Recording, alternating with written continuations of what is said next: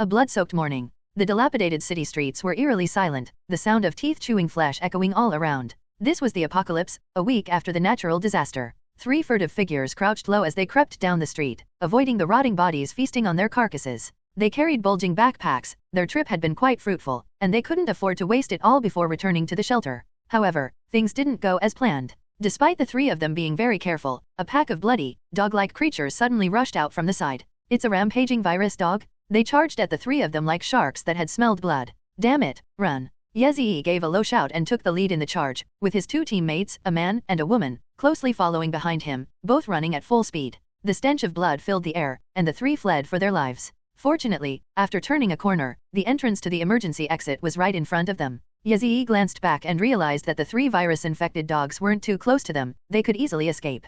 They can't get in as long as the door is closed. However, at this most crucial moment, the female team member behind him suddenly tripped over the gravel and fell to the ground. Ouch! It hurts. Z, help me. Yair. Yezee's eyes were bloodshot with rage. The virus-infected dog was not far behind him. In this critical moment of life and death, stopping meant certain death. But Yair is his fiancée, how could he not save her? He immediately stepped on the wall in front of him to slow his momentum, and when he turned around, he had already pulled out a long, narrow watermelon knife from his waist. Brother Z, forget about your wife, come in quickly. At this moment, the 3 virus-infected dogs had closed the distance to within 10 meters. Another male teammate opened the steel door of the emergency exit, but he ignored it, yelled, and immediately went back to fight with his knife. He rushed forward to shield his wife, slashing the first infected dog away and then delivering a powerful sweeping kick that severely injured the second one. But it was too late when he tried to swing his knife back at the 3rd infected dog. The beast leaped up and bit his wrist. Ah! The excruciating pain caused Yezee to scream in agony. He had definitely been bitten and was surely infected.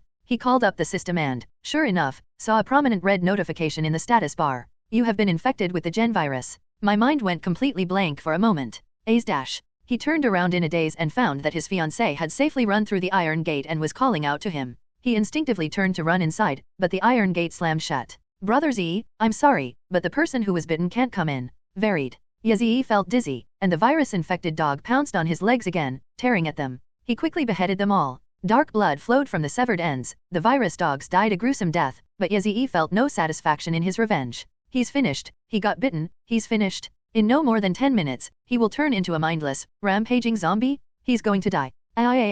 He was unwilling to accept it. They survived the natural disaster of cosmic rays, the riots at the beginning of the apocalypse, and the bloody battles between people, but they never expected to be defeated by a sudden accident. However, before Yezee could feel frustrated for long, a group of rampaging zombies appeared in front of him. They were attracted by the sound. But so what? He's already been bitten. Yezee entered berserk mode, wielding his knife and charging into the horde of zombies. 5 minutes later, looking at the decapitated corpses scattered all over the ground, he slumped to the ground in despair, no longer even having the desire to collect the crystal cores in their skulls that could be used for upgrades. It's over. It's all over. The battle had left him with countless fresh wounds, the most serious of which was a torn ligament in his left wrist. Even if a vaccine were developed and delivered to him immediately, it wouldn't help. Ace, are you still there? Behind the iron gate was Suhuya. His wife's voice brought Yezee a sliver of comfort. He replied in a low, hoarse voice, she's not dead yet. However, there was silence on the other end. Yezee chuckled self-deprecatingly, you wretched woman, I'm almost dead, and I'm only doing this to save you.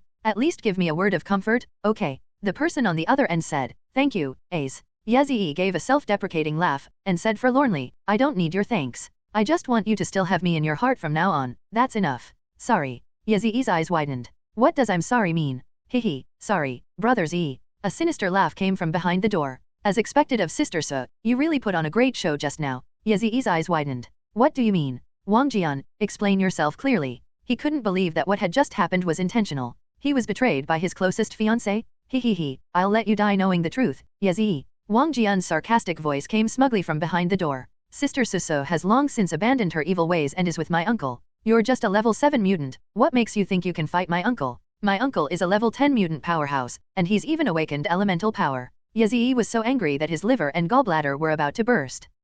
I rescued you all from hordes of zombies, you treacherous people. Tit for tat? Ha, Yezee, only a fool like you would be bound by worldly obligations and morals. This is the apocalypse. In the apocalypse, one should be fearless and let the fittest survive. My mother. Enraged, Yezee, unable to open the locked iron gate, began frantically hacking at it with the watermelon knife in his hand. But this steel gate was not something that could be cut open with a watermelon knife. Even if he split his tiger's mouth open, it would be in vain. Ha ha ha ha, ZG, your wife is amazing. Wang Jian was laughing wildly on the other side, and the faint sounds of a woman resisting and panting could be heard, as if they were doing something unspeakable on the other side of the door. This made Yazi so angry he felt like his lungs were about to explode. Damn it, UST, so Huiya, you cheated on me? I'm going to kill you.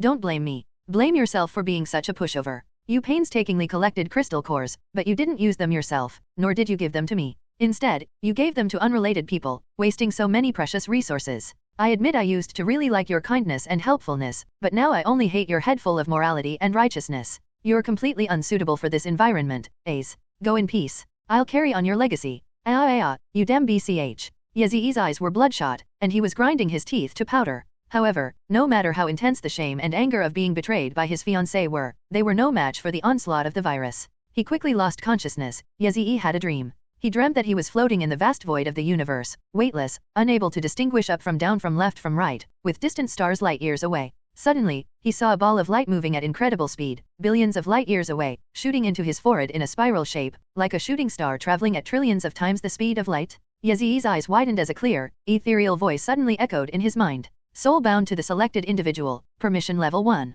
Start testing the selected candidate's genetic potential. Test complete. Selected candidate's potential aptitude, Super S-level, unparalleled. The selected candidate possesses exceptional S-level aptitude and receives a maximum potential score of 99/99. Yazi was stunned, the ethereal voice in his mind was still chattering on and on. Selected user detected to be infected with gen virus. Forced awakening of the selected individual's genetic talent, virus immunity, immune to infection by all viruses in the entire universe. Unlock skill slot, potential points -1000. Awakened talent, virus immunity, potential points -4000. The selected player has too many excess gene potential points. It is recommended to unlock the second skill slot, which will cost 2000 potential points. Unlock. Yazi was stunned for a full 10 minutes before he realized what was going on. He tried, trembling, to say yes in his mind. Potential points -2000, remaining potential points 2999. Developing a skill awakening plan based on the selected individual's genes. Skill awakening plan successfully drafted. Please choose one of the 3 skills listed below, A, B, and C. A. Awaken Dark Vision, grants full vision even in absolute darkness, requires 500 potential points. B. Awakening Steel Bones grants bones the strength and hardness of cross-stretched steel, requires 1500 potential points. C. Awakening Hearing Enhancement, which can enhance existing hearing to its limit, approximately 100 times the original hearing, requires 2500 potential points. Please select. Yazi's wide eyes never returned to normal as he frantically pondered in his mind. Dark Vision, reinforced steel frame, enhanced hearing? I choose Dark Vision. There's no need to hesitate. Dark Vision is undoubtedly the most cost-effective skill. While hearing enhancement is good, you're doomed if you get hit by a sound wave. Besides, choosing Dark Vision will leave you with 2000 points. As for steel frames, that thing can't protect against piercing attacks. Dark Vision, awakened, remaining potential points, 2499. He quickly asked, how many points are needed to unlock the next skill slot? Unlocking the third skill slot requires 4000 potential points. How can I continue to earn points? Complete the selected person's mission to obtain gene potential points. Yazi tried saying, accept the chosen one's mission. The selected individual has accepted the mission. Mission objective, level up the mutant to LV.10 and become a beginner elemental awakener. Mission reward, 500 potential points. The selected individual has been detected to possess Super S-grade top-tier aptitude. Completing the mission will grant a significant bonus, amounting to 9499 points. Surprisingly, he actually received it. However, his talent boost is just that exaggerated. Another 9999. Task accepted, system in standby mode. If it's in standby mode, does that mean it has already completed all the tasks that needed to be done? Yazi immediately felt a dizzying sensation, his vision went black, and he lost consciousness. He didn't know how much time had passed when he suddenly felt a rapid downward sensation, as if he were falling from the Milky Way in the heavens, but he landed on the ground without being hurt. He opened his eyes. The field of vision was completely black. But surprisingly, he discovered that he could actually see. Dark vision. He really does have dark vision? Overwhelmed with joy, Yazi felt dizzy. He instinctively raised his arm and found that the bite wound was still there, and even the slightest movement brought waves of pain. This is the wound from a previous dog bite that caused the virus. He didn't die. He didn't turn into a zombie? Yazi suppressed his overwhelming joy and tremblingly summoned the system in his mind. Checking the status bar, he was pleasantly surprised to see a line of text. Awakening Special Physique, Viral. Hey everyone, welcome to our channel, and thank you for your support. If there's a favorite novel on the channel and you want the next part, you're just one step away. Become a Patreon member and I can make it depending on your tier. Thank you for your attention.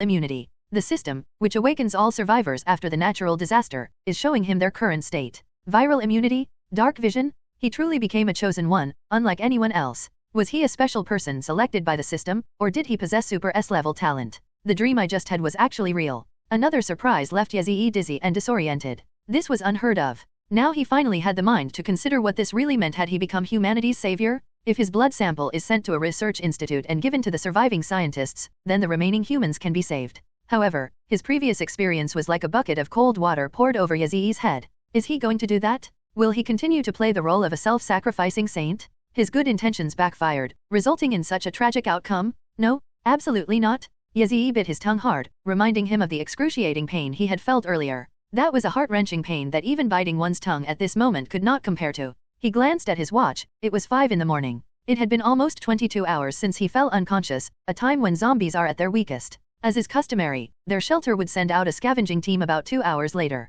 By then, it would be just dawn, and they would be able to see the surroundings clearly. The zombies on the streets would also be less active, making it a good time to scavenge for food at convenience stores and supermarkets. I wonder who will be out collecting supplies this time? If it's that BD Wangjian, he'll definitely kill him. Yazee was filled with boundless hatred, but he also knew that his situation was far from optimistic. Although his immunity to viral infections allowed him to avoid the tragic fate of becoming a zombie, he now has a crippled left hand, bite wounds all over his body, and is in excruciating pain, so he needs to find a place to rest. Where is a hospital? Or a pharmacy would also be fine. He activated the system and could see that he was in a state of multiple open minor wounds all over his body. System detection, wound infection risk, medium. The situation is rather bad. Unlike viral infections, this type of injury causes bacterial infections, rendering his viral immune system ineffective. Although Yazee's family was from the countryside, he was admitted to Chongqing Medical University through his own efforts and became a medical graduate. Therefore, he knew very well that his external injuries needed to be treated quickly. If left untreated, they could become infected and cause bacteremia, and even a miracle couldn't save him.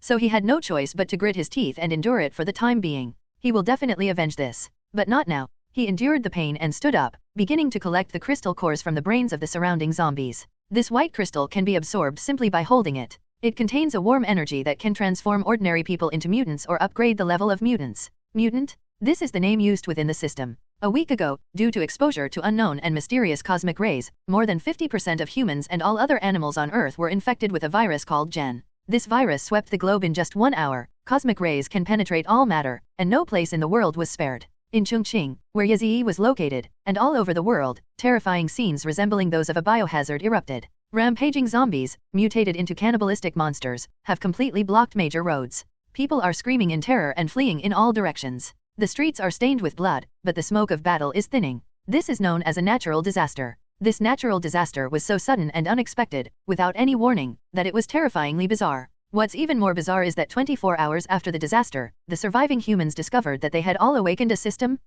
called super element evolution. This system is very mysterious and advanced, analyzing everyone's physical data thoroughly, allowing each person to learn about any abnormalities in their body. Whether or not someone is infected with the virus can be easily determined with a simple test. It even includes various physical data. Yazee did not delay his absorption of the crystal core. In less than 10 minutes, he absorbed the crystal cores of the 7 zombies and 3 virus dogs around him. This stuff can be absorbed by simply placing it in the palm of your hand. After absorption, it turns into liquid water and disappears with a flick of the wrist. Consuming 10 crystal cores gave him a faint feeling that he was about to break through, and he checked his level with the system in his mind. Grade: LV.7, 98%. Great, you only need 2% more experience points to level up. He then checked his status. State: Name: Yazee. Gender: Male. Age: 24. Height: 173 centimeters. Weight: 64 kilograms. Current condition: torn ligaments in the left wrist, multiple minor open wounds throughout the body. Wounds are contaminated and pose a certain risk of infection.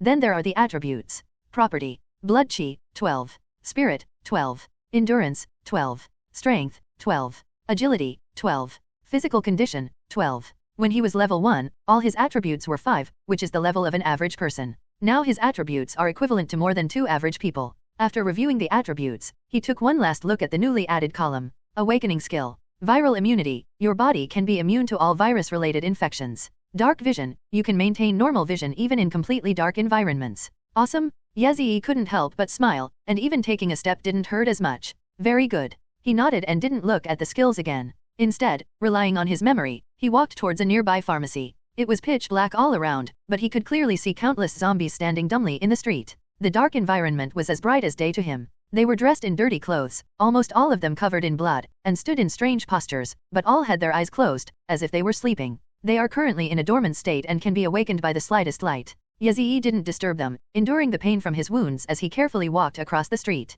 The surroundings were not entirely silent. He could faintly hear some noises, roars, cries, and desperate screams. It seems a grand feast is about to take place not far away. If it were him in the past, he might have felt anxious and wanted to help save the person's life, but now, he would never do such a foolish thing again. Life and death are preordained, wealth and honor are determined by fate. In this apocalyptic world, one's own destiny is in one's own hands. After passing through safely, Yazii successfully arrived at the street where the pharmacy was located. He was surprised that the smell of blood on his body didn't alert the zombies. Perhaps it was due to their immune system, which made them mistake his blood for that of one of their own. I wonder if they will attack me if they see me during the day? Yazii entered the pharmacy with anticipation. There were several zombies inside, but he didn't disturb them, relying on his dark vision to search for medicine. Despite having spent 5 years at medical school, he hadn't forgotten his pharmacology and quickly gathered all the necessary medications. He chose cephalosporin broad-spectrum antibiotics, prepared and injected the medication himself. As a medical student, he had interned at a municipal hospital for a year, making him a semi-professional.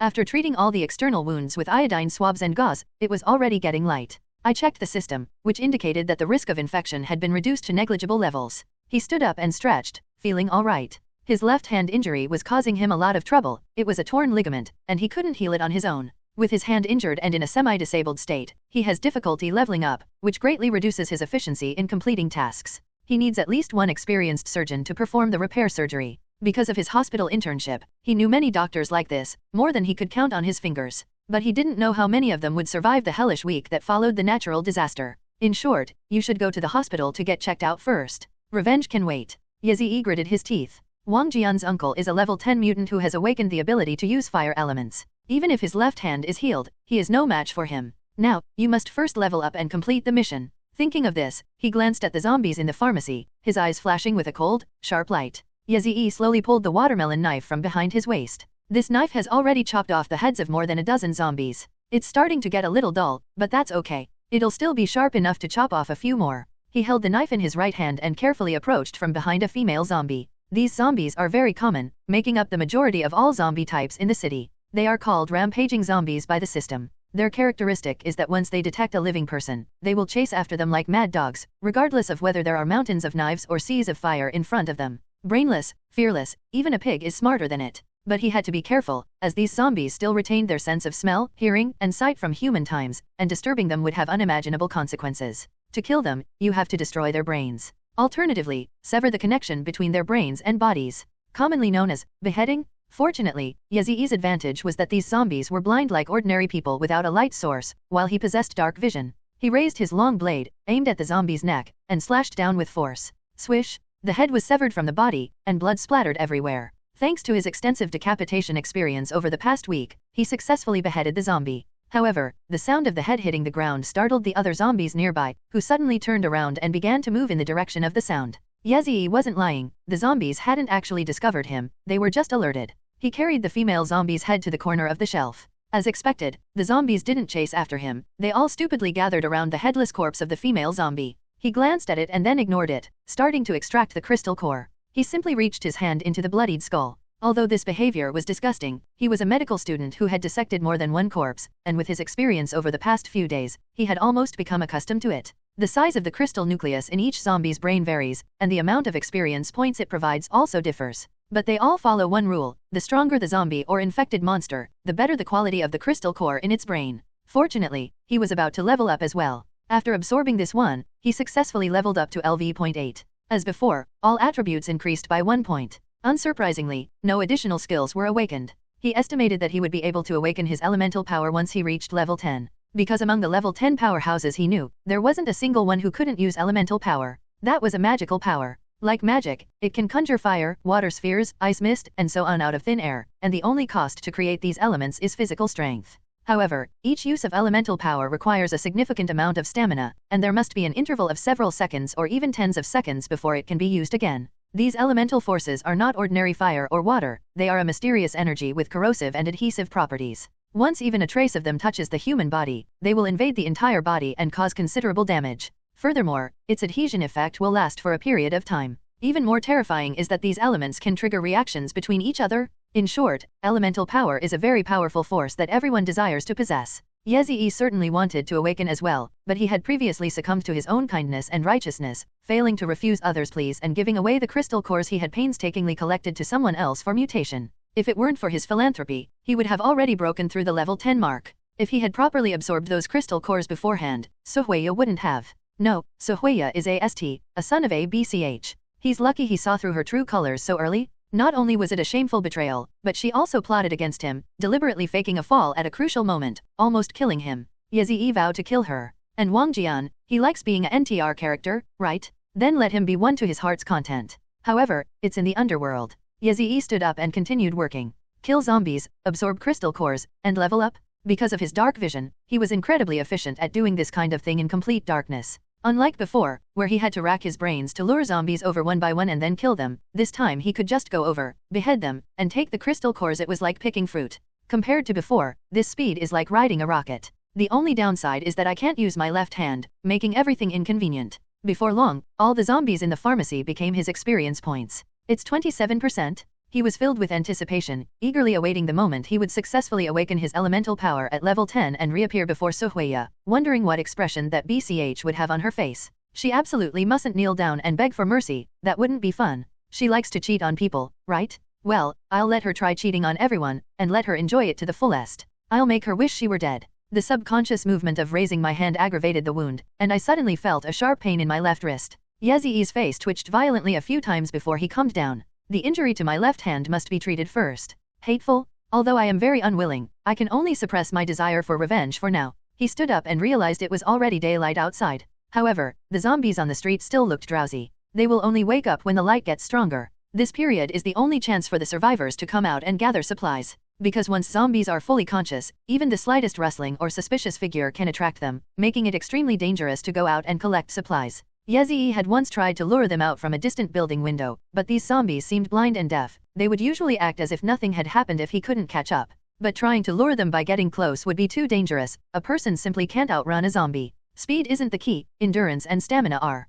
Zombies can maintain top human speeds while relentlessly chasing, like tireless machines, whereas humans tire easily and can only run 100 meters at full speed. Therefore, Yezhi did not choose to linger in the fight. He planned to escape the area as soon as possible to avoid being discovered by the people inside the shelter. If that BCH Suhuya finds out he's still alive, things will get really messy. There's also Wang Jian and his uncle. I kindly saved you before, and you repay kindness with enmity? I will make you pay the price. Yezhi gave a heavy snort and walked out of the pharmacy. He checked his bearings on the street, tightened his backpack full of food, and ran towards the nearest hospital. Having leveled up so many times, his physical abilities were no longer at the level of an ordinary person. Running forward was as easy as walking before. Because he was familiar with the route, it only took him an hour to get to his destination from the city center where his previous workplace was located. The third affiliated hospital of Chongqing Medical University was exactly where he interned 2 years ago. He had rotated through almost every department here, eaten in the cafeteria, worked in the pharmacy, and even slept in the public bathhouse, outpatient department, inpatient department, administration building, pharmacy, cafeteria, and dormitory for interns and resident trainees.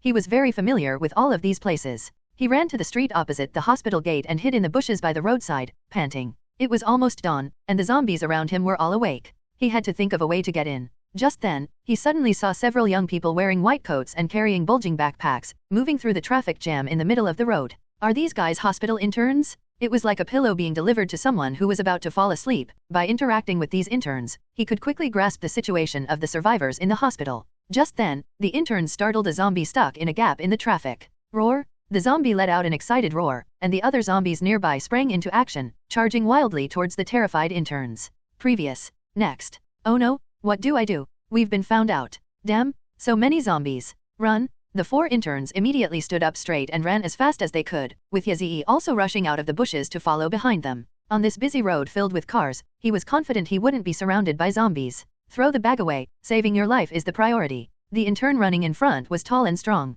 He slowed down, took a crowbar out of his open backpack, then threw the backpack away, as if he intended to bring up the rear. This behavior made Yezhi, who was running, sneer. There was a time when he played this role too. The two students behind the tall intern followed suit, throwing down their backpacks and sprinting. But the long-haired girl hesitated. She took off her backpack, but couldn't bear to throw it away, so she hugged it to her chest and ran, which actually slowed her down. In a time of intense competition, this was undoubtedly extremely dangerous. The boy at the rear had already engaged the pursuing zombies, but the girl he was protecting hadn't run very far. The boy became extremely frustrated and yelled again at the girl to throw away her backpack.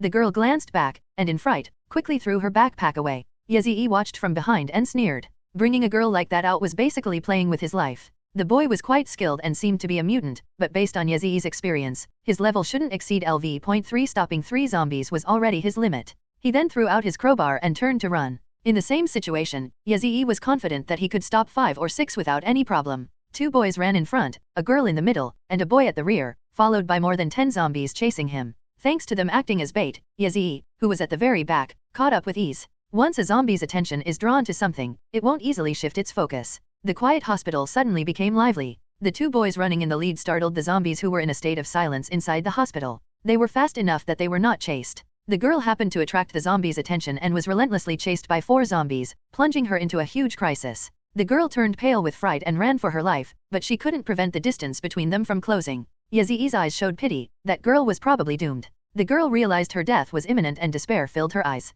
To avoid the first elementary school zombie that lunged at her, she stumbled and fell to the ground, rolling several times.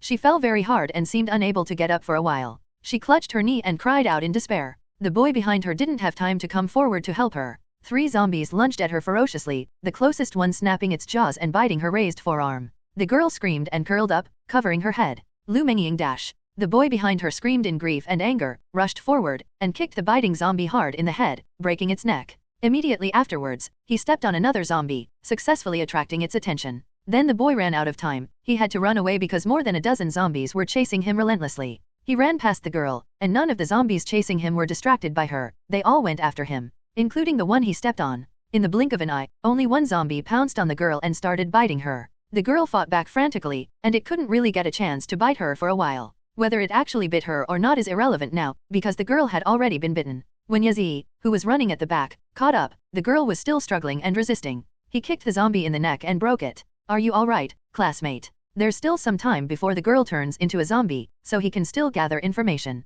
However, after the crisis was over, the girl didn't look at her savior. Instead, she stared blankly at the bite mark on her arm, her eyes widening in a daze. A trickle of bright red blood flowed from the gaps in the bite marks, resembling incisions. "It's hopeless. She's dead." Yezee shook his head regretfully. This girl was very beautiful and had a great figure. She was at the level of a department beauty and a college beauty. What a pity. He had seen too many examples of living people turning into zombies. Everyone bitten by a zombie turned into a zombie, whether they were beautiful women, handsome men, or ugly monsters, without exception. "I got bitten. I'm going to die. I'm going to die. Why?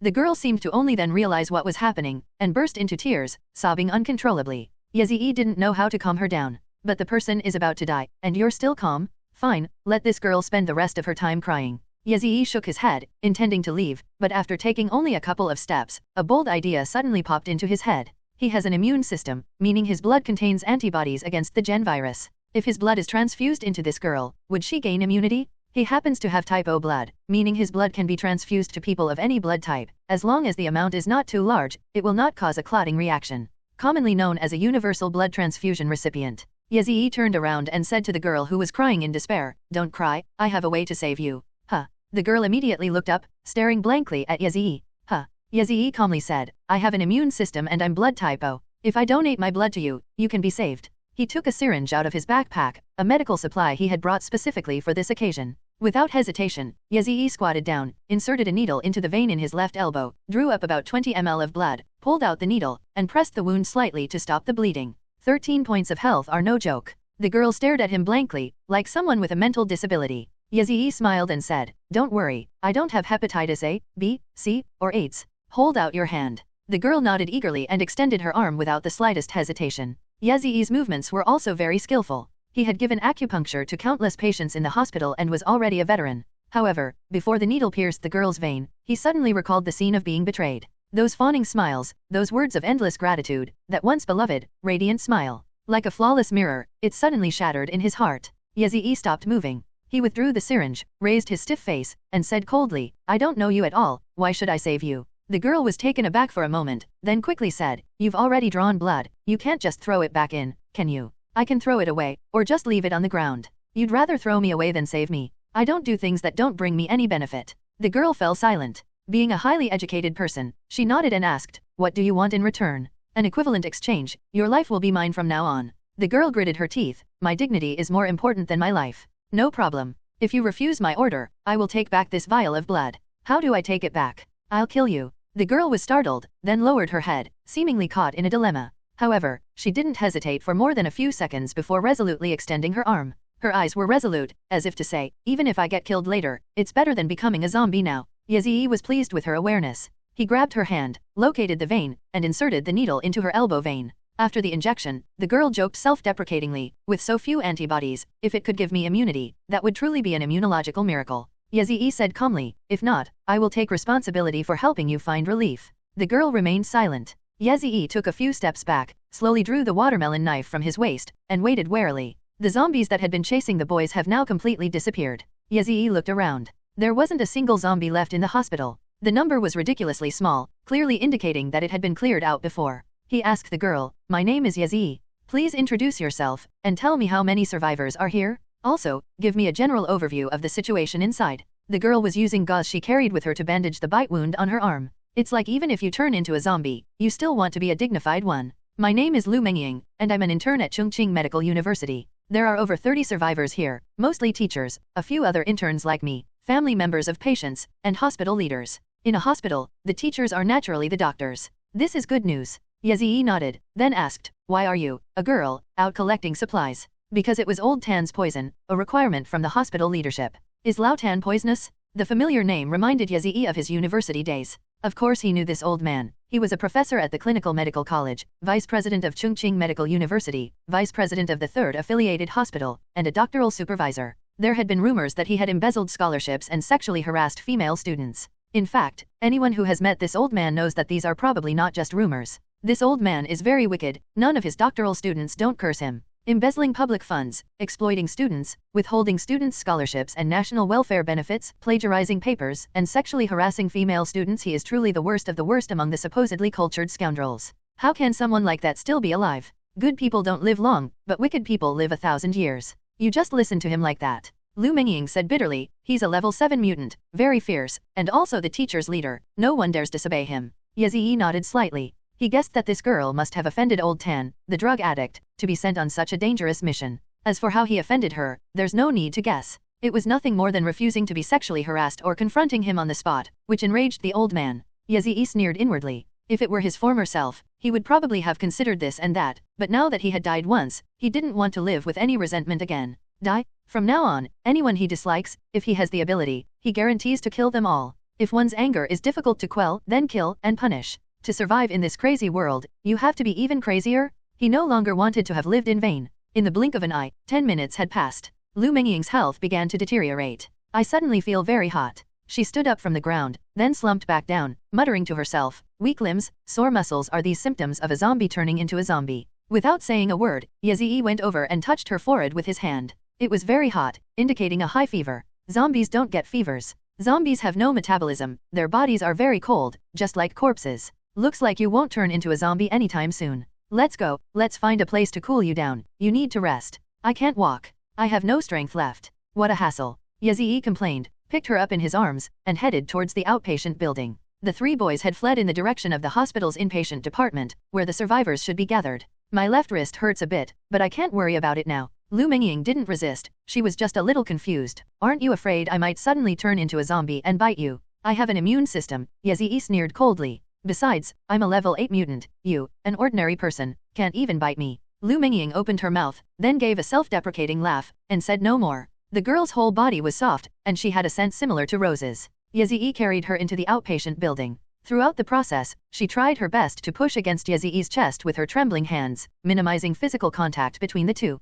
Yazii ignored her. Although the girl had a great figure and was very pretty, he had absolutely no interest in her. All he wants now is to become stronger quickly so he can go back and take revenge on Suhuiya and Wang Jian. Indulging in beautiful women will only slow down his progress in becoming stronger. Upon entering the outpatient building, the corridor floor was a mess, with large patches of dried blood, overturned medical carts, and various medical supplies. Yazzie spotted 3 or 4 wandering zombies. They quickly noticed him, baring their fangs and claws as they ran towards him, emitting unintelligible roars. Ugh! Lu Mengying's limp body immediately stiffened, and her hands instinctively grabbed Yazzie's collar. Yazzie didn't panic, this was just a minor incident for him. He placed Lu Mengying on the seat by the door, drew his watermelon knife from his waist, and just then the zombies rushed over. He gripped the hilt and slashed horizontally at the zombie that was charging at him. Swish! With immense force, the zombie was decapitated. Then came the second one, the third one. Relying on his rich experience and the freedom to do as he pleased without fear of being bitten, Yazzie dealt with the 4 zombies as easily as chopping vegetables, decapitating them all and then immediately extracting their cores from their skulls.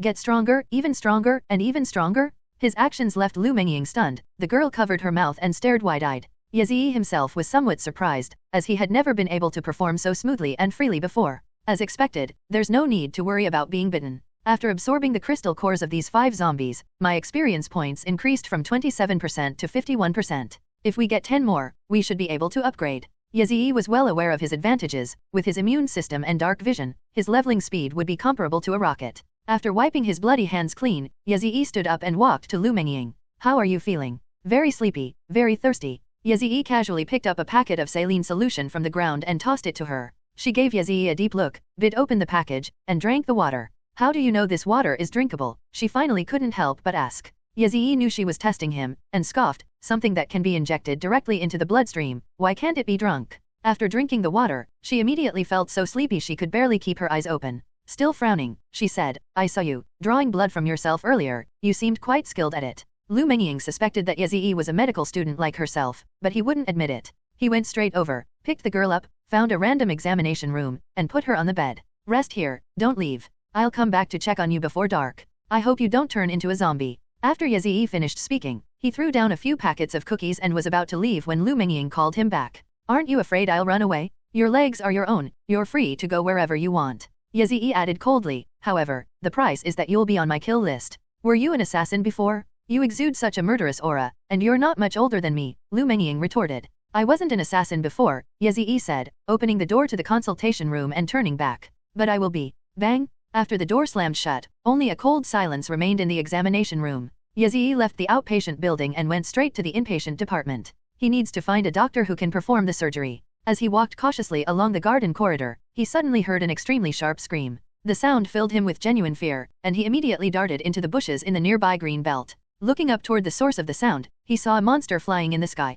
The monster resembled a harpy, with its hands transformed into wings, its entire body covered in dark brown feathers, its feet transformed into sharp claws that gleamed with a cold light, and its head a rotting skull, a hallmark of zombies. As it flew, it seemed to suddenly discover something amazing, let out an excited scream, and flew straight into the upper floors of the inpatient ward. What inside is attracting it? Living person? This wasn't the first time Yazzie had seen this mutated monster. After a natural disaster, some zombies mutate, turning into all sorts of monsters that challenge human imagination. He had previously seen fishman zombies covered in fish scales, vine zombies whose entire heads had turned into giant vines, and frog zombies whose tongues could extend very long to wrap around people. Without exception, they are all extremely difficult opponents. Ordinary people would die if they encountered them, and mutants below level 10 could only run for their lives. Within his intelligence network, no one had ever successfully killed one of these zombies. And now, these mutated zombies have even gotten into the hospital ward. What exactly is attracting it? Why do they choose to eat the survivors in the hospital ward, instead of other survivors elsewhere? Yazzie jumped out of the bushes and ran towards the inpatient department. He knew the monster was extremely dangerous, but he had to go. He had to find an orthopedic surgeon to repair the ligaments in his left hand, no matter what. Yazzie ran all the way to the inpatient department and found that the door was tightly closed and more than a dozen zombies were surrounding it. It's the group that was brought in from outside the hospital just now. The main gate was closed, but that didn't matter. He knew all the side doors of the building, as well as the entrance to the underground morgue. After circling around for a while, he successfully found a half-open side door and sneaked inside. The inpatient ward was in a mess, with bloodstains everywhere. He walked around the reception area on the first floor but found neither zombies nor people. He climbed upstairs. The main entrance to the second floor was locked, as was the entrance to the third floor. It seems there are still zombies inside that haven't been cleared out. He continued climbing, and when he reached the 17th floor, he faintly heard the excited roar of the harpy zombie coming from upstairs. It was a sharp sound, like the friction between two rusty, blunt knives. He quickly ran upstairs. Zombies won't roar excitedly if they haven't spotted anyone. He climbed 5 steps at a time, reaching the 23rd floor of the inpatient ward at a speed comparable to an elevator. The entrance here is not closed. The sign at the entrance reads General Surgery I, indicating that this is the place that admits patients from the general surgery department. He didn't act rashly, he listened attentively. Tap, tap. Very light footsteps. He turned his head and peered out from the corner of the wall, where he saw a dozen or so people crouching and slowly waddling along the corridor, their destination the exit where he was. Lie. The old man leading the group immediately gestured for Yazii to be quiet. Upon closer inspection, Yazii realized that the man was none other than Old Tan the poisoner. Old Tan was thin and skinny. As the vice principal, he was usually somewhat kind and approachable in public, but at this moment his face was fierce, and his eyes looked as if he wanted to devour Yazii alive. Yazii's eyes widened, and a plan immediately came to mind. He looked at a bald man behind Lao Tan and exclaimed with delight, Teacher Jia, that's great. I've finally found you. His voice echoed in the quiet corridor. This Dr. Jia was the associate chief physician he rotated with in orthopedics, which is why he was so surprised. However, his exclamation of surprise made everyone's eyes widen in astonishment. Teacher Jia put her finger to her lips, frantically signaling him to be quiet. Yazii finally realized what was happening and covered his mouth. But it was too late. Everyone heard a confused roar, and they turned around in horror to see a monster suddenly running out of a ward at the end of the corridor. It was that harpy zombie from before. Hiss hiss hiss. The zombie was covered in blood, especially around its mouth and nose. It was obvious what it had just been doing. It opened its blood-stained maw to the crowd, let out a sharp roar, and flapped its wings and stumped its claws as it chased after them. Run! Old Tan immediately started running. Yazii's eyes flashed, and he turned around in fear, but he lost his balance and just in time knocked Old Tan, who was running past him, to the ground. You little brat, you. Old Tan was so angry he wanted to curse, but before he could finish speaking, the harpy zombie caught up and slashed out with its claw, tearing the two women at the back of the pack to shreds. Yazii then noticed that the two girls were not wearing any clothes, only white lab coats. What were they doing before? It's a mystery, but the mystery is meaningless now. The only meaningful thing is the cruel reality. They both died because they were at the back of the line and because of their close proximity. The mutated zombie surged through the corridor with its powerful momentum, the sound of its claws scraping the ground filling the air. The doctors scrambled towards the stairwell, and Old Tan, no longer able to curse, quickly scrambled to his feet, trying to escape. Yazii smirked, grabbed the old man's ankle, his fingers as hard as iron, making it impossible for him to break free for the time being. He shouted at the same time, Dean Tan, why did you push me? Don't push me, don't push me. His voice drowned out Old Tan's angry curses. The people who had already run down the stairs were completely clueless. They only heard him screaming. He had finally figured out what it meant to be the one to accuse others first. When dealing with evil people, nothing is more suitable than evil deeds. Old Tan tried to break free several times but failed, so he tried to use all his strength to break free. However, before he could, he suddenly exerted force with his right hand and threw the skinny old man back into the corridor. Then he stood up with a cold laugh. The old man slammed his fist against the wall, but was unharmed. He glanced to his right, and his furious and vicious expression instantly turned into utter terror. They looked as if they had seen some kind of ferocious demon. He scrambled to his feet and ran towards the stairwell, only to be kicked squarely in the stomach by Yazii, sending him flying back down the corridor. You son of a BCH, I'll FK your ancestors. Old Tan was trembling with rage, but no sooner had he finished speaking than a harpy zombie swooped down and bit his neck, tearing his head off. Blood splattered everywhere. The momentum was too strong. The harpy zombie was once again carried away by the astonishing inertia. Yazii quickly went to close the door, but suddenly noticed something glowing on Old Tan's corpse. This is... Although he was in a desperate situation and had to escape, he still reached out to touch the point of light. You have obtained the relic, mutant infected feather, tier 1. Huh? What is this? Relics? Equipment? Yazii was overjoyed. He had actually found some equipment. He quickly returned to the stairwell and slammed the passageway door shut with lightning speed. Squeak squeak squeak. He had just closed the door when a screeching sound came from the other side. It must have been the harpy zombie's claws that brushed against the door. Without hesitation, he quickly pushed the door open and locked it. Bang! Almost instantly, the door made a loud bang, but fortunately, the thick steel door frame and the door itself held firm and didn't budge. Bang bang bang! It was another powerful triple slam, smashing the 5-centimeter thick iron door into a tiny bulge. Yazii's eyes widened in disbelief. With that kind of force, he conservatively estimated that the mutated zombie's strength was over 50 points. That's 10 times the average person's income? Hiss hiss hiss. The other side let out that sharp roar again, followed by another frenzied ramming. Yazii ignored it and quickly ran downstairs. He went down the stairs, but the teachers all ran quite fast. He didn't see a single person when he got to the 20th floor. The thumping sounds from upstairs had stopped. The mutated zombie had failed to break down the door. He couldn't contain his excitement and checked the treasure he had just found in the newly added relics section of the system. Artifacts. Name, feather of a mutant infected, tier 1. Type, feather ornament. Effect, health plus 47. Additional effect, spirit plus 9%. Enhancement level, 0. Yazii couldn't help but gasp. It adds 47 points of health? That's absolutely insane. He tried on the equipment and immediately felt a wave of comfort wash over him. My overall condition was better than ever before. Under the gauze, the areas that had been bitten by zombies immediately started to itch. The wound is healing quickly. According to the system's description, blood and chi attributes can enhance an individual's metabolism, strengthen hematopoietic function, and accelerate wound healing. Good heavens, with those 47 points of blood energy added, his wound healing speed has increased by almost 10 times. This is great stuff. Upon obtaining such a treasure, Yazii was overjoyed. He immediately began to wonder where this thing came from. The feathers, named mutant infected, could they have come from that harpy-bodied zombie we just saw? That should be it. It came from a mutated, special type of zombie. This old Tan, I don't know how he hunted down a harpy zombie before, and obtained this feather. He recalled the scene just now. The moment old Tan died from poison, his body began to emit light, and when he touched that light, the feather was automatically absorbed by his body. No, it should have gone to his system equipment slot. No, it went to his artifact slot. Is this thing called a relic? Could this name be related to the cause behind the natural disaster? Yazii then recalled the situation with the zombie from earlier. It was flying peacefully in the sky, then like a shark that had suddenly smelled blood, it flew towards the upper floors of the hospital. Could they sense the presence of the sacred artifacts? Are they also craving relics? It should be. But if that's the case, why didn't the zombie notice when Old Tan and his men secretly escaped? Is it possible that the device is undetectable when it's on a person, and only becomes perceptible when it's removed from the system? This question was very important, so Yazii went back to the 23rd floor to verify it. A pungent smell of blood slowly flowed down the corridor opposite the door. He suppressed his nausea and stepped on it, pressing his ear against the door to listen intently. Across the door, you could faintly hear some noise, like teeth tearing and chewing flesh. The sound of cannibalism. It's being poisoned by Lautan. Yazii swallowed hard and retrieved the feather from the system. The process of retrieving the feather was as if it were slowly materializing from his consciousness, appearing directly in his hand. It emits a faint white light. Bang! The passageway door was suddenly struck with tremendous force, and the zombie indeed sensed it. Hiss hiss hiss. One impact failed, and accompanied by a piercing, shrill roar, a series of frenzied impacts followed. Bang bang bang! Yazii quickly stored the feather into his system equipment and ran downstairs without looking back.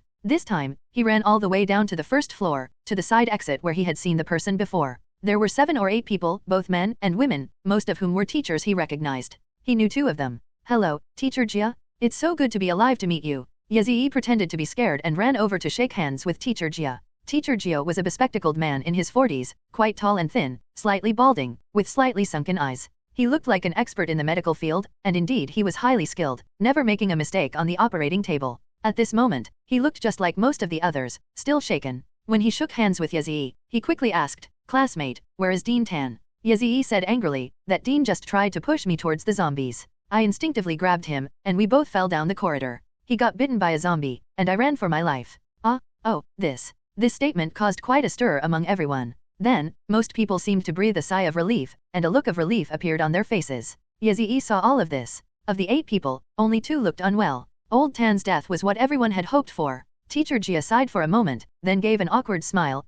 Student, you are. I'm Yazii, Teacher Jia." Yazii was both amused and exasperated. In just 2 years, this teacher had already forgotten his name. Back then, he even knew Teacher Jia's account and password in the hospital system and had used his account to prescribe medicine for patients. That makes sense, considering he only stayed in the orthopedics department for a month, and this Teacher Jia wasn't actually his mentor. He only signed the medical records and reports written for him. "Oh, Yazii, you're an intern from the class of 21, right? You rotated through our department 2 years ago. I remember now." Teacher Jia nodded repeatedly, and several other teachers also came over to exchange pleasantries with Yazii. However, a teacher Yazii didn't recognize spoke sarcastically from behind the crowd. "Just now, only Dean Tan and this student Yazii were up there. Didn't he get to decide what really happened?" Another plump female doctor beside him chimed in. "That's right, who knows what really happened? What if he's the one who killed Dean Tan?" These 2 people looked grim after learning of Old Tan's death, probably because they were in cahoots with him. Yazii sneered inwardly, but outwardly he repeatedly protested his innocence.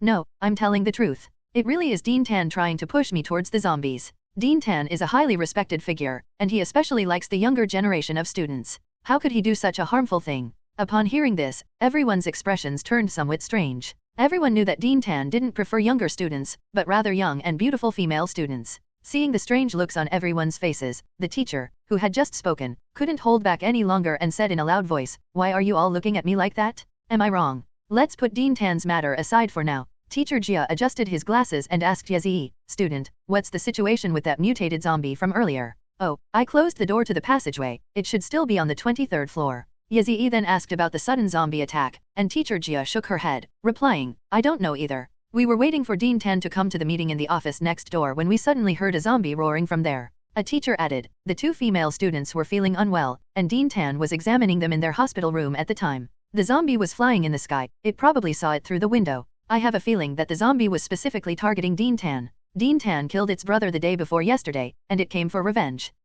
That's possible. The teachers offered a flurry of guesses, and Yazii, struck by a sudden thought, inquired about the events of the day before yesterday. The day before yesterday. A respiratory physician recalled, head bowed, that day, 3 zombies were fighting in the sky. 2 of them were the kind with feathered bodies, and the third looked like a bat. As they were fighting, one suddenly fell down, severely injured. Dean Tan happened to be on the rooftop at the time and killed that zombie. Yazii nodded, things were indeed as he had imagined. It wasn't that his prediction was particularly accurate. As long as you know that mutated zombies are hostile to each other like wild beasts in the forest, it's not hard to guess at all. This kind of thing doesn't really matter. The teacher who had questioned Yazii earlier walked over. He was a short, stocky man who was now looking over with a menacing expression, arms crossed and eyes filled with a sense of oppression. Classmate, I have a question for you. When Dean Tan died, did something glow suddenly appear on his body? Yazii was startled, but feigned doubt, saying, something glowing? No, the situation was too dangerous at the time, I probably didn't see it. How could I not have seen it? The light was so obvious, I could see it from hundreds of meters away. This time, it was the plump female doctor standing next to the short, stocky man who spoke.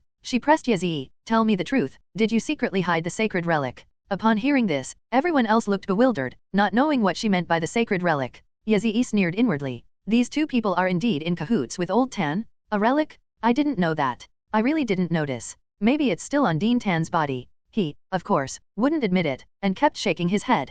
The 2 doctors exchanged a sinister glance and remained silent. At this point, a doctor asked, Director Zhang, Director Wang, what is this sacred relic you're talking about? It's a treasure, it can increase your HP attribute by over 40 points. What? The doctors were all stunned. My god, there's such a treasure. It can increase health by more than 40 points, that's amazing. No wonder Dean Tan suddenly became so energetic. Why wasn't such important information made public before? Dr. Jia questioned the short, stocky Director Zhang and the plump Director Wang, who responded righteously. Because we must be wary of the patients' families. What if word gets out that this is such a valuable treasure, and it attracts survivors from outside who might try to seize it? Director Wang, standing nearby, coldly reminded them, you don't actually believe that the law still exists in this world, do you? For a moment, the doctors fell silent. Director Zhang snorted and said he was going upstairs to retrieve the relics. Director Wang quickly offered to go with him, and the doctors followed suit. Let's go together, it'll be good to have more people around. I'll go to the rooftop and inform Xiaoguo and the others.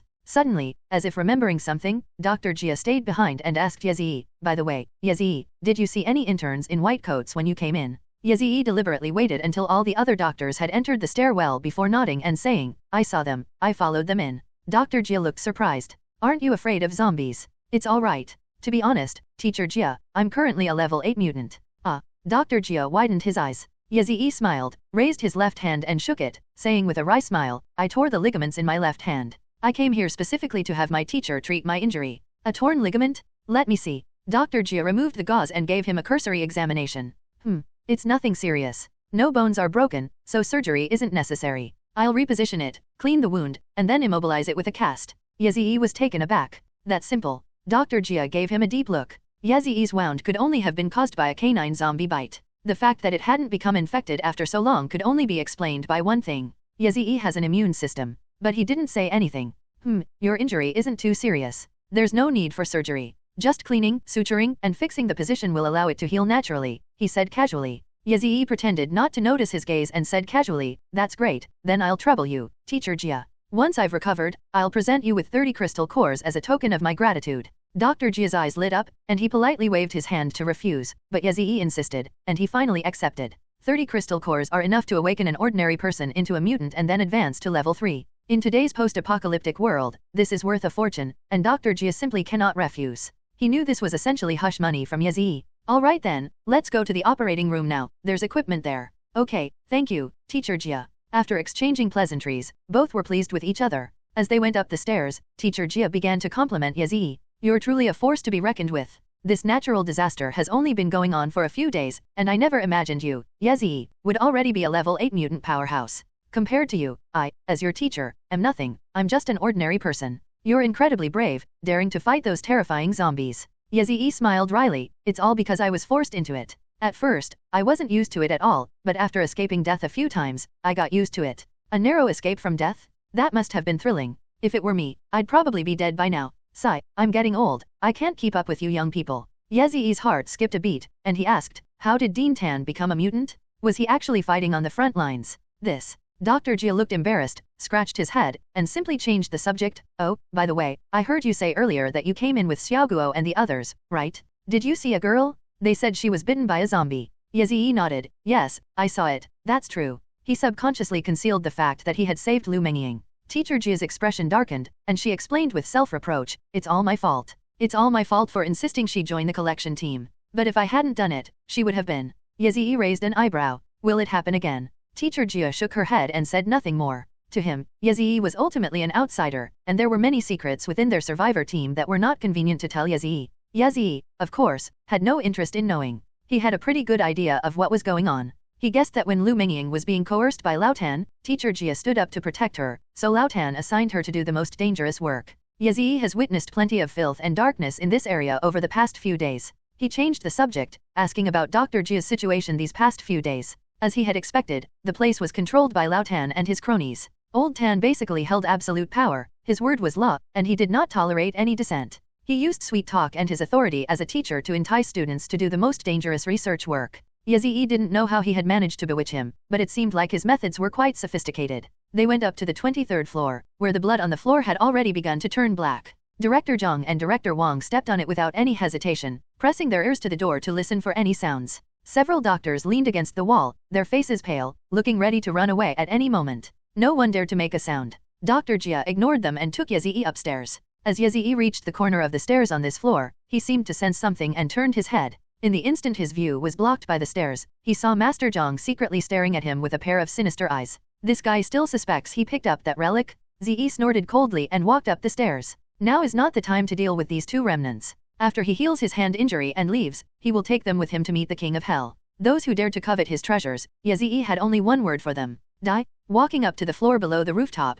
Yezi found the entrance door to the passageway tightly closed. This was the doctor's temporary rest room, where they could sleep when they were on night shift or when they couldn't go home after surgery. Dr. Jia explained, I had Xiaoguo and the others hide inside, so there's no need to rush them out now. We'll go straight up and treat your injuries. Good. Yezi nodded and followed him to the rooftop. The operating room is located on the roof of the inpatient building. The floor and half of the wall are painted green, symbolizing meticulousness and rigor. There are 8 cubicles inside, which can theoretically perform 8 surgeries at the same time. There is a temporary generator in the power distribution room in case of a sudden power outage during surgery, which could lead to a medical accident. As an intern, he had certainly been on the operating table, although he was just assisting the doctor and was once harshly scolded by Lao Tan. Yezi recalled an unpleasant memory. He had been assisting with a surgery to remove uterine fibroids from a middle school girl. As the girl gradually fell into a deep coma under the anesthesia, Lao Tan, having distracted everyone else, molested the girl in the operating room, which Yezi witnessed. He stepped forward to stop Lao Tan from using drugs with righteous indignation, but was scolded severely. Even the teacher who was performing the surgery was also scolded by Lao Tan. He was then warned not to slander the old dean's reputation, or he would not be able to graduate, and his teacher would also be fired from the hospital. At the time, he wasn't afraid at all. Even if he couldn't graduate, he was determined to expose Lao Tan's heinous crimes. But without evidence, he had no proof, and making baseless accusations would only be seen as framing him. Moreover, he didn't want to implicate the teacher who had taken him to the surgery. And so the matter was left unresolved. Looking back now, if he hadn't been wearing a hat and mask, Lao Tan would probably have recognized him at a glance, and Lao Tan might have been on guard against him. Looking back, it's clear that Lao Tan deserved to be killed by his scheme. He followed Teacher Jia into an operating room. Please wait a moment, I'll start the generator and prepare the materials. Yezi waited quietly. Dr. Jia was an experienced doctor and quickly got ready, coming over wearing a hat and mask and carrying a metal tray. It had a strong smell of alcohol. The water's out. I just washed my hands with alcohol. Dr. Jia explained and began carefully putting on gloves. Yezi consciously removed the gauze and bandages from his hands and washed his hands with alcohol. Aseptic technique is of paramount importance in all surgical procedures. With everything prepared, Dr. Jia injected Yezi with anesthesia, causing him to lose sensation in his entire left arm and making him feel dizzy. Worried that excessive blood flow might cause the body to metabolize the anesthetic prematurely, he removed the relic he had just obtained. After the anesthesia was completed, Dr. Jia began his treatment. The wound was cleaned, repaired, repositioned, and sutured, all done in one smooth motion, taking less than 10 minutes. However, just as Dr. Jia was applying plaster to Yezi's cast, the operating room door was suddenly pushed open, and the short, stocky Director Zhang and the fat Director Wang stormed in. They were all holding gleaming, sharp knives. You little brat! How dare you deceive our teacher and keep Dean Tan's treasure hidden away? That sacred relic must be on you, right? Yazii was startled and tried to stand up, but the anesthesia made him weak all over. Director Zhang walked over, yelling and brandishing a knife, and Dr. Jia rushed over to block him. Zhang Huntao, what are you doing? Put the knife down. Jia Heiliang, this is none of your business today. UFG, get out of my way. Director Zhang, exuding murderous intent, raised a gleaming dagger and pointed it at Dr. Jia's nose. Dr. Jia, however, stood fearlessly in front of Yazii, arms outstretched. You're pointing a knife at a student, what are you trying to do? That student is a thief? He stole Dean Tan's treasure, it belongs to us. Director Wang, holding the knife, said in a sinister tone, we just opened the door and checked, there were no sacred relics on Dean Tan's body at all. What if it was taken by a zombie? As Yazii donned the sacred relic, the heavy dizziness in his mind vanished instantly with the boost from the abundant blood energy, as if a dragon's heart and blood-producing bone marrow had appeared out of nowhere in his body. He stood up from his seat, glaring at everyone with a sneer, and uttered sarcastic remarks. Do you know why that zombie attacked you? It's because it sensed the aura of the sacred relic. Wang and Zhang were immediately startled, and their faces darkened instantly. Well, so you do know about the relics. That kid was definitely no good, I saw through his act just now. Dr. Jia turned around in shock. Is that so, Yazii? You took that relic?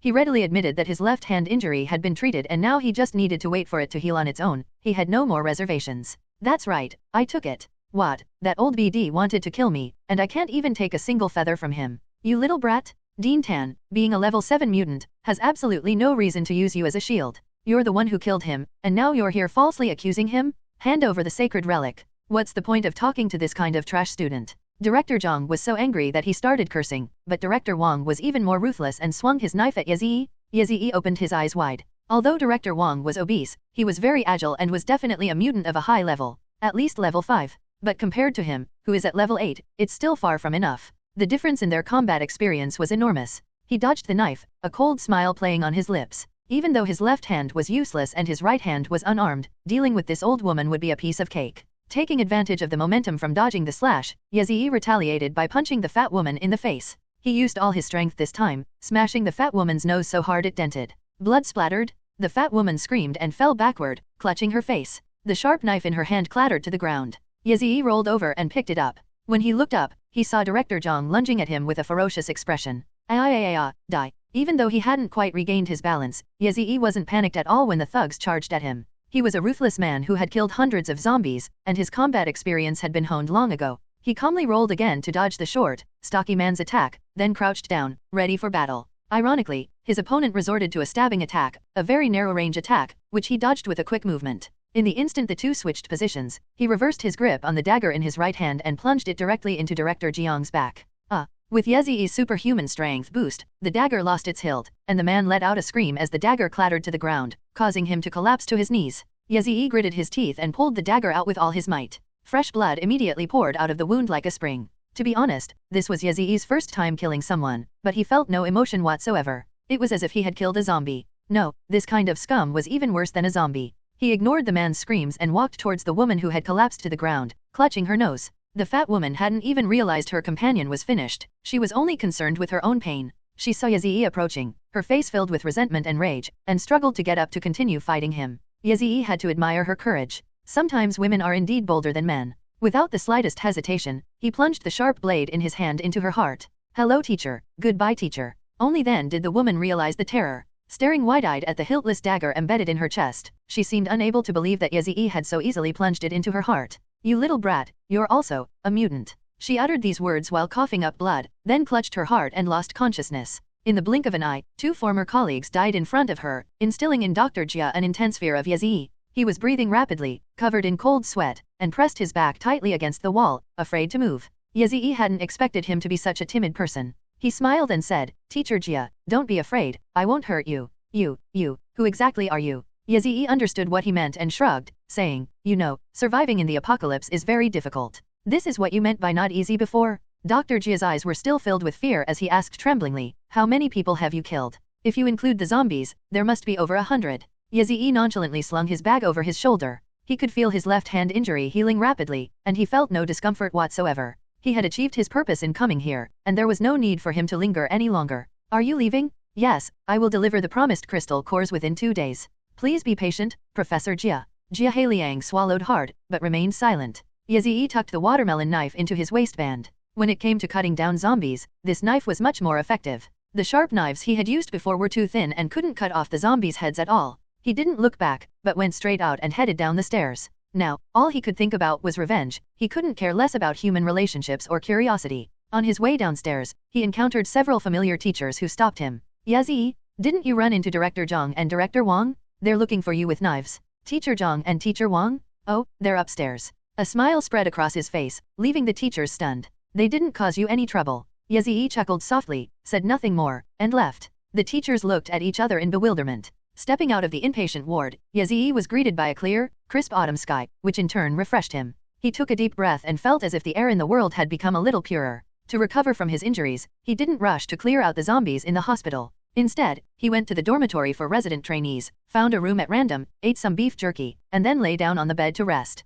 Equipped with the holy relics, his wounds heal 10 times faster than an ordinary person's. Wounds that would normally take more than a week to fully heal can now be finished in half a day. Now that he's rested until nightfall, his dark vision allows him to hunt down zombies and grow stronger. A perfect plan? Thinking about the exciting upgrade and becoming stronger that was to come, and Suhui's shock and panic when she saw him reappear in front of her, Yazii curled up a cold smile and fell into a deep sleep on the bed. Guo. When I woke up again, it was already evening. He was awakened by an indescribable roar, a roar he had heard before, especially in the evenings of the past few days. He knew that this came from the mouth of a mutated zombie with terrifying strength. The feeling this voice gave was less of excitement or anger, and more of a simple howl, like a wolf howling at the moon. It is declaring to all its kind that the entire urban area within a few kilometers is its territory? Yazii had never seen what the zombie actually looked like. He only knew it was terrifying, like a demon from hell, whose very sound could instill intense fear. After dark, it will go into hibernation. This roar may be its warning to its kind. Fortunately, judging from the sound, it's still quite far away. Yazii got out of bed and tried pinching the 5 fingers of his left hand. Good condition. Although there's still a little bit of awkwardness, it can be said that it's fully recovered. He was invigorated, took out some food and finished his dinner. Before he knew it, he had eaten half a backpackful and was still only about 70% full. Goodness, his appetite has increased significantly. Yazii smiled, shook his head, and got up to leave the dormitory. Before he could go kill zombies to level up, there was one more place he needed to go. Outpatient building. I wonder if that junior girl named Lu Mengying has turned into a zombie? With a hint of curiosity, he returned to the clinic he had visited that morning. With no zombies around, he first knocked on the door. If there were zombies inside, they would be startled by the sound and then mindlessly pounce on the door. He waited a few seconds, but the door opened by itself, revealing a crack through which he saw a wary eye. It really was you. Lu Mengying's face was expressionless as she opened the door to let Yazii in, deliberately shaking her wrist to let him see the sharp fruit knife she was holding. Yazii raised an eyebrow and said, "What do you mean by that?" Lu Mengying, however, looked wary and resolute. "If you try to assault me, I'll kill myself with this knife."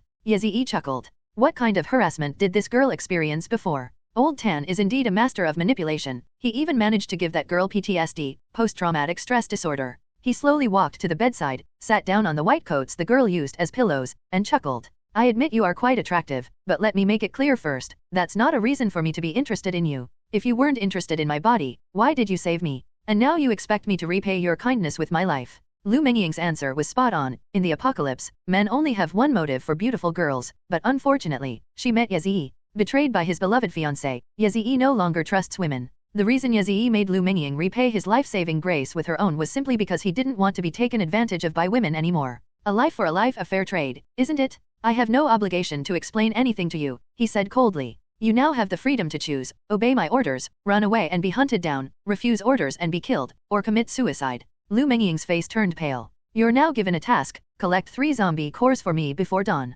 Failure to do so means death." Yazii finished speaking and ignored her, letting out a threatening sneer. He took out a few packets of compressed biscuits from his backpack, threw them on the ground, and turned to leave the room. Even though she's just a woman, Lu Mengying has immunity to the gen virus, so she doesn't have to worry about being bitten. Killing 3 zombies in the dark isn't too difficult for her. If she can't do that, it only proves she's useless. Such a person isn't even worth repaying his kindness, he should just be discarded. Although Yazii was decisive and ruthless, he wouldn't be so heartless as to actually kill her just because she disobeyed his orders. Those words were just threats. He said it again. He didn't want to be taken advantage of by women in the slightest. He emerged from the hospital as the last rays of twilight faded on the horizon. It got dark. The time for the hunt has come. Yazii drew his watermelon knife from his waist, walked to a zombie that was facing him sideways, and beheaded it with a single stroke. Throughout the entire process, the zombie was only startled by his footsteps. As soon as it turned around, its head was gone. Yazii picked up its head, skillfully extracted the crystal core from it, and absorbed it in his palm. Before my eyes was a nauseating scene of blood and stench. But Yazii was more excited than ever before. He was eager to see how many levels he could reach after hunting all night. In any case, reaching level 10 and completing the mission should be no problem. Once he receives the 99.99 potential points reward from the Chosen One system, he can unlock another skill slot.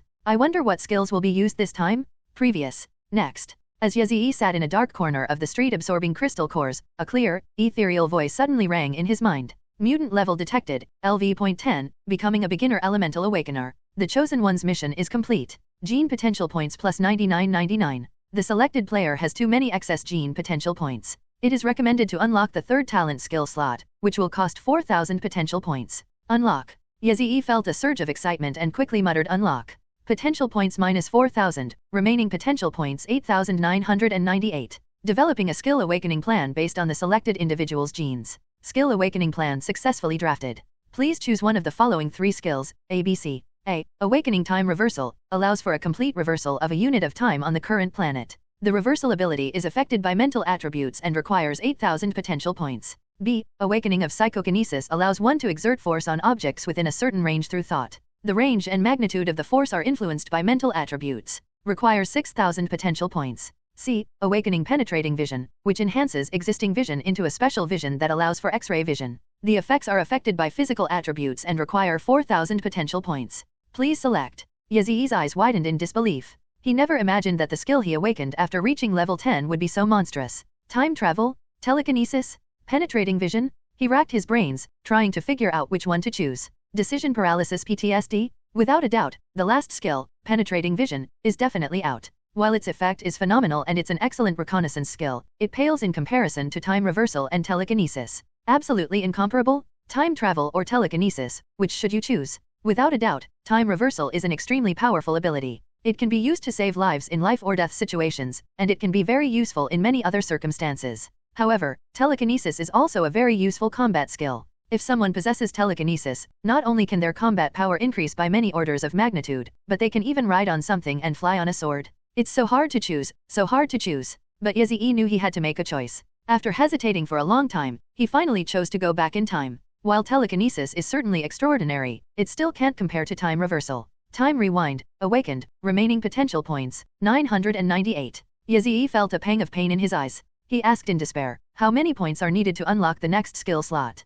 Unlocking the 4th talent skill slot requires 8,000 potential points. Really? The points required for this thing increase exponentially? Yazii felt a pang of heartache. Even if he completed the next mission, the potential points he would gain would only be enough to unlock one skill slot at most. However, he was also very happy, at least he had now awakened the time reversal skill. Receive the selected person's mission. The selected individual has accepted the mission. Mission objective, level up the mutant to LV.20 and successfully break through the level cap to become an intermediate elemental awakener. Mission reward, 500 potential points. The selected individual has been detected to possess Super S-grade top-tier aptitude.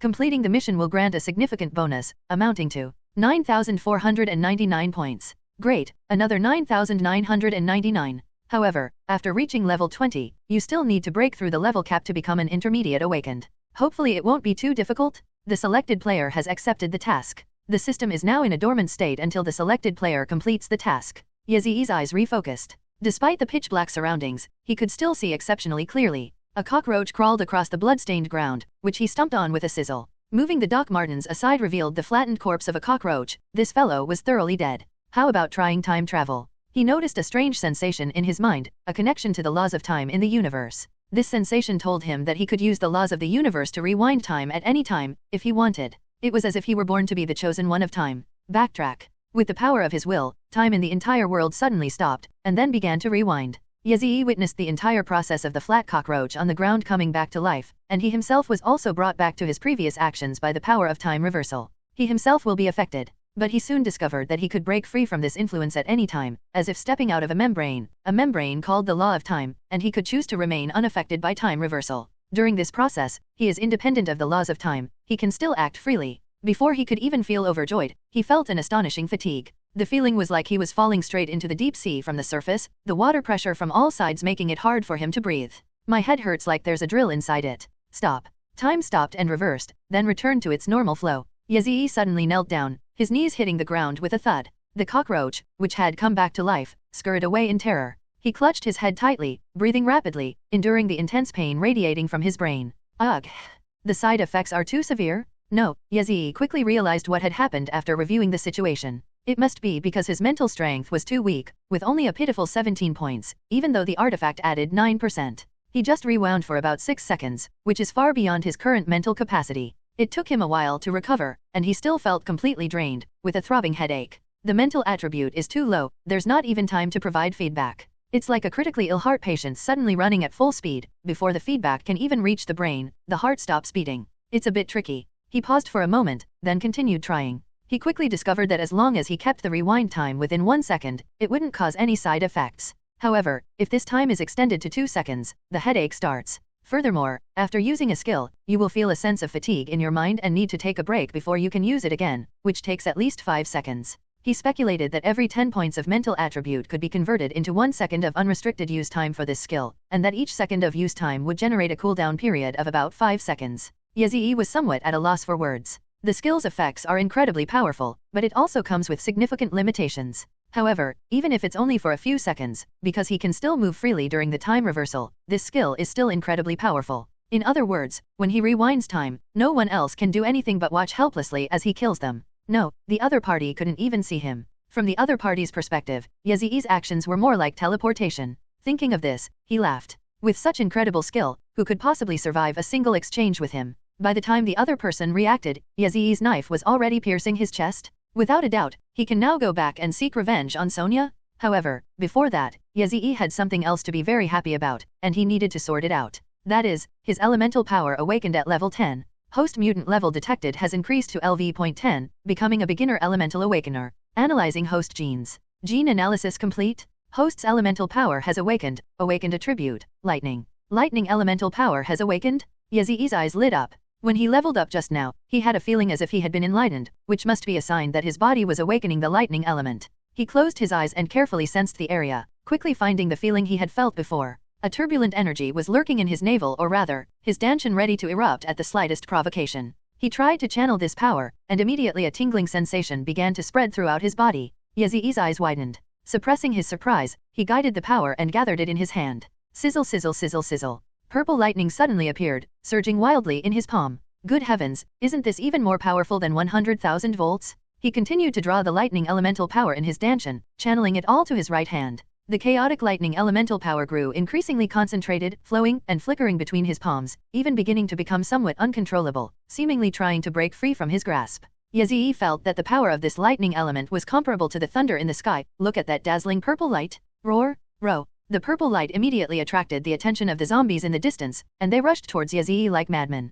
Perfect timing? Yazii's lips curled into a smile. He gripped his right wrist with his left hand and charged towards the direction with the most zombies. The momentum carrying purple lightning and thunder really does have a bit of the feel of Chidori and Reikari. In about 10 seconds, he rushed to within 10 meters of the zombie horde. The lightning gathered in his right hand became increasingly chaotic and uncontrollable, like a wild beast frantically breaking free of its chains. Yazii clearly felt that he was losing control. Now, he raised his right hand and slammed it down onto the blood-stained asphalt road, a blinding purple light flashing in the darkness. Boom! A sound like thunderclap rang out in the silent night. Chaotic lightning elements spread from the ground like countless tiny purple snakes. The impact of the thunderstorm sent the zombies closest to Yazii flying, while the zombies behind were electrocuted by the lightning snakes and frozen in place, their bodies covered in dense lightning energy, twitching and in a prolonged state of stiffness. Yazii was stunned by this scene. He hadn't expected the power of the elements to be so exaggerated. Then came an overwhelming ecstasy, enough to overwhelm him. With such power, how could he not avenge his great grudge? He was extremely excited and began to harvest the zombies' crystal cores with his knife. All the zombies were immobilized and could only stand there, waiting for him to harvest them. 1, 2, 3. Chop off the head, extract the crystal? This is great. Yazii discovered that his elemental power was incredibly useful. Upgrading would be much easier in the future. He could simply stand on the roof of a car in the middle of the road to lure zombies over, and once they gathered, he could just slam the floor and go down to collect the loot. But Yazii soon realized something was wrong. His dantian was completely empty. The elemental energy that was just abundant is now completely gone. Although I could feel it slowly recovering, the pace was incredibly slow. At this rate of recovery, it would take at least an hour to fully replenish the elemental energy in the chi-si. Yazii sighed helplessly. It seemed he would have to use this thing sparingly in the future. I don't have enough chakra? He spent a few minutes taking the crystal cores from more than 20 zombies around him. Because it was dark, the zombies that had been attracted by the noise of his beheading couldn't find him and could only wander around aimlessly. He packed all their crystal cores together. This wave brought him over 20 more crystal cores, completely dulling his watermelon knife and leaving his arms sore and swollen from hacking.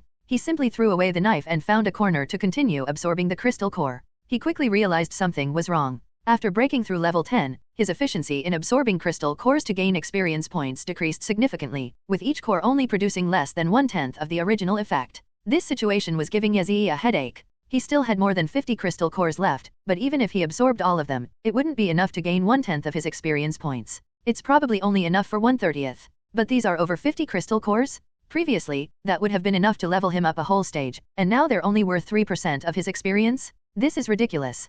Could it be because the crystal cores produced by these zombies are of too low grade? Looks like I'll have to try finding the crystal core of a mutated zombie. Even knowing that the mutated zombies were abnormally strong, they were not invincible to Yazii in his current state. Yazii immediately stopped absorbing the nutrients and started walking towards the hospital. It's past 4 a.m. now. He can go to the dormitory to rest for 2 hours first, and then go to the clinic to check on Lu Mengying's condition. Actually, he was filled with anticipation for revenge and couldn't wait to rush back and kill that BCH Sohuya. But he also knew that the more important the matter, the less he should rush it. Resting for 2 hours to recover his condition was what he should do now. As for Lu Mengying, inviting her along was just a side effect. On his way back, Yazii came across a stationery store. He found a small metal alarm clock with batteries and threw it into his backpack. Unexpectedly, this thing collided with the more than 50 crystal cores, making a pinging and BG sound. Doing it this way would alert the zombies along the way, so he went to a nearby convenience store and grabbed a few packs of underwear to stuff in between, which solved the problem. As he made his way back to his old dormitory, he dodged the few zombies that dared to disturb him with his claw-like movements.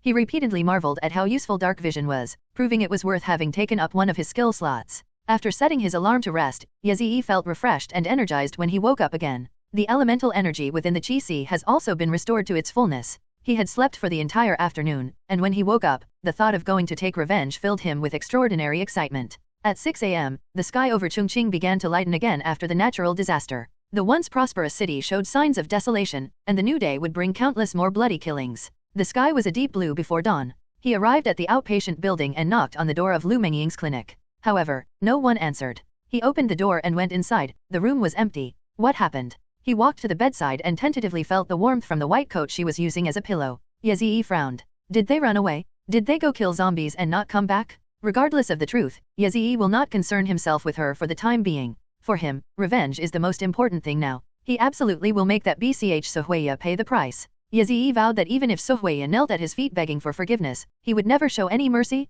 He turned and walked quickly towards the exit of the outpatient building. As soon as he stepped out of the outpatient building, Yazii started running. He couldn't wait to make that BCH pay, and those ungrateful Wang Jian and his nephew. He had to be faster, much faster. However, as he was running along the hospital avenue, he inadvertently noticed some unusual activity coming from the garden. Is someone over there fighting zombies? The sky wasn't pitch black, it was a deep blue with very low visibility, making it the perfect time to harvest zombie heads. Yazii didn't want to pay attention, but then he heard a familiar cry of pain. It is Lu Mengying. Just by listening to the voice, he could tell it was the girl. There was no way around it. I heard everything, so I couldn't just ignore it. Yazii turned around and ran towards the garden, where he soon witnessed a scene that left him speechless. On the grass, a male zombie was pinning a girl down, biting and gnawing at her. To the uninitiated, it looked like a crime scene. The girl struggled fiercely, stabbing the zombie's neck with a sharp knife, black, rotting blood flowing everywhere. But it was no use. The zombie's weakness is their brain and nervous system. Unless this is destroyed, the zombies will not stop moving.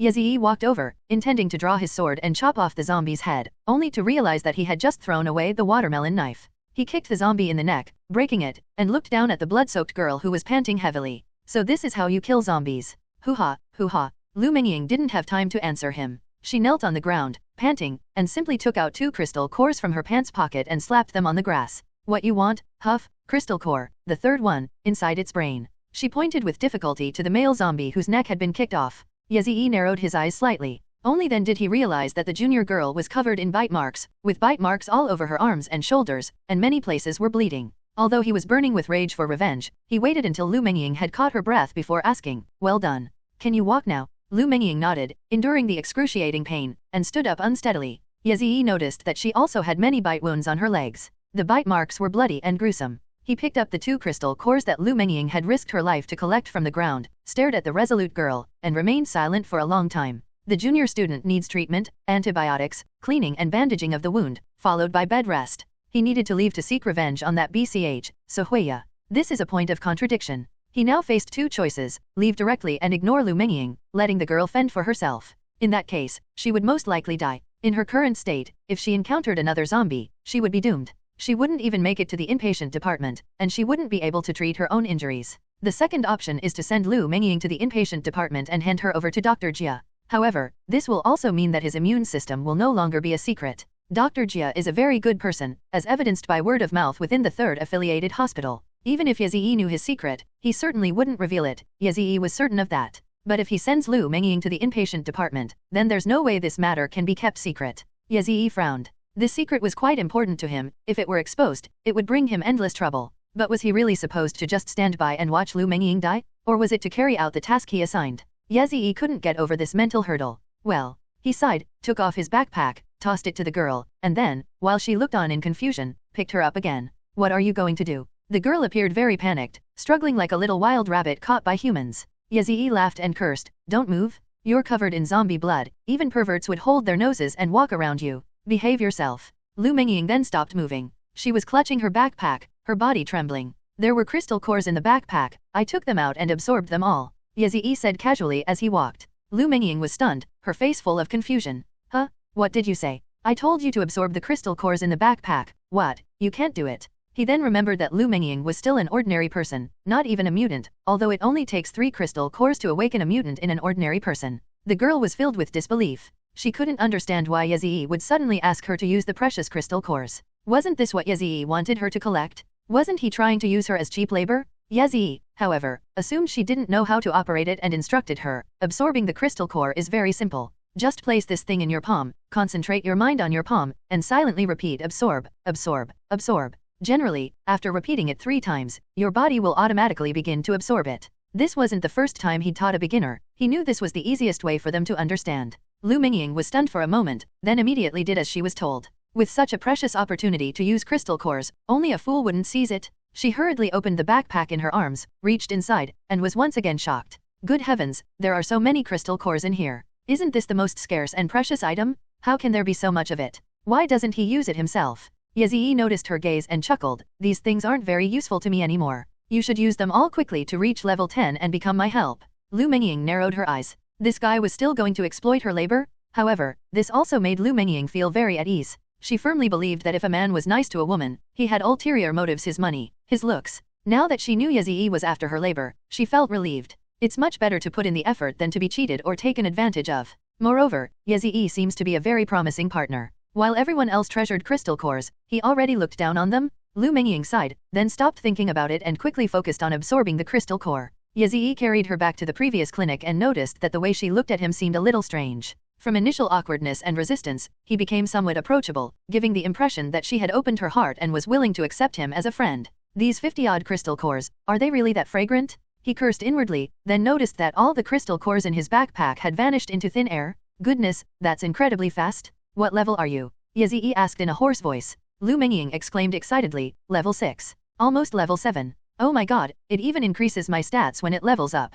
Nonsense, what kind of leveling up would it be if it didn't add attributes? Yazii didn't know what to say. His hands never stopped moving. In the darkness, he cleaned her wounds, bandaged them, prepared medicine, and administered antibiotics via 4-drip. Throughout the entire process, Lu Mengying was immersed in excitement, sitting on the bed chattering incessantly, asking him how he collected so many crystal cores, how he could see them in such a dark environment, asking him all sorts of questions. It was like taking a census, reminding him of the girls he had helped before. Shut up, be quiet and lie in bed and rest. That's an order. Yazii, thoroughly annoyed, gave the girl an order. As a result, Lu Mengying protested. What kind of order is that? They're not your servant. I say yes, and that's it. If you dare to resist, I'll kill you. Yazii thought his threats would be as effective as before, but to his surprise, Lu Mengying was completely unfazed. Then go ahead and kill me. You saved me, let me absorb so many crystal cores, and then killed me. I want to see if you're stupid. You. Yazii glared at her, only to see Lu Mengying pull the curtains shut, letting the dawn light stream into the room. She then glared at him in the light, looking quite fierce.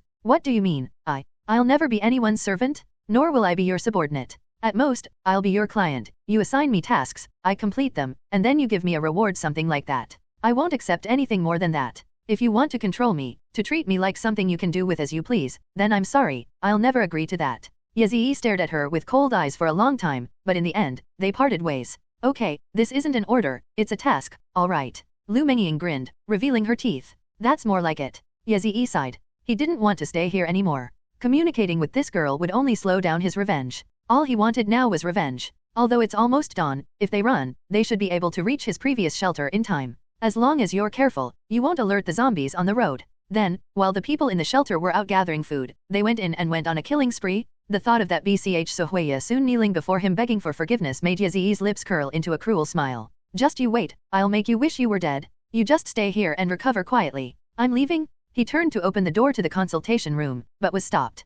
Where are you going? Lu Mengying's eyes were like those of a new employee left alone in the firm by her boss. Go for revenge. Yazii coldly left those words behind and closed the door. Hey, wait a minute. Yazii had already taken 5 or 6 steps, but that guy was still shouting in the room. Aren't you afraid of attracting zombies? He was somewhat annoyed. He went back, opened the door, and coldly demanded of her, what the hell is wrong with you? Lu Mengying was startled, then became angry and protested, why are you being so fierce? I'm just asking what revenge you're going to take. This is none of your business. Yazii slammed the door shut, turned around, and quickly left. Previous. Next. Yazii ran wildly in the dim light of dawn. He walked along the main road without worrying about disturbing the zombies along the way, because every half minute, he would use time rewind once, each time only rewinding 1.6 seconds. In those 1.6 seconds, he could completely shake off the zombies behind him. From a third-person perspective, you would see him running on the road, then suddenly disappearing into thin air, and then, as if by teleportation, instantly reappearing more than 10 meters in front of him. They not only mastered the skills but also found it easier to travel.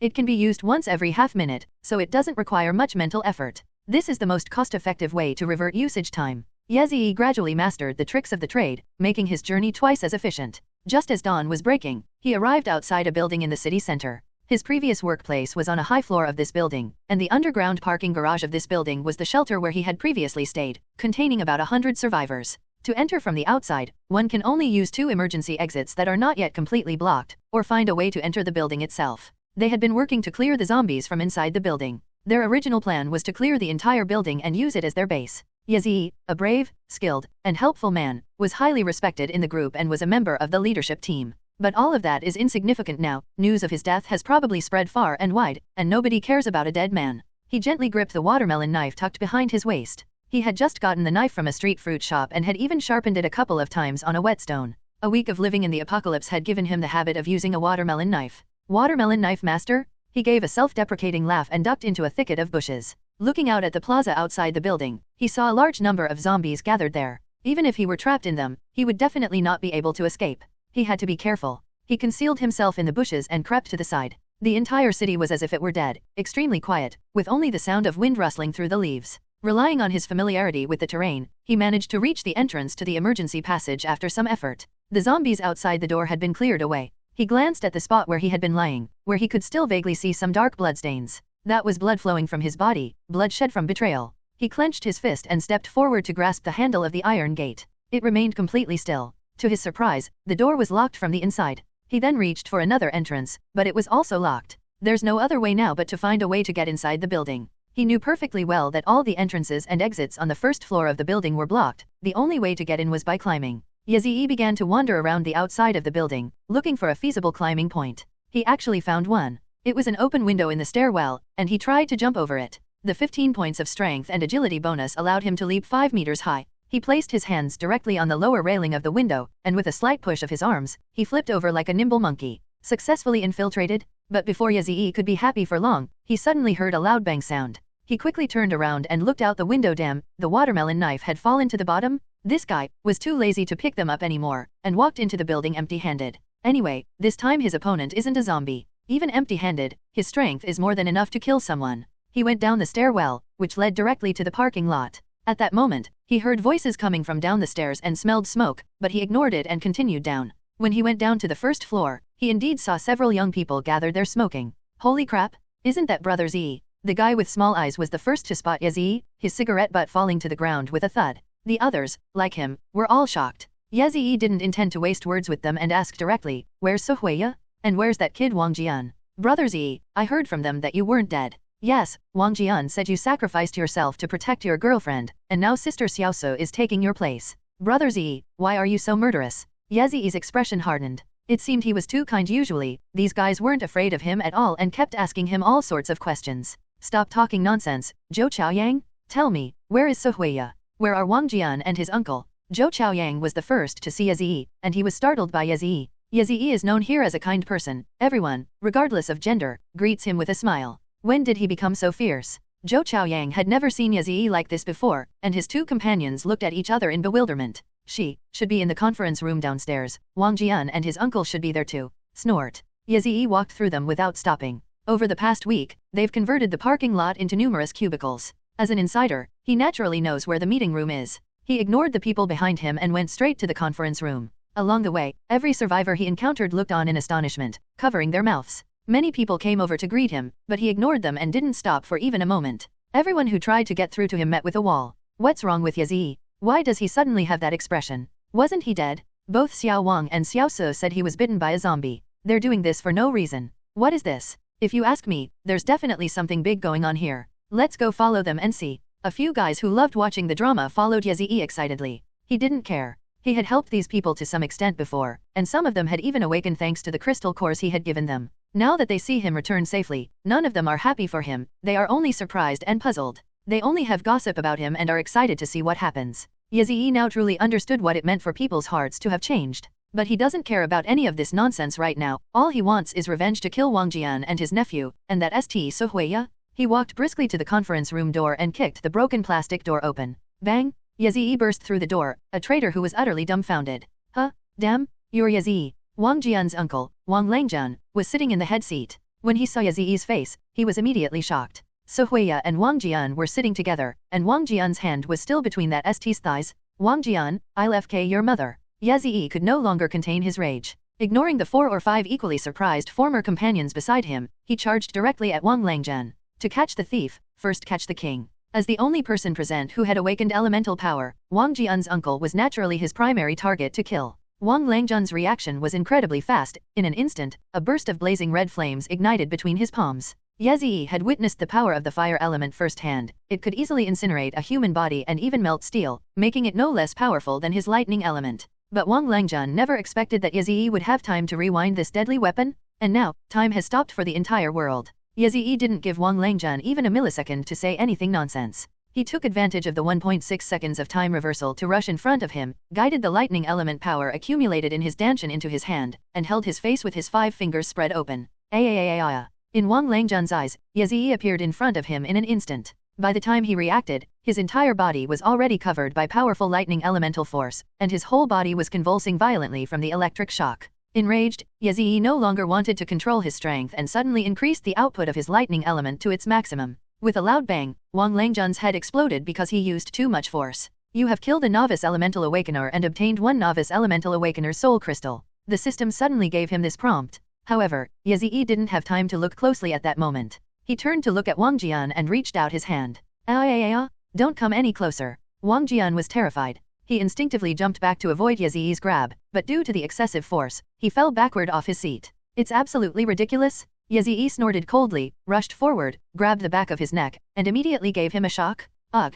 Wang Jian screamed in agony from the electric shock, his whole body convulsing and trembling uncontrollably, as if he had been hit by 100,000 volts. Even his cries for mercy were distorted. Yezi was not about to let him off the hook. He let out a cold laugh and increased his lightning elemental power output, blasting the back of the man's neck apart. Boom! The charred flesh and splattered blood testified to Yezi's power, making him seem like a demon king. You dared to collude with my girlfriend to betray me and cuckold me? This is what you'll get? Wang Jian died tragically, while Yezi himself was completely unharmed. He had already tested it. The lightning elemental explosion he unleashed had no effect on him whatsoever. The simple reason is that the lightning elements released from his body re-enter his body the moment they touch him again, essentially being recycled by his body. Yezi looked at Sohuya, who had been knocked to the ground by Wang Jian's clumsy move. The woman was still as alluring as ever, wearing a short, tight-fitting skirt and a white shirt that was clearly a size too small, showing off her hot figure to the fullest. Even the way she fell to the ground had a seductive charm. She must have hit the back of her head. She scrambled to her feet in a panic, then fell down again. Yezi swept over like a biting gust of cold wind and ruthlessly stomped on her back. Ouch! He trampled the woman under his feet and questioned her in a hateful voice. Why did you betray me? Why? Oh my god, Yezi, what is this? When did you awaken your elemental power? Some people around him, unaware of what was going on, asked him questions. He had no time to deal with these people, so he swung his arm and told them all to get lost. Get out of here. This is none of your business. All of you, get out. If you say another word, I'll kill you all. Ah! The people around him were immediately frightened and ran away. In the blink of an eye, the room was completely empty. Wang Langzhen had awakened elemental power, so he held absolute authority here and was considered their leader. Now that he had eliminated such a person, no one dared to disobey Ye Ziyi's words, no matter how good Ye Ziyi's past image was. So Huiya had recovered by this time. She covered the back of her head, turned her face, and shook her head at him with a mournful expression. No, Ace, it's not what you think. It was all Wang Jian's fault. He and his uncle used you to threaten me, forcing me to give in. I had no choice but to agree. Ye Ziyi laughed so hard his teeth fell out. Had this BCH's brain collapsed? How could she say such nonsense? They used me to threaten you, and then, for my own good, you plotted to have me bitten by zombies. They threatened to kill you? Look, you're alive and well now, and you've even awakened elemental power. Ye Ziyi was so angry he laughed. She managed to cover it up. So, I should thank you, right? Screw you. If I hadn't been lucky enough to be bound to the Chosen One system and awaken my immune constitution, I would have turned into a zombie long ago. Stop messing with me. Say your last words so I can send you on your way. He raised his right foot and stomped hard on Suhuiya's back, making her scream in agony, just like being stomped on by Dwayne The Rock Johnson in spiked shoes. Ye Ziyi was naturally not satisfied. He squatted down, grabbed her hair with his right hand, and strangled her neck with his left hand, about to unleash his elemental power. Tell me your last words. You BCH try to be reborn as a good girl in your next life. Suhuiya didn't say anything, she just kept begging for mercy. Spare my life, Ace. I love you, I love you. Think of all the wonderful times we had together. That day we kissed on the Ferris wheel, you swore you'd be with me forever. I'll do anything for you, I'll do anything you want, just please don't kill me, please don't kill me. I love you. Hearing this BCH say the word love, Ye Ziyi couldn't contain his rage any longer. He grabbed Suhuiya's hair and slammed her head against the ground. Thump, thump, thump.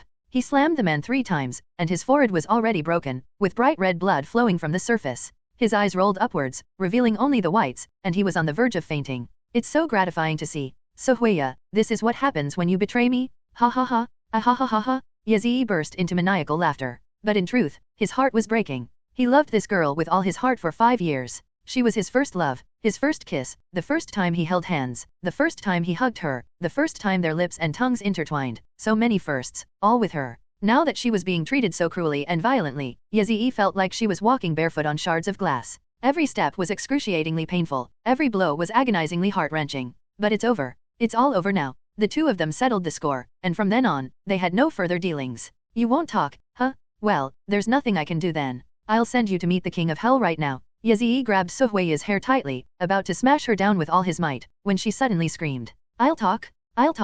I'll say my last words. I'm sorry, Ace, I'm so sorry. I regret it so much. I shouldn't have betrayed you. I shouldn't have plotted against you. I was wrong, I was really wrong. Ye Ziyi sneered. This BCH was actually hoping to beg for his forgiveness. They only realize how tiring it is when they're carrying the load, and they only realize their mistake when a knife is at their throat. Where were they before? Do you think he's an idiot? Now you realize you were wrong? Too late. Ye Ziyi lifted his hand and exerted force. I'm willing to be your slave to atone for my sins. Suhuiya immediately burst into tears, sobbing uncontrollably, her once charming face contorted into a grimace. I was wrong, I was so wrong, Ace, sob. I'm willing to do anything, as long as you can forgive me, sob.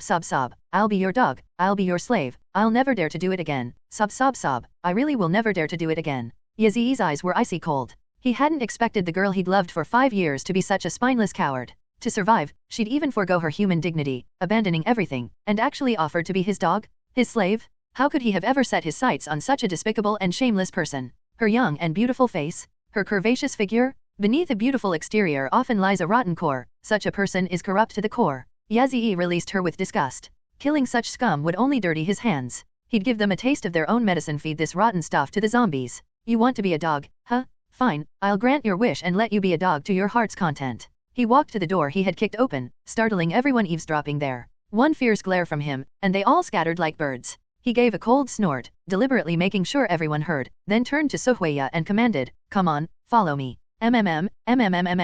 This ST actually thought Ye Ziyi was going to let her go. Overjoyed, she nodded vigorously and even stood up, intending to throw herself into Ye Ziyi's arms. He kicked it over in disgust. Who told you to stand up? Suhuiya was stunned for a moment, then immediately knelt down and kowtowed to him, barking like a dog and crawling over to lick the tips of his shoes. Damn, just how shameless can this piece of trash be? Yazii was about to vomit. He kicked her over and quickly walked out. Crawl up to me, or I'll kill you right now. These words didn't scare Lu Mengying, but they worked better on Sohuya than anything else. The ST was so frightened that she quickly crawled over. What disgusted Yazii the most was that she had deliberately unbuttoned her collar, revealing a disgustingly white cleavage, while her alluring eyes looked over in an extremely fawning and seductive manner, the meaning of which couldn't be clearer. This woman is completely beyond saving. Yazii felt nothing but disgust. He couldn't understand how such a shameless woman could exist in the world, and he couldn't understand what he had been thinking. How could he have fallen for such a piece of trash? He walked upstairs with a gloomy face, and Sohuya climbed up quickly behind him, barking like a dog incessantly. Everyone around was shocked and speechless. She didn't feel ashamed at all. Instead, she barked even more enthusiastically, barking loudly. It was as if she felt that the more shameless she was, the greater her chances of winning Yazii's favor. She truly didn't understand Yazii. She thought that by always acting superior to him and suddenly lowering herself to be a sycophant, Yazii would feel comfortable and wouldn't have the heart to kill her. But she didn't know that Yazii hated her lowly attitude the most. Because this would make Yazii feel that she had warped his values, ruined his youth, and made all his efforts worthless garbage. He was furious, angrier than ever before. He felt no satisfaction in revenge. All he wanted now was to quickly feed this lump of human flesh to the zombies. Sorry, zombie buddies, I hope you'll have to completely digest this junk. Hurry up. He walked all the way to an emergency exit of the shelter, and Sohuya indeed crawled to follow him there. He opened the iron gate and went out, and Sohuya hesitated for a moment, but still crawled out after him. It was a clear, crisp autumn morning outside, and the warm sun felt wonderful on my skin. It's perfect weather to feed junk to zombies. See that zombie over there? Go bite it. I want a piece of its flesh. Yazii casually pointed to a male zombie in the distance with its back to them, and gave Sohuya a cold laugh as he gave her a command. Yazii's order startled Sohuya, who then looked at him with pleading eyes. Yazii sneered, saying, "What, didn't you say you'd be my dog for life? How can a dog disobey its master's commands?" Sohuya pleaded frantically, her face contorted with grief. "I'll be bitten, I'll die, please, don't, please spare my life. Don't worry, I won't let you die. I'm just seeing if you really listen to me. I want to keep you around to play with you slowly. How could I bear to let you die?" Yazii, suppressing his nausea, commanded, "Go, prove to me your resolve and loyalty. How can I trust you again if you don't pull this stunt, right?" But Sohuya looked troubled and pleading. Yazii silently raised his right hand, a right hand flashing with lightning. The scumbag was immediately so frightened that he ran away in a panic. She stood up and walked towards the zombie, approaching stealthily, seemingly intending to ambush it. The zombie, perhaps hard of hearing in its previous life, didn't notice her at all. But before she made her move, she turned her head shakily, as if hoping to see Yazii do something. Yazii granted her wish, picked up a small stone from the ground, and threw it at the zombie. Pad. The stone struck the zombie squarely on the back of the head. It turned around and saw Sohuya preparing to ambush it from behind. Roar. The zombie immediately pounced on Sohuya, opening its mouth to bite her neck. The ST screamed and struggled frantically, grabbing the zombie's neck while slapping it wildly with her hands, as if her slaps could kill the zombie. Yazii sneered and shook his head. This BCH was really a piece of trash. He had risked his life to kill zombies and collect crystal cores to raise her to level 5, but she still couldn't even beat an ordinary zombie. What a waste of all those crystal cores he had collected. In contrast, the female student he rescued on the way down did killed 2 zombies when she was still an ordinary person. Both were delicate girls, both were pampered beauties, so why is there such a big difference? Yazii shook his head and started looking for stones on the ground. Only one zombie was pounced on her, and that person wouldn't die anytime soon. He planned to use stones to lure 2 more zombies over. You should just go to hell already. He quickly noticed that a flower bed about 20 meters to his left rear had been hit by an SUV, leaving a pile of rubble. There were also several zombies wandering on the road not far behind the vehicle, so he headed in that direction. But just as he picked up the pebbles, he suddenly heard panicked cries for help behind him. "Aze, save me." He turned around abruptly and saw a mutated zombie with bat wings swooping down. Its enormous, dinosaur-like claws scooped up Sohuya and the male zombie that was on top of her, and dragged them away together. Holy crap! Yazii was completely dumbfounded. How dare this thing snatch someone right under his nose? He instantly used time reversal, and ran towards that direction like a wolf. 1.6 seconds wasn't enough, so he rewound time by 3 seconds, just in time to the moment the terror claw bat zombie grabbed Sohuya and flapped its wings to lift her up. His lightning elemental power was already fully charged. This time, he held nothing back, leaping 5 meters high and slamming his lightning-streaked palm onto the back of the mutated zombie's head. Bang! A thunderclap suddenly exploded in midair, but its power was much weaker than his full-force attack the night before. Yazii thought to himself, this is bad. He had used almost half of his elemental power on Wang Jian and his nephew, and now it felt like the power wasn't enough. Awoo! The zombie let out a shrill scream. Its head was charred black from the explosion, its scalp completely carbonized, and the pale skull was faintly visible. It almost fell from the sky. but its head wasn't blown open, its brain remained intact. It glanced back at Yazii, its eyes filled with furious bloodlust, yet also seemed to hold a hint of fear. Instead of turning back to attack Yazii, it frantically flapped its wings and flew away amidst Sohui's desperate screams. With nowhere to grab hold in midair, and unable to grasp any part of the zombie's body due to the impact of the thunderstorm he had triggered, Yazii could only helplessly fall to the ground. He crouched down to ease his momentum, then looked up, watching with a sense of melancholy as the zombie flew further and further away. Judging by the direction, is it southeast? The landmark building over there is the Olympic Sports Center Stadium. Yazii felt he had to go over there and take a look. He wouldn't feel at ease until he saw Sohui's gruesome corpse with his own eyes. What if this scoundrel, like him, suddenly awakens a system? Who can say for sure about something like this? In short, Yazii must make sure that BCH goes to hell. Brother Z, what you were doing just now was... Yazii turned around and saw Zhou Shaiyang's surprised yet fawning face. This guy clearly saw what just happened. Brother Z, when did you learn teleportation? And you even awakened lightning elemental power? Yazii sneered. This kid, always using the polite you, he really is a natural at flattery. What, do I have to inform you? No, how could I dare? Zhou Shaiyang's eyes narrowed like a lapdog's. Now that you're our boss, Brother Z, how do you plan to develop things? Boss? No interest. Yazii chuckled and patted his chest. I think you should be the boss here. I'm going to chase that zombie. Huh? Look at the joke you're making, Brother Z. No way, weren't you so helpful before? Are you really going to abandon us now? Yazii chuckled. The past is the past, the present is the present. I told you, Sohuia is a real scoundrel, how dare she betray you? The kid started getting indignant again, but Yazii was too lazy to argue with him and just turned around and left. Hey, ZG, where are you going? Didn't I already tell you? Go after that zombie. Zhou Chaoyang, with a fawning smile, trotted over and tentatively asked, you really don't want to be the boss here anymore? With your reputation here, if you just raised your arm, wouldn't Qi Ziajun and Wan Changli have to obediently call you boss? Not interested. Yazii smiled and shook his head. My god, are you serious? Zhou Chaoyang was utterly astonished. He couldn't understand Yazii's thoughts at all. Putting aside the other women, Sister Pair and Huo Xiaorong are really quite beautiful, and as far as I know, they've never given in to Boss Wang. Aren't you interested, Brother Z? Yazii smiled slightly. Of course he knew the two women Zhou Chaoyang mentioned. Sister Pair was the general manager of an advertising company downstairs from their company. She was a 30-year-old single woman and a well-known beauty and strong woman. Huo Xiaolong was her secretary, whom she trusted deeply, and she was also a great beauty. They had all received favors from Yazii and were very grateful to him, but he really didn't have any romantic feelings for him right now. Just because you're interested in them doesn't mean I'm interested in them too. Yazii said disdainfully, I don't care what happens to the people in the parking lot. You'd better look after yourselves and try to survive. But remember one thing, don't do anything illegal or criminal. Killing bad guys and enemies is fine, but don't kill innocent people indiscriminately, and don't bully the weak. Otherwise, if I find out, I'll come back to rid the world of this scourge. He turned around in Zhou Shaiyang's stunned gaze and walked away into the distance without looking back. Zhou Chaoyang really wanted to warn him, there are zombies over there? But clearly, Yazii had by this time grown to the point where he was no longer afraid of ordinary zombies. His eyes were filled with envy. If he could awaken elemental power, or even the superpower of teleportation, he would definitely be able to accomplish everything he had wanted to do but was unable to before. Let's set a small goal first, like sleeping with 1,000 fair-skinned, beautiful young women. Therefore, Zhou Chaoyang simply couldn't understand Yazii's thought process. Given his strength, good reputation, and the fact that most of the girls in the shelter liked him, why didn't he take advantage of the situation to develop a relationship with him? He couldn't understand it. He really couldn't understand it. Yazii sprinted down the main road, heading towards the Olympic Sports Center Stadium. The speed is 70 miles per hour, and the mood is carefree. The 15-point increase in strength and agility gave him almost 3 times the speed of an ordinary person, and even if the zombies along the way were alerted by him, they could not catch up. If he encounters an area teeming with zombies, he still has time to rewind and use this powerful weapon.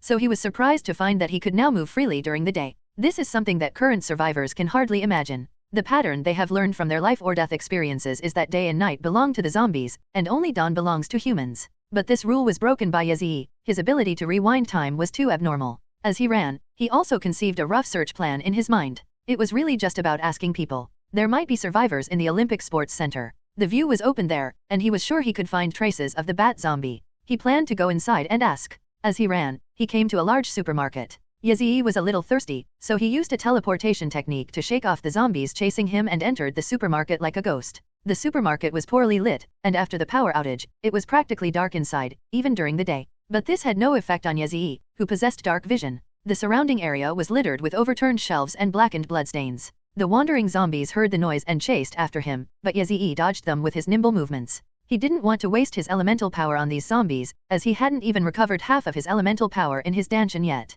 However, this did not mean that Yazii would tolerate the continued harassment from these brainless and disgusting guys. He went straight to the fruit section of the supermarket and found a watermelon knife there. With a sword in hand, I rule the world. It's showtime? It took him 10 minutes to clear out the dozens of zombies wandering the supermarket. As he habitually reached for the zombie cores, he suddenly remembered the system notification. When he killed Wang Langjian, he seemed to have obtained something incredibly valuable. He checked the system and found a colorless, transparent crystal in his inventory. Item details. Name, Soul Crystal of a Primary Elemental Awakener. Quantity, 1. Details, a valuable crystallization of the human soul. Effect, grants 1000 experience points to artifacts, increasing their level. Yazii was slightly taken aback. Used to enhance sacred artifacts? He immediately used it, manipulating it with his mind to enhance his mutated zombie feathers. Ding! Relic enhancement successful. Yazii's eyes widened in shock. His relic had actually been upgraded to level 4 in one go. Artifacts. Name, Feather of a Mutant Infected, Tier 1. Type, Feather of Death.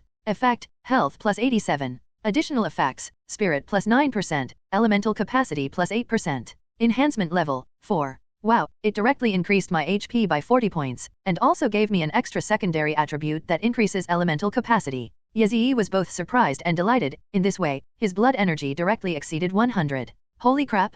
But what the hell do I need so much energy for? It would be so great if this was a strength or agility attribute. Yazii couldn't help but beat his chest and stamp his feet in frustration. Suddenly, a brilliant idea struck him, and without knowing why, he inexplicably used time reversal. He went back in time to before he personally enhanced the artifacts. It took him more than 4 seconds, and he felt a little dizzy. He knelt on the ground to recover, and only after a few minutes, when he felt fully recovered, did he attempt the enhancement again. Ding! Relic enhancement successful. The exact same system notification sound, like some kind of metallic electronic drum tone, followed by the exact same artifact enhancement level, level 4. Artifacts. Name, Feather of a Mutant Infected, Tier 1. Type, Feather of Death. Effect, Health plus 87. Additional effects, Spirit plus 9%, Strength plus 7%. Enhancement level, 4. Holy crap! Yazii couldn't help but gasp. Although the main effect of increasing blood energy hadn't changed, the additional effect of increasing elemental capacity had actually changed to increasing strength by 7%. He didn't care whether the attribute was good or bad, he quickly started rewinding time. This time it only took him 2 seconds, which was quite easy. However, the sheer volume of information was overwhelming his brain. The additional effects from artifact enhancements are random each time. Furthermore, it seems that not every level increase brings additional effects. Does it appear every 3 levels, or every 4 levels? Hopefully, it will be every 3 levels. He sat inside a large rice crate in the supermarket, which was more than a meter long, wide, and high, and gradually lay down. The air was thick with the smell of rice mixed with the stench of blood, and the ceiling was a dark expanse painted white. Dim light was shining in from the supermarket entrance, several dozen meters away, though Yazii didn't need it at all. He's currently considering which attributes additional effects to use. The power is good, but since the elemental capacity is an additional effect, are there any other additional effects? For example, lightning attribute enhancement. He sat up,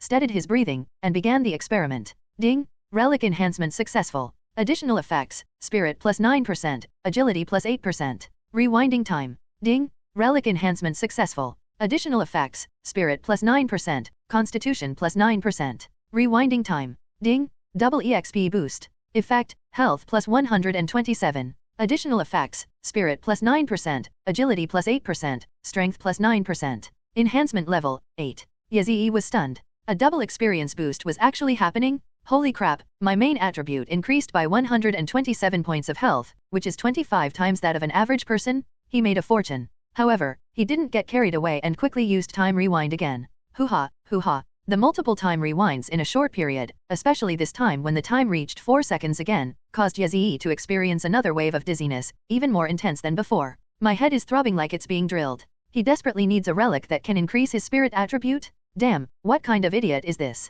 It's such a garbage attribute that it increases health, it's completely useless. How wonderful it would be if I were in good spirits? Yazii cursed God countless times before finally accepting this painful reality. In short, he now understands that the primary attribute cannot be changed, but secondary attributes can be changed. He tried to endure the headache and continue trying to get the extra effects, but he was indeed somewhat lacking in energy. After trying 3 times for useless attributes, he was temporarily exhausted. He lay there for a full hour and a half before recovering. Using time rewind multiple times in a short period of time, even if each rewind only lasted a few seconds, was still too much of a burden for him. He started browsing the supermarket shelves, bought himself 8 self-heating hot pots, and his brand new hiking backpack now contained dozens more crystal cores, although these things offered him virtually no improvement at the moment. However, he could use this to exchange for information, asking others where there were any evil elemental awakeners so he could kill them and take their soul crystals. In this messed up apocalypse, money had become the least valuable thing, crystal cores were the real hard currency. Yazii suddenly realized that a broad road was unfolding before him, allowing him to become a chivalrous knight-errant who traveled the world in the apocalypse, specializing in killing scum like Wang Jian and Wang Langjian.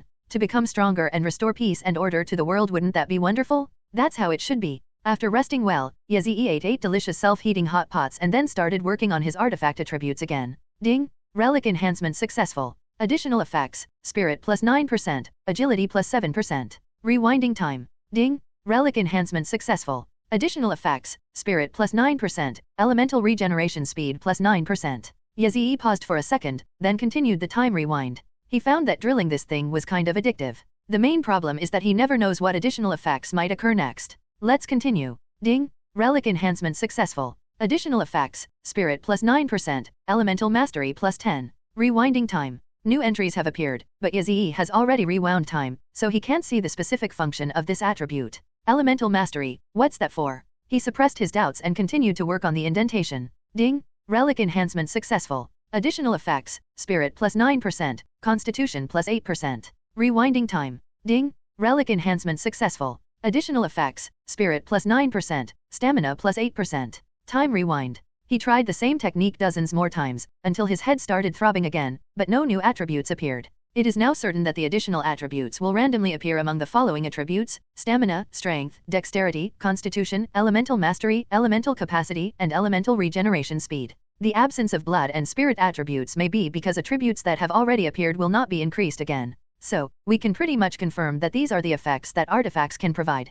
Damn, he didn't even get the double experience boost this time. What a waste of all his time. He had no choice but to rest in the supermarket for more than an hour, and by the time he had fully recovered, it was already noon. This made Yazii very melancholy. If only his relic had increased spirit instead of blood. That would greatly improve his efficiency in obtaining additional attributes from artifacts. The 8 self-heating hot pots he had eaten earlier were just appetizers. He climbed out of the pile of rice and ate his fill of food from the shelf. He ate various savory biscuits, potato chips, sausages, canned meat, and even had a little bit of alcohol. There's just too much stuff in this supermarket. He couldn't possibly eat it all by himself. After a satisfying meal, he decided to continue his journey. He shouldn't use this soul crystal right away. Since blood chi doesn't significantly boost his combat power, he can wait until he obtains a relic that increases spirit or strength and agility as his main attributes before strengthening it. Adding 100 plus points to strength, agility, or spirit would be a real game changer. Adding 127 points to vitality is practically useless. Moreover, with the ability to rewind time, he could easily optimize the additional attributes he needed most, as well as the double experience enhancement opportunity that would save the most materials.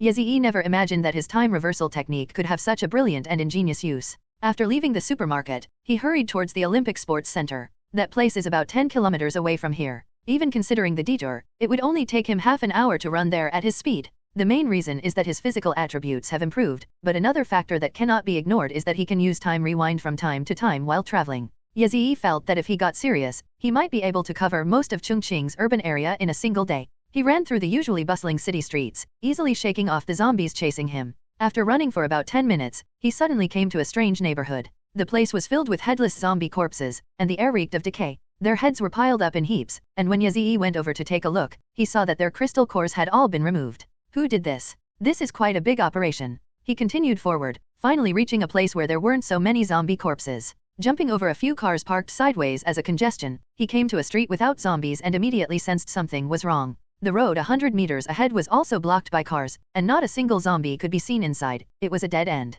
He stopped running because 2 men, just like him, carrying watermelon knives, walked out of a noodle shop on the street ahead. They had arrogant expressions and fleshy faces. "Hey kid, running in from outside in broad daylight, you've got some nerve, huh?" One of them grinned arrogantly, while the other, walking in front, was more cautious and asked him, "What level of mutant are you?" Yazii's eyes darted left and right, and he noticed that several more men with knives had come out from behind him. It was a hot and sour noodle shop, and this was a street full of snacks. He glanced back and saw 4 more people emerge from the front. They were all carrying weapons, and some of them had bare upper bodies with large tattoos on their arms, buzz cuts, and perm scars. They looked like the kind of thugs you'd find out about. These people, a total of 9, gathered around him, surrounding him with ill intentions. They looked violent and cruel. If Yazii had met them a week ago, he would probably have been terrified, but he wasn't afraid at all now. He rolled his eyes, deliberately feigning weakness, and said, I'm a level 3 mutant, so what? Level 3? Shaw, boring. Get lost. Wait, please leave some money when you pass through. This place was cleared by us, so you have to pay the toll. Leave your backpack here. The man at the head raised the watermelon knife in his hand and said forcefully. A short man next to him, smoking a cigarette, suddenly laughed. Brother Chi really knows how to be particular. Hehe, then I'll be fair to you this time. Kid, I'll take your clothes and knife. Then I'll take his, hehehehe. This guy's actually pretty good looking, anyone interested in his butt? Ha ha ha, you stinking BD, you have so many women at home and you don't sleep with them, UFG gay BD. The thugs laughed heartily, but Yazii's expression was somewhat serious. These guys seemed to have him cornered, and they even complained that his level was too low. The man in the lead, his face darkening, raised his knife and urged him, hey, kid, didn't you hear me? I told you to leave your backpack. A gentle breeze blew by, and Yazii slowly gripped the hilt of the knife behind his waist with his right hand. Are you trying to rob me? Robbery. The man scoffed. Don't you know about tolls? You're only level 3 and you dare to run around outside in broad daylight? Were you chased here by zombies? The short man interrupted, rudely holding the knife in front of him. Why waste so much breath on him, Boss Chi? This guy's got no guts, I think he just wants to see some blood. Put the knife down. The thug leader, known as Boss Chi, called him over, but he didn't stop. He continued to bluster and hold the knife in front of Yazii, glaring at him and intimidating him, before being slapped across the face. I told you to put the knife down. The short man, stunned by the slap, covered his face and exclaimed, Boss Chi, are you an idiot, you son of a BCH? I'm the boss here. Yes. The people around immediately fell silent, while Yazii was somewhat amused and exasperated. He felt that this short guy wasn't quite right in the head, he was just a simpleton. However, after this whole charade, Boss Chi lost his patience and was practically yelling at him. I'm saying this one last time, leave your backpack behind. Yazii asked Boss Chi, what level are you? Boss Chi remained silent, but one of his underlings said impatiently, our boss is a level 13 mutant, and we're all level 10 awakened elementalists. We're already being lenient by not killing you on the spot. Who the hell do you think you are? You think you can get away with asking questions here? Upon hearing this, Yazii immediately lost his composure. Level 13?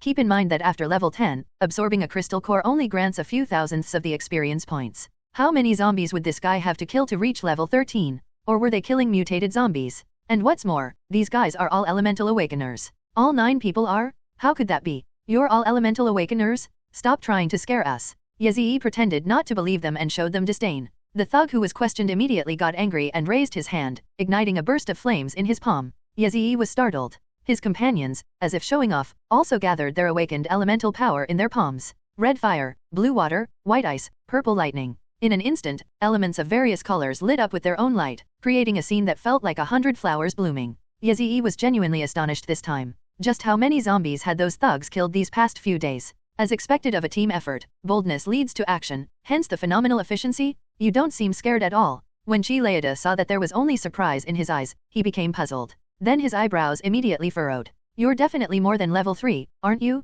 You've got some nerve lying here. Don't you think a level 3 kid would dare wander around in broad daylight? He's got a death wish. You're a level 10 or higher elemental awakener, aren't you? Yazii narrowed his eyes and said, that's right, I am. He was wary. The surrounding thugs looked surprised, seemingly none of them had expected that he was also an elemental awakener, only Boss Chi had the insight to recognize him.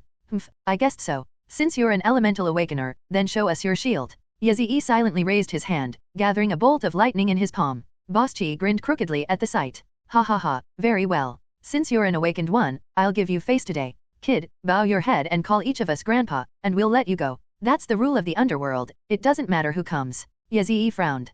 Call me grandpa? What if I don't? You won't call? Well, then there's nothing I can do but let you know the consequences of breaking the rules. The flames that Chi Leida had been gathering in his hand suddenly intensified, and the extreme heat caused the thugs around him to take 2 steps back, while Yazii felt as if he were falling into a volcano. The power of this fire element is in no way weaker than that of the lightning element. His thug companions beside him also stopped smiling and slowly raised the watermelon knives in their hands, the silver blades imbued with various elemental forces. The atmosphere was extremely tense, like swords were about to be drawn. However, it was impossible for Yazii to call someone else grandpa. This request had already enraged him, but he did not make the first move. Instead, he weighed in his mind whether he could kill everyone present within the 3 seconds of time rewind. The answer is, he doesn't know either. He felt that 3 seconds was a bit risky, maybe 4 seconds. 5 seconds was possible, but he dared not gamble. If the time reversal exceeded 4 seconds, he would suffer severe mental backlash, thus losing his fighting ability for a short period of time. Kid, you really want to fight us? Boss Chi didn't make the first move, but instead threatened him menacingly. Facing 9 brothers like us, you have absolutely no chance of winning alone. You're doomed. Yazii knew that Boss Chi was also wary of him. The lightning element power that Chi had awakened was no joke. Its attribute was swift and violent, and it caused damage faster than other elemental attributes. Once a battle broke out, there would definitely be casualties among the 9 thugs, and he himself might even die. It would be a losing proposition. This gave him confidence, making him certain that Boss Chi wouldn't dare to start a war with him. Actually, he had another reason for his confidence. At worst, he could use time rewind to escape. He snorted coldly and said defiantly, "So what if I'm going to die? Even in death, I will never lower my dignity to call you grandpa." His words were forceful and full of backbone, causing the thugs to exchange bewildered glances, all turning to look at Boss Chi. Chi Laida stared intently into Yazii's eyes, trying to see if he would show any fear. Unfortunately, Yazii had a foolproof backup plan, and even if the situation got out of control, he had the ability to salvage it. How could he possibly show weakness? This really shocked him. Ha ha ha, what a bold little brat. You've got guts, you BD. Old Chi laughed loudly 3 times, then boldly extended his right hand towards him. My name is Chi Xiong. I used to work for a security company. These are all my men. You're quite good, kid. You don't need to call me grandpa, just call me big brother. Consider it making friends. Yazii smiled slightly. If he was called big brother, he couldn't refuse. Calling someone brother was a courtesy in society, especially since this man looked older than him. Brother Chi, just call me Xiaoya. Chi Xiong nodded with satisfaction, his fierce expression turning friendly. His hot-headed subordinate was still clueless, as if he couldn't understand how they had suddenly become friends. A fat man next to him slapped him on the back of the head while cursing, which drew laughter from those around him. Chi Xiong ignored his lively subordinate and, arms crossed, asked Yazii, "Brother Ye, is there something urgent that you're doing running around in broad daylight? Even if you've awakened your lightning element, being surrounded by zombies is still very dangerous, isn't it?" Yazii's eyes flashed, and he nodded with a smile, saying, "Indeed, one of my enemies was captured by a mutated bat zombie, and I'm in a hurry to chase after it. I wonder if Brother Chi has seen a flying zombie in the sky." Flying zombies. Chi Xiong frowned, recalling. "I've seen quite a few flying zombies these past few days, but not just now. My brothers and I were inside discussing how to deal with Big Skinhead, and we didn't notice the commotion in the sky." Yazii asked in confusion, "Big Skinhead?" "Yeah, it's another mutated zombie. Its head and neck are covered in scales that we can't cut off, burn, or freeze. We call it Big Skinny Head. This is the first mutated zombie we've caught. Why don't you come take a look, brother? Yeah, you've caught a mutated zombie." Yazii was completely shocked. This situation was truly exaggerated. If it was possible to deal with the mutated zombies that had mutated and could fly in the sky, then the power of the mutated zombies on the ground could only be described as monstrous. Moreover, they are rare. He had only seen one before, which was the tyrant type from Resident Evil. It was 3 meters tall, muscular, and looked just like the Hulk, which was terrifying. Also, that being that always let out terrifying roars at dusk, that zombie Yazii only heard its voice but never saw its body must have been quite terrifying as well. "Yes, brother Yak, you'll know once you come and take a look." Chi, the eldest brother, was about to lead the way when he was stopped by several of his brothers. "What is the boss taking this guy for? Take him to see Big Skinny Head. What if he has a way to kill that BD?" The man who stopped him gave an awkward smile, then gestured with his hand and said, "Hey, we can't even handle that thing. What could this kid possibly do? He awakened lightning elemental power, just like me." A tanned man scoffed. "Even I can't do anything about it, so what can he?" Boss Chi chuckled through his nose. "What if his elements could attach to Big Skinny? How is that possible? It's never a bad idea to give it a try. Let's go, brother Ya." Chi Xiong's attitude was tough, and the 4 men who were blocking his way had no choice but to make way. Yazii sensed an eerie atmosphere and silently followed behind him. It's not that Yazii is carefree, but rather that even if he's targeted, he's confident he can escape unscathed. The truth is he was overthinking it. Following Boss Chi all the way into the 7 days inn, he wasn't ambushed by anyone. Instead, he saw many survivors inside, men, women, and children, going in and out, cooking, washing clothes, and cleaning. It has a real, lived-in feel to it. This piqued Yazii's curiosity, and he couldn't help but ask Boss Chi, "Brother Chi, you've done a really good job here." "Huh? It'll do. Most of the survivors around here who are willing to work can get a meal here." "Oh, I see." Yazii's eyes darted around, and he grabbed a little boy who was running past carrying a bucket of water. "Little brother, wait a minute. I see you have extraordinary talent. You're a martial arts prodigy. I have a top-tier martial arts technique I'd like to teach you. How about it? Would you like to consider learning from me?" "Who do you think you are? What top-tier martial arts technique? What era are we living in? Martial arts techniques are so outdated. Let go of my hand. Don't get in my way while I'm fetching water for Sister Lily." The little boy looked completely bewildered, but his attitude was rather arrogant. He unceremoniously broke free from Yazii's hand and ran away. Chi Xiong turned around and looked at Yazii with a meaningful gaze. "Brother Ye, you seem to really like little kids." Yazii nodded, smiled slightly, and said, "It's all right. I've never seen a child in the apocalypse, so I was a little surprised." Haha, that's true. Little kids can't run fast, and those who aren't clever wouldn't be alive now. Qi Xiong laughed and walked up the steps, with Ye following behind him. The second floor wasn't as bustling as the first. There were quite a few middle-aged women kneading dough and pounding glutinous rice, and they all greeted Qi Xiong with smiles. We guys are responsible for fighting zombies, we rely on them to prepare our food. Qi Xiong gave a casual introduction and then went upstairs. Ye nodded without saying anything. This survivor settlement is much better than their underground shelter. The third and fourth floors seem to be the survivors' living quarters, with many women seen coming and going. As you climb to the fifth floor, the view suddenly opens up, and the corridors here are noticeably wider than downstairs. The number of rooms is also significantly reduced, with only 4 rooms on the entire floor. There's a balcony right next to the corridor, offering a wide view, and a gentle breeze blows in from outside, making it very cool. This is where my men and I rest. As Chi Leida walked and introduced things, Ye noticed 2 people smoking at the end of the corridor, seemingly guarding something, but their eyes were fixed on the stairwell. The moment they saw Chi Leida, both of them tensed up.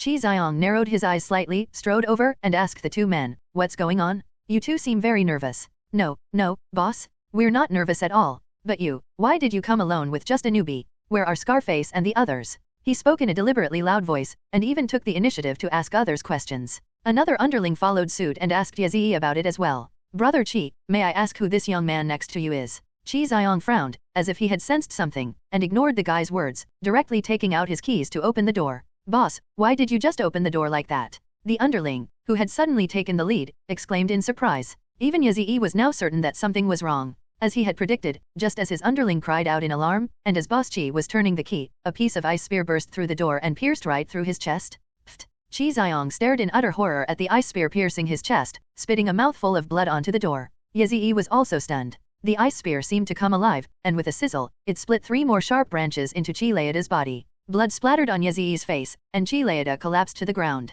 What's going on here? Betrayal? The gate slowly opened, revealing the figure of a young man with a sinister expression. He didn't even glance at Ye, but stared intently at Qi Xiong, and once again conjured an ice spear in his hand. He is also an elemental awakener. Xiao Huan? Why? Qi Xiong died with his eyes wide open in disbelief, and a blazing flame ignited in his hand. The flame expanded rapidly, as if it would explode like a violent fire dragon in the next second. However, before that could happen, the young man threw down the ice spear in his hand, pinning Qi Xiong's hand firmly to the ground. Ugh, what the hell? Old Qi's veins bulged, and his eyes popped out of their sockets. Why? Xiao Huan was covered in cold sweat, her body trembled slightly, and the disdainful smile on her face was also shaking. Why? Because killing you will make me stronger. Become stronger? AFK your mother's a. Old Qi's eyes were bloodshot, and he wanted to raise his last left hand to perish together with Yushi, but Yinzhe Xiao Huan was faster and sent the ice spear generated by her left hand into his eye socket first. The blow pierced straight into his brain, killing Qi Leida instantly. While Ye was still in shock, he suddenly saw a bright white light flashing on his corpse. It's a relic? He immediately reached out to grab it, but Xiao Huan reacted even faster. As if he had been prepared, he scooped up the white light into his palm, and the light immediately disappeared. Upon realizing Ye's intention, the guy disdainfully thrust the ice spear in his hand towards him. Ye didn't even try to dodge, he immediately reversed time. In an instant, time in the world stopped, and then began to reverse again. Xiao Huan's actions were playing in reverse, and Ye's vision was also playing in reverse. He didn't save Boss Qi because doing so would cause him to regress for too long, resulting in a mental backlash. His relationship with Boss Qi wasn't that deep, and the man wasn't worth it. He simply rewound time to the instant Qi Leida died, to the moment the relic emitted its light, picked it up, and at the same time, grasped Xiao Huan's bare ankle with his hand, which was filled with lightning element. This guy actually dared to stab him with an ice spear? Wouldn't that have electrocuted him instantly? The instant time reversal stopped, Xiao Huan threw his head back and let out a blood-curdling scream of pain. Ye ignored the system's prompts. He could feel a surge of heat in his palm, and he felt that if he continued to increase the output of lightning element, this guy's ankle might be electrocuted. But that would burn his hands, and he couldn't understand why he would get burned when he was unharmed by lightning. So he could only stop increasing his lightning output and maintain the current, not too large, output. Ugh. The traitor Xiao Huan trembled violently as if being shaken like a sieve. The electric shock directly into his heart caused him to become rigid and unable to control his body. Ye had no reason to show any mercy to this kind of robber who killed and stole treasures, and his murderous intent gradually rose. He thought electrocuting the guy was too slow, so he simply grabbed the ankle, swung the murderer around in the air, and finally slammed him onto the hard marble floor. Thump! The sound of a head hitting the ground. The 2 gatekeepers then realized what was happening, roared, and drew their knives to stab him. Ye's position was not good at the moment. One side of his body was completely exposed, making it easy for his 2 henchmen to stab him. So he manipulated time to pause for half a second and adjusted his position. He had previously tested it and found that he could manipulate time to stop, and that time stop was easier to use than time rewind, extending the usage time by at least 10%. That half second not only allowed him to adjust his position, but also enabled him to hold Xiao Huan in front of him, taking the 2 blows for him. 2 wet, slippery sounds were heard as the sharp blade pierced flesh. The 2 henchmen were stunned by what they saw. They couldn't understand how, just a second ago they were about to stab Yazii, and now they were stabbing their traitorous comrade in the abdomen. But they soon didn't need to think about that anymore, because Yazii had already released Xiao Huan's ankles, and his arms stretched out like a probing head, grabbing their necks on the left and right. You want to kill me, huh? Die. Sizzle sizzle sizzle sizzle. 2 piercing screams suddenly echoed through the empty corridor. You have obtained 2 soul crystals of a novice elemental awakener. After electrocuting the 2 gatekeepers, Yazii picked up a sharp knife and stabbed it into Xiao Huan's heart, immediately receiving a system notification. 2 soul crystallizations, very good. However, the prompt that followed left him speechless with surprise. You have obtained the relic, Mutant Infected Ear Scale, Tier 1. What? This guy also has a holy relic? Yazii was so happy he almost jumped for joy. He had obtained 2 sacred relics. However, just as he was about to check the attributes of the 2 relics, several thugs suddenly rushed up from below. It's the same group of people from before. You son of a BCH? How dare you kill my older brother? Chen Xiaohuan is dead too. You scum? How dare you kill and rob on our turf? Kill him. Before Yazii could explain, they swarmed forward, each wielding chaotic elemental power. Water, lightning, fire, ice, and an ice spear was already hurled at him. Yazii had no room to dodge and could only rush into the room where Chen Xiaohuan had ambushed him. The ice spear smashed into the wall behind him, turning into ice mist and disintegrating. The cold air was accompanied by a stench of decay. In the corner, he saw the corpse of a mutated zombie. Its head and neck were covered with a layer of white leather and scales, which looked very hard and had scorch marks. Yazii didn't have time to take a closer look and simply broke the window to escape. There were too many people, and the corridor was too narrow. Even if he used time rewind, he couldn't kill everyone, and he couldn't be sure if reinforcements would come. He couldn't be careless. The battle he just fought made him realize that battles between elemental awakeners are a matter of life and death in an instant. The slightest carelessness can lead to certain death. His time reversal has a cooldown period, so Yazii chose to jump out of the window to escape, chasing after the road from the 5th floor. He landed with a thud on the hard road, his feet and knees aching from the impact. He had tried jumping off a building before, which is why he dared to do it this time, but as expected, the 5th floor was still too much for him. He was injured, with the base of his foot and knee hitting the ground. Fortunately, with the support of over 60 points of blood energy, Yazii could feel his injuries healing rapidly and the pain lessening. This is where the importance of blood energy became apparent. It could greatly accelerate the recovery speed of any injury, but the speed is still a bit slow. Yazii couldn't help but feel a little annoyed. He had kept Wang Langjun's soul crystal without using it. Damn it, he should have used it. Why didn't he use it to strengthen his blood and feathers? Damn it, that little brat fell and hurt himself. Hurry and chase after him. None of the thugs dared to jump from the 5th floor with him. They all hurriedly ran down the stairs, probably within 20 seconds. Yazii tried it, and his knees and feet hurt as soon as he moved. He couldn't stand up from the ground at all. He felt that his injuries would take at least 5 minutes to heal. He was careless, he shouldn't have jumped. The situation was extremely critical. His pursuers would arrive in a matter of moments, and turning back time was not a solution. It would only be a greater loss than a gain. He could only desperately hope for the 2 holy relics he had just acquired. At this critical moment, he forced himself to remain calm and quickly accessed the system to check. Artifacts. Name, the triangular support for mutant infected individuals, Tier 1. Type, Crown. Effect, Stamina plus 93. Additional effects, Strength plus 7%, Agility plus 7%. Enhancement level, 4. Boost Stamina? That's the one on Boss Chi. Now look at Xiao Huan's. Name, Ear Scales of a Mutant Infected, Tier 1. Type, Earrings. Effect, Spirit plus 45. Additional effect, Elemental Mastery plus 13. Enhancement level, 0. Yazii was overjoyed. Great, this earring actually increases my spirit. He quickly equipped the 2 artifacts. They were for different slots. Perfect. He continued his actions without stopping, directly equipping all 3 soul crystals to the spirit-boosting earring. Ding! Relic enhancement successful. ×3. Effect, Spirit plus 165. Additional effects, Elemental Mastery plus 13, Constitution plus 9%, Elemental Regeneration Speed plus 11%, Elemental Capacity plus 12%. Enhancement level, 12, maximum. Even though we can't get the best bonus effects and double experience boosts, we can't worry about that now. In an instant, Yazii felt his mind become full of energy, like a small puddle turning into a pool, so clear that he wanted to shout to the sky. His current mental attribute value is 15 plus 165 times 1.09 equals 196. That's roughly equivalent to 40 times the average person's income, but that's not the main point. The main point is that he can use nearly 20 seconds of time rewind without any burden. Invincible? Absolutely invincible? But Yazii did not get carried away. He was currently injured, and even with 20 seconds of invincibility, he still couldn't escape.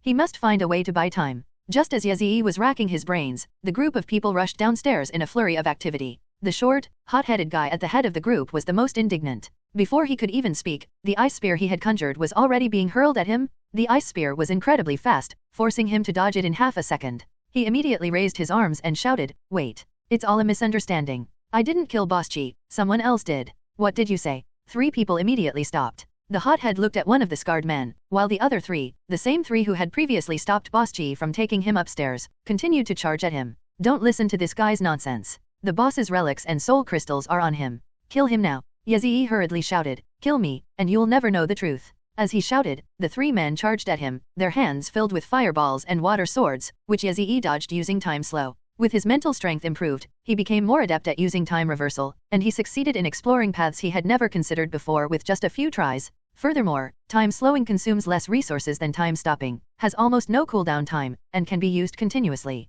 Damn, he actually dodged it. Missed again. That kid's a real slippery eel. The 3 attacked relentlessly, creating patches of fire and water on the ground. Yazii rolled around dodging, looking disheveled, but in reality, he was handling the situation with ease. Time slow is incredibly useful in actual combat. He seized an opening and shouted, "There's a traitor among you? Boss Chi was killed by that Chen Xiaohuan. These 3 who tried to kill me are traitors." "What did you say?" "Li Lao Er, stop," the scarred man exclaimed in shock and anger. "Don't listen to this brat's nonsense. He's deliberately stirring up trouble to save his own life." Li Lao Er shouted sternly. "You son of a BCH, stop it first." Scarface was enraged. His entire body was enveloped in a layer of lightning as he charged towards the 3 of them with the speed of an RPG rocket. In an instant, they formed a human wall in front of him. Yazii had no idea that lightning elemental power could be used in this way. He had truly learned something new. "Scarface, UFG, get out of my way. Today I'm going to avenge my brother. Don't rush to attack. This kid has injured his foot and can't run away. Let him finish speaking."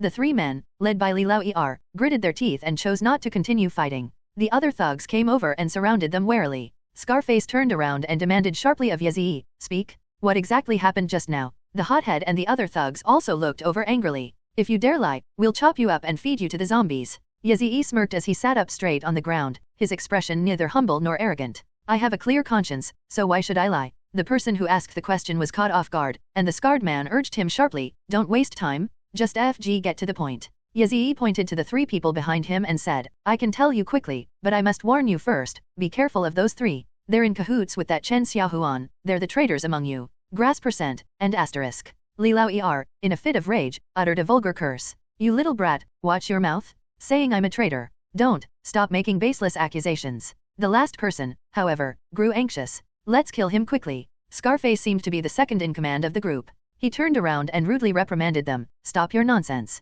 If you're innocent, nobody will do anything to you. Put your hands up and behave yourselves." "Scarface, you think you can believe a stranger's words? Don't you trust our own brothers? Are you feeling guilty? Am I feeling guilty? I'll," and asterisk. As if he had suffered some great humiliation, Li Lao Er spat on the ground and raised his hands as if to prove his innocence. His 2 accomplices followed suit and also raised their hands. Li Lao Er's acting skills were undeniably good. Scarface no longer showed any doubt, but instead turned around with a dark face, his imposing presence pressing down on Yazii like a mountain. "Kid, tell me, what exactly happened just now?" Yazii licked his slightly dry lips, deliberately dragging out the time with a short, drawn-out story. "Boss Chi just took me up to the 5th floor, saying he wanted to show me the big skinny head he caught, the one you guys can't kill no matter what you do, right? Go on, and keep it brief." Scarface warned sharply, as if he had read Yazii's mind. Yazii chuckled, abandoning his clever schemes, and said directly, "As soon as we got to the 5th floor, Boss Chi noticed something was off about the 2 henchmen at the door. They seemed to be staring intently at the stairwell.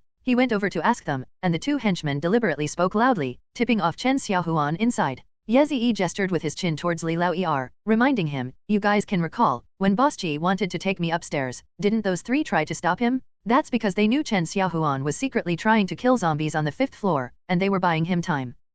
Everyone immediately realized what was happening and glared angrily at Li Lao Er, but Li Lao Er just sneered without any sign of nervousness. "You think you can just say whatever you want? That was just a coincidence. The 3 of us stopped you because we were worried you had ulterior motives, and we didn't trust the boss to take you up alone." Yazii sneered. "Then why didn't you follow?" Scarface asked, puzzled. "That's right, why did you stop us from going up with the boss?" Li Lao Er's forehead was beaded with sweat, but he still said unhurriedly, "Didn't I already tell you? It was the eldest brother who gave me a wink, signaling that he wanted to take this kid up by himself. Scarface squinted and looked around, then asked, did anyone else see the wink the boss gave just now? Everyone said they didn't see it, except for Li Lao Er's two accomplices. This made Li Lao Er's expression turn sinister. Scarface, are you just going to doubt me? When I was risking my life alongside Chi Xiong, you were still working on the construction site. How could you possibly betray the boss? Scarface, however, remained unyielding, stating firmly, just because you've been with the boss for a long time doesn't mean you won't betray him. The atmosphere suddenly became tense, which was exactly what Yazii wanted to see.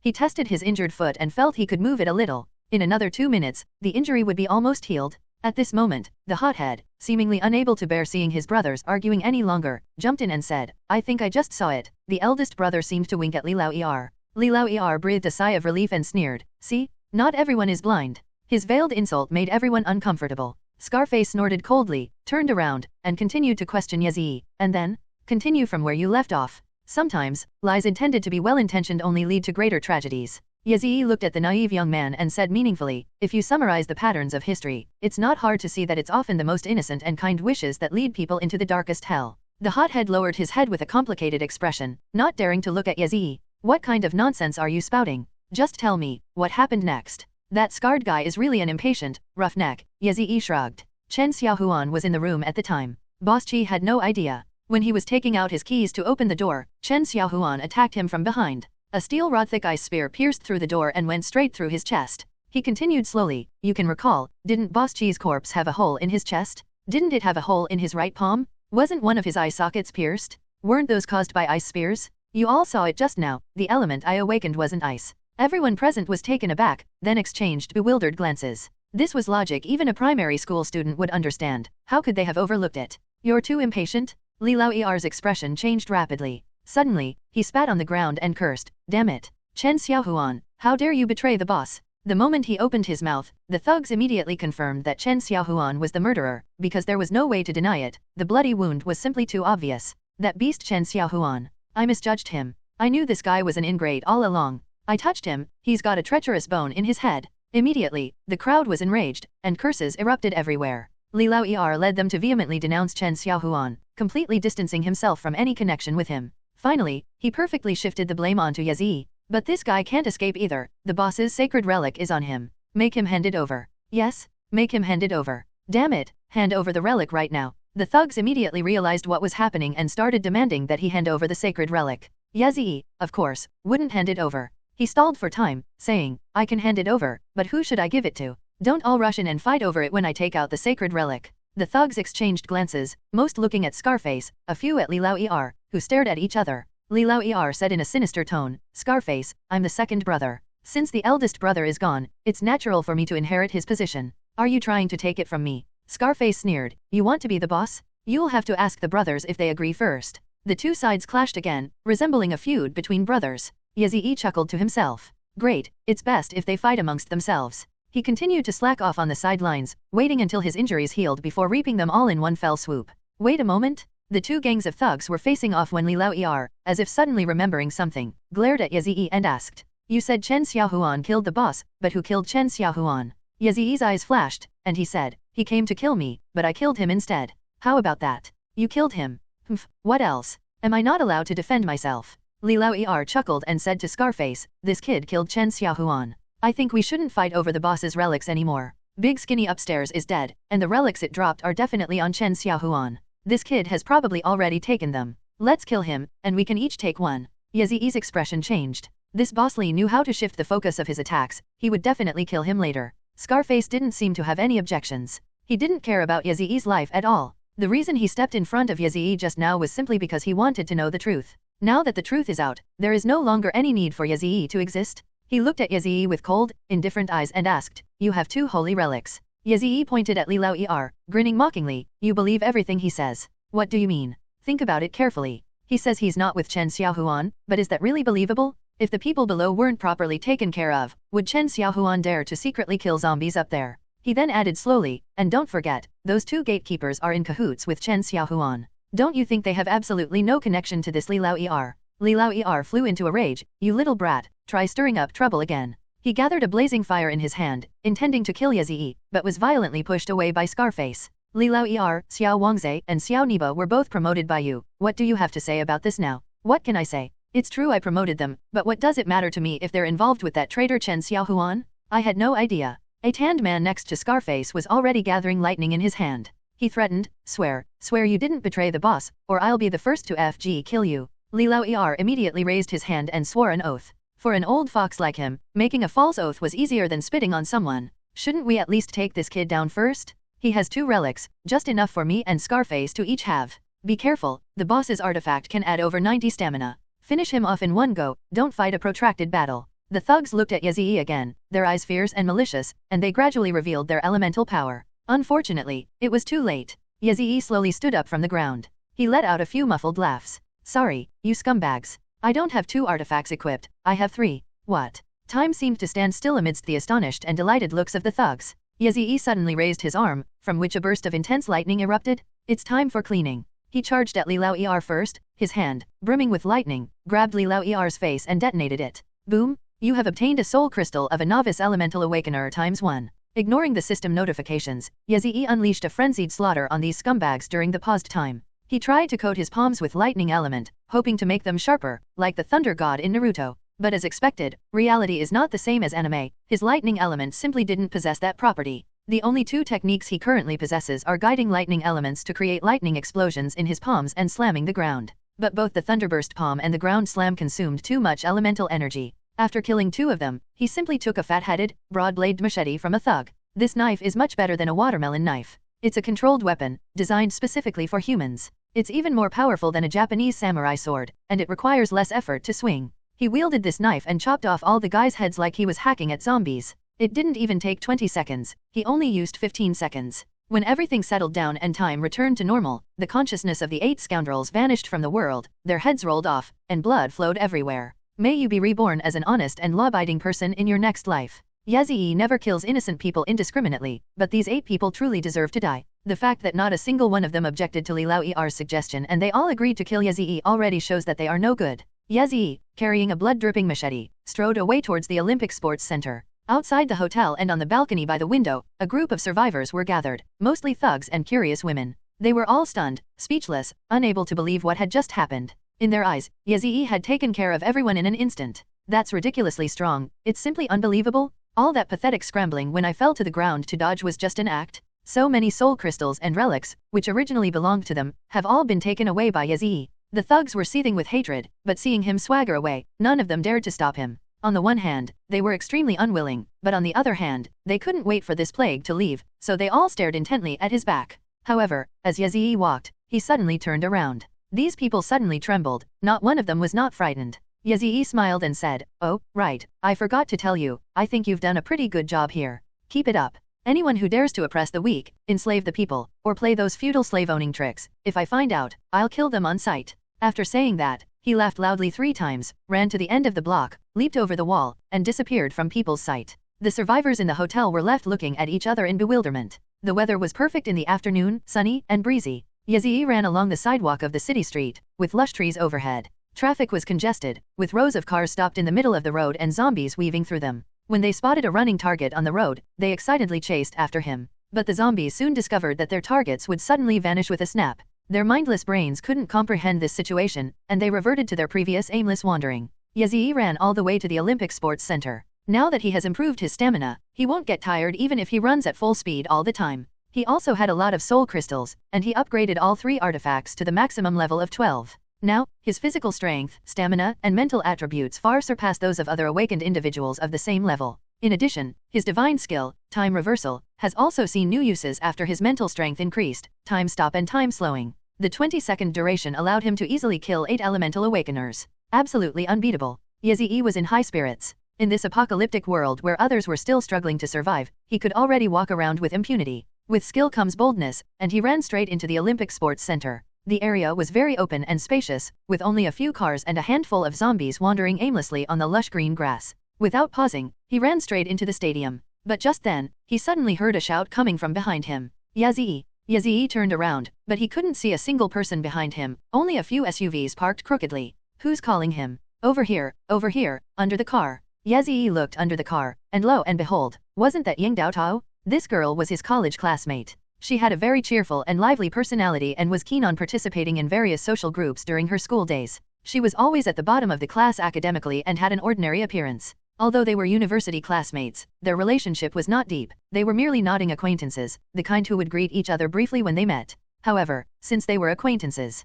Yazee drew the cleaver from his waist. Don't get me wrong, the zombies chasing him are coming up from nearby, and he's going to chop them down. He finished it off swiftly in a few moves, and Ying Daotao was still cheering him on. He was completely drunk. After shaking off the blood from his knife, Yazee walked up to Ying Daotao and extended his left hand to her. Isn't this Tao Tao? What are you doing here? The girl grabbed his hand and crawled out from under the car. Hey, don't even mention it. My two companions and I went out to find food, and before we knew it, it was dawn. We were being chased by zombies, so we split up and ran for ages. There was nowhere to hide nearby, so I ran under this car for refuge, and I've been lying here all day. This guy is just as lively as he was when he graduated a year ago. Looking for food? Where's your backpack? Yazee noticed that she was dressed in nothing but a dirty jacket and jeans, which puzzled him. She was quite carefree, stretching her limbs and saying matter-of-factly, "Of course I threw it away. Escaping is the priority. Who cares about the backpack? Ouch, lying here like this, my bones are practically rusting." "Thank you, Yazee. Do you have any food? Could you share some with me?" "Yes, what did you call me? Brother? Yeah, Brother Z? He. Yazee nodded and smiled, opening his backpack for her to choose whatever she wanted. Yang Daotao excitedly thanked him, and while rummaging through her backpack, she saw the crystal cores that Yazee had collected on the way. She paused for a moment, but said nothing. She took a bottle of mineral water and 2 packs of biscuits and started eating. Yazee smiled faintly, thinking that after she finished eating, he would send her back to the shelter she had been staying in before investigating Suhui's whereabouts. He chatted with his classmate, saying, "How have you been these past few days? I heard you went to work in sales after graduation? Selling houses?" "Yeah, I was showing houses to clients with 2 colleagues when a natural disaster suddenly struck, and then, sigh." Yang Daotao shook her head as she spoke, indicating that she was probably not doing well. "And you, went to an insurance company? Running around in the streets in broad daylight, aren't you afraid of zombies?" "It's alright, these zombies can't bite me," Yazee said casually. "They're a piece of cake for me." Yang Daotao immediately covered her mouth. "Wow, really? You're kidding, right?" Yazee smiled. Yang Daotao had clearly never killed a zombie, or hadn't found the crystal core after killing one, so she didn't know that thing could awaken an ordinary person into a mutant. What kind of secluded life did she lead before? She probably just hid in some deserted place. Yazee shook his head and said nothing more, displaying the demeanor of a big shot. "Wow, you're really that amazing." Yang Daotao was somewhat convinced. She knew Yazee's character. He wasn't the kind of person who liked to boast or exaggerate. She recalled Yazee's composure as he slashed at the zombies, and immediately became excited. "But you seemed really skilled just now. You chopped off those zombies' heads in just a few swift moves." Yazee smiled and shrugged, neither confirming nor denying. Yang Daotao said somewhat shyly, "Could I ask you for another favor?" "What kind of help?" "I had 2 female colleagues with me, but we got separated while we were escaping. Could you help me find them? I'm so afraid they're trapped and dying somewhere." "No problem," Yazee agreed. "For the sake of our classmate relationship, I'll be your bodyguard this once." "Really? That's great." Yang Daotao jumped up excitedly, dancing around with joy. Yazee smiled helplessly. This girl was too lively, still able to jump around like this even in the apocalypse.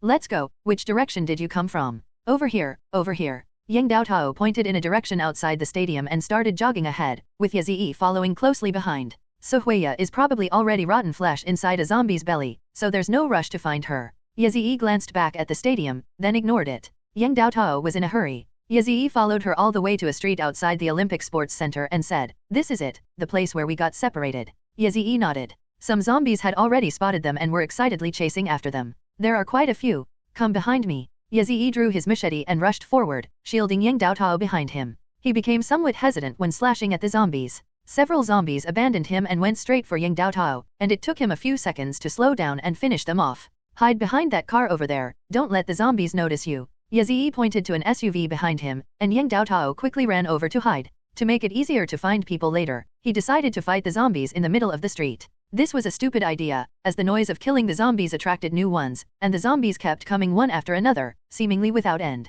Yang Daotao was even cheering him on from behind the car. Yazee was speechless. Fortunately, his stamina is now far superior to what it used to be. It's superhuman. After a full round of killing, in half an hour, he had chopped off the heads of hundreds of zombies. There were 3 mountains of corpses around him, and Yang Daotao's voice was hoarse from shouting. The girl, hands on her hips, leaned against the car hood, sticking out her tongue and saying to him, "Aren't you tired? I've been cheering you on until my voice is hoarse." "Who asked you to cheer me on?" Yazee shrugged. He wasn't tired at all, just a little hungry. He took out a bottle of mineral water, took a few sips, and handed it to Yang Daotao. The girl took it and immediately started drinking again. He said irritably, "Who said you could drink that? Run me some water to wash my hands." Oh. After washing his hands, Yazii started eating. He was too lazy to even bother with the heads of the zombies on the ground.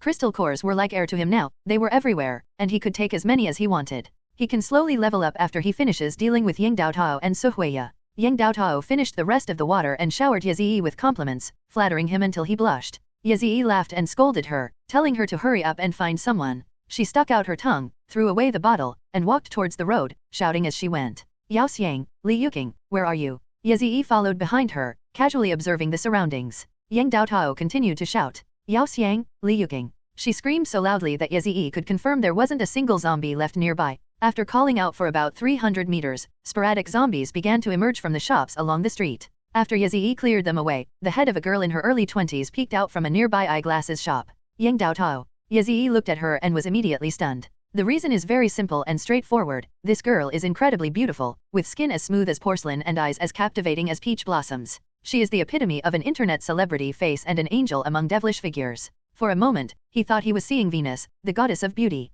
Although her clothes were dirty, it couldn't hide her stunning beauty. Her face was breathtakingly beautiful, her skin was fair and smooth, and her curves were simply divine. It just goes to show that saying, some girls are born goddesses, while others are born country bumpkins. Yazii was unaware that he had been captivated, not by any ability, but by the strongest instinct deep within his genes, the instinct of a man to ignite a spark of love with a beautiful woman. As the saying goes, even heroes can't resist the charms of a beautiful woman. This instinct was so strong that he momentarily forgot about Su Huiya and revenge. Yang Daotao was even more surprised than he was. "Oh my god, you are Yao Xiang? My goodness, how did you suddenly become so beautiful?" The girl named Yao Xiang shook her head blankly, then rushed over and said, "Let's not talk about that. Are you guys crazy? Shouting so loudly in the street, aren't you afraid of attracting zombies? Her voice is so beautiful, so soothing." Yazii's heart clenched violently. He swallowed hard. In front of this girl, his heart was pounding rapidly, and a strong sense of inferiority and timidity welled up inside him. He actually got stage fright and didn't dare to speak. "It's alright, it's alright.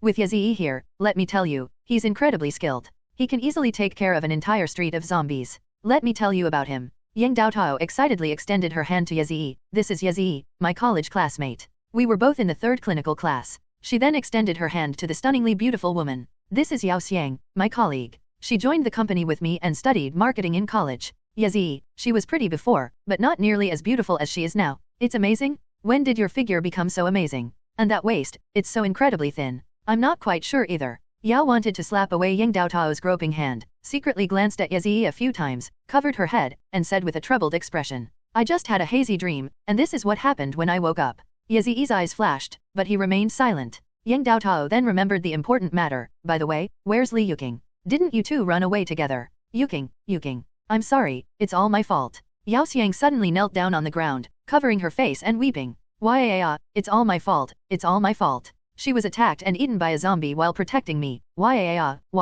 This girl was so fragile, she cried so easily, and her tearful appearance moved Yazii to pity. He couldn't help but comfort her, saying, "Life and death are predestined, wealth and honor are determined by fate. Miss Yao, please accept my condolences." Why, thank you so much. Mr. Ye, why. Yang Daotao suddenly grabbed her chin and looked at the two of them with a strange look. The atmosphere was definitely a bit off. Yazii coughed and said, "This place is not safe to stay in. I think we should set off quickly. I'll escort you to a safe place first." "Is it alright, Mr. Ye, are you really not afraid of zombies?" Yazii chuckled dismissively, saying, "Just some ordinary berserk zombies, child's play." Yazii is amazing. If you don't believe him, don't you believe me? It's not that I don't trust Mr. Ye. Yao wanted to stand up, looking at Yazii like a timid rabbit, her gaze fleeting. "I'm just worried that something might happen to Mr. Ye. After all, in this environment full of viruses, even a slight injury could lead to infection and turning him into a zombie. I can't let Mr. Ye risk his life for me in vain." Yang Daotao's eyes widened, her mouth twisted, and she was completely petrified, as if she couldn't accept Yao Xiang's statement.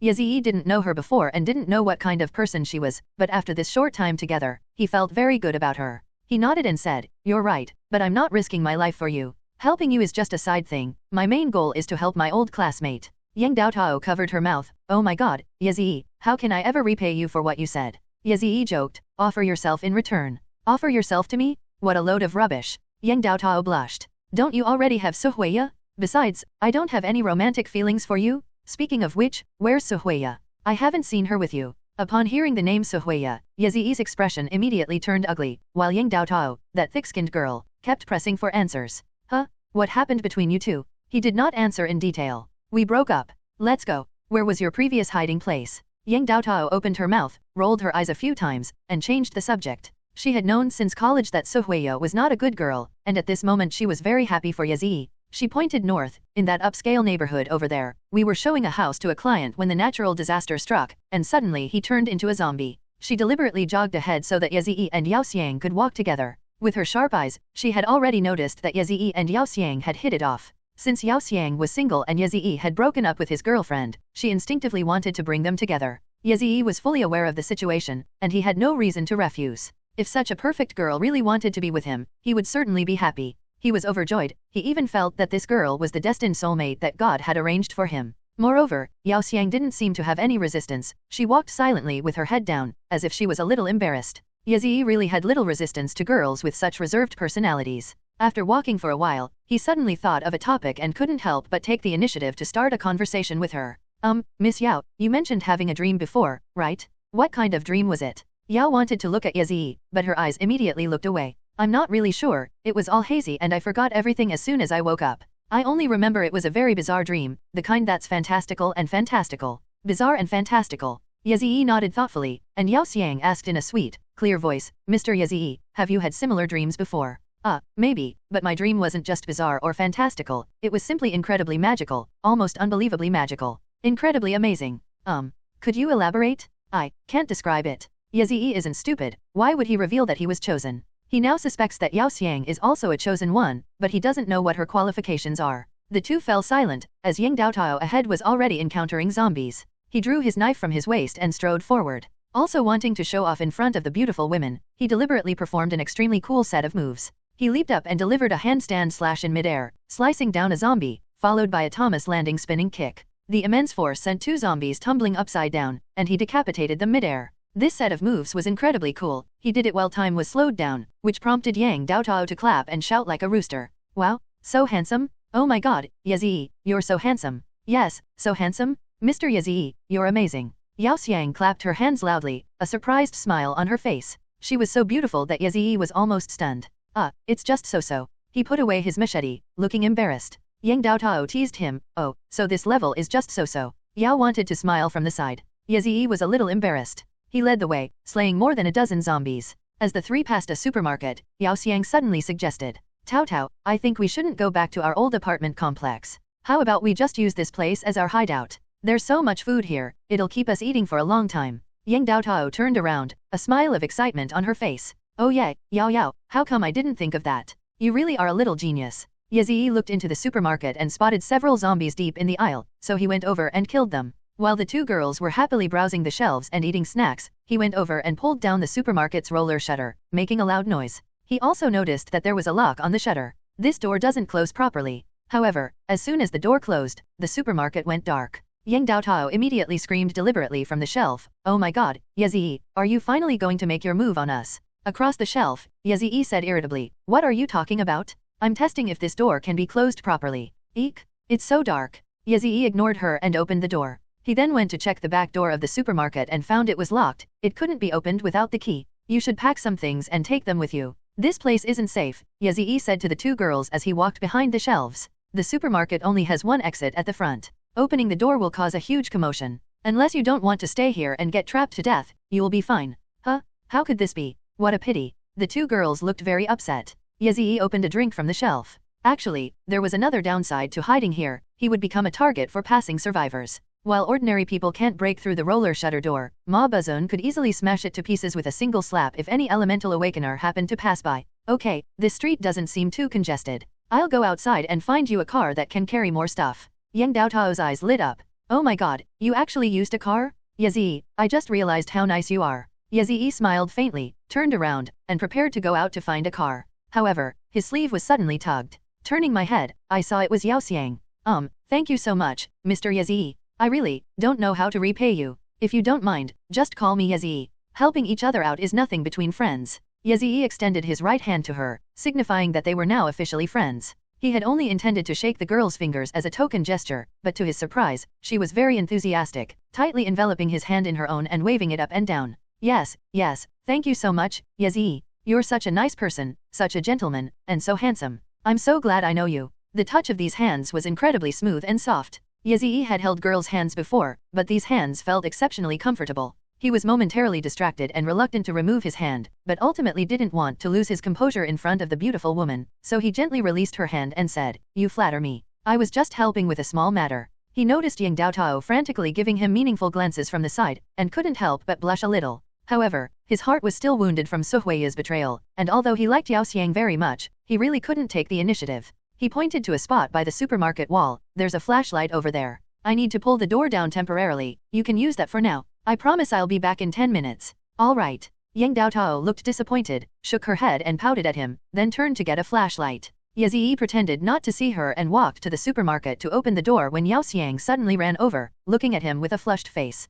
The concern in his eyes was palpable. "Yazii, the car doesn't matter. Please be careful and don't get hurt." Yazii's heart skipped a beat, his heart skipped 3 beats, and his eyes were blank as he subconsciously nodded. "I will." Fearing he might say something inappropriate, he quickly pulled the roller shutter down. Splash splash splash splash. Even after the deafening noise subsided, his heart was still pounding, a warm current flowing through him, like a return to the time when he first started dating Suhuiya during his university years. Unbeknownst to him, in the darkness behind the roller shutter, a sinister smile slowly crept onto Yao Xiang's lips. So-called chosen one, nothing special. Finding the car was actually quite easy. Many of the zombies whose heads he had chopped off had car keys on them. He just needed to find them one by one, try unlocking them, and see if they were parked on the side of the road. As Yazii searched, he kept thinking about Yao Xiang. Even a blockhead would understand what had just happened. That beautiful woman was interested in him. Those two are a perfect match. They've hit it off. Then, he suddenly discovered something incredible. Even if he did whatever he wanted to that beautiful woman, even if he forced himself on her, it wouldn't be a problem at all.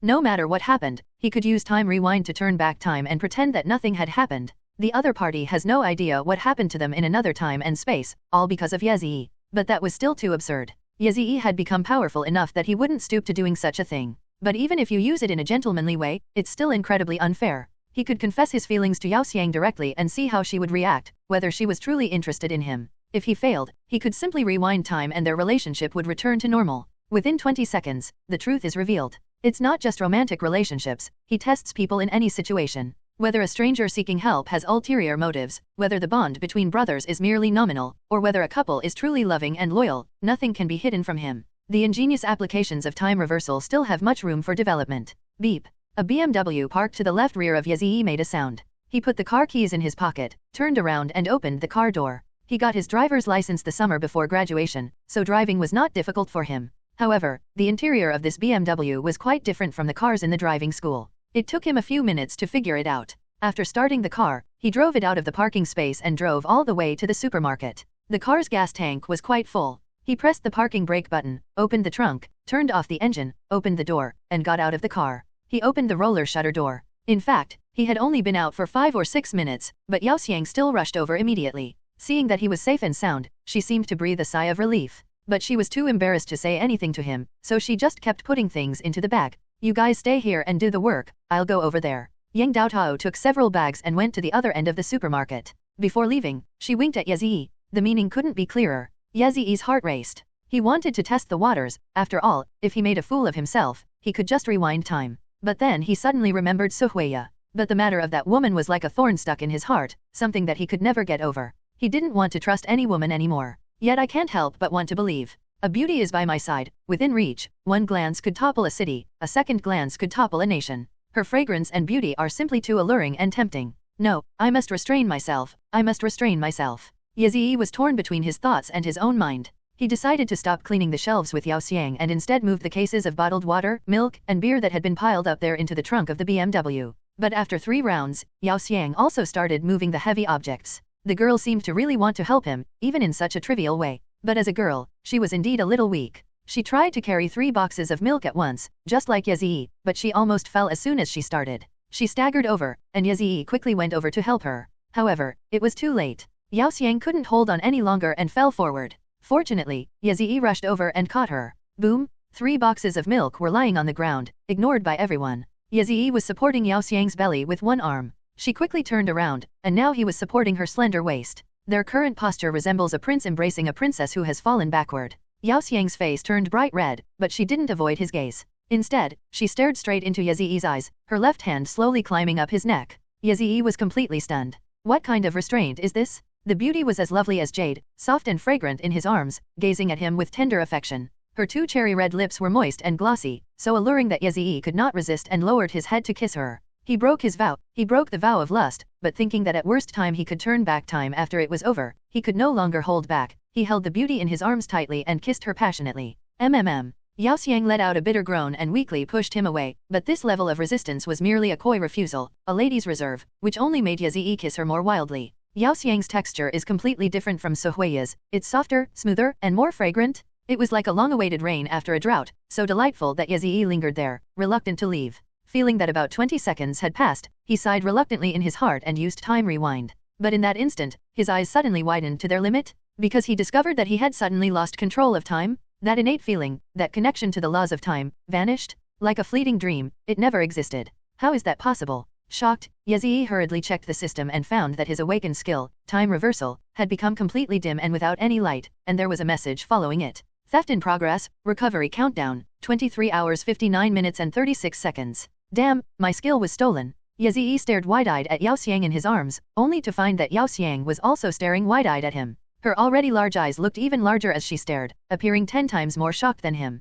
Yezi immediately realized that this girl probably hadn't expected his awakened skill to be time reversal, no doubt about it. This was definitely her doing? It was that kiss just now? Yezi's face turned cold, and he was about to pin her to the ground and interrogate her, but she suddenly vanished as if into thin air, disappearing in an instant. Holy crap! Where are they? Yezi was still holding the girl in his arms, but the beauty in his arms had turned into thin air. He was shocked, and then realized that the girl must have used time reversal to escape. This was too damn good. She could actually steal other people's skills? Yezi, disregarding his surprise, quickly began searching. Yao Xiang didn't have any sacred relics, and even if she was a mutant, her level wasn't high, so her spirit level was definitely low and she couldn't have gone very far. But the direction must be right. He strained his ears to listen, trying to discern even the slightest sound coming from the air. At that moment, he wished he had chosen enhanced hearing instead of dark vision. But there was no unusual sound at all, the surroundings remained as quiet as before, as if they were the only living people in the deathly silent city. Only Yang Daotao, looking shocked, walked out of the supermarket, covering her mouth and saying incredulously,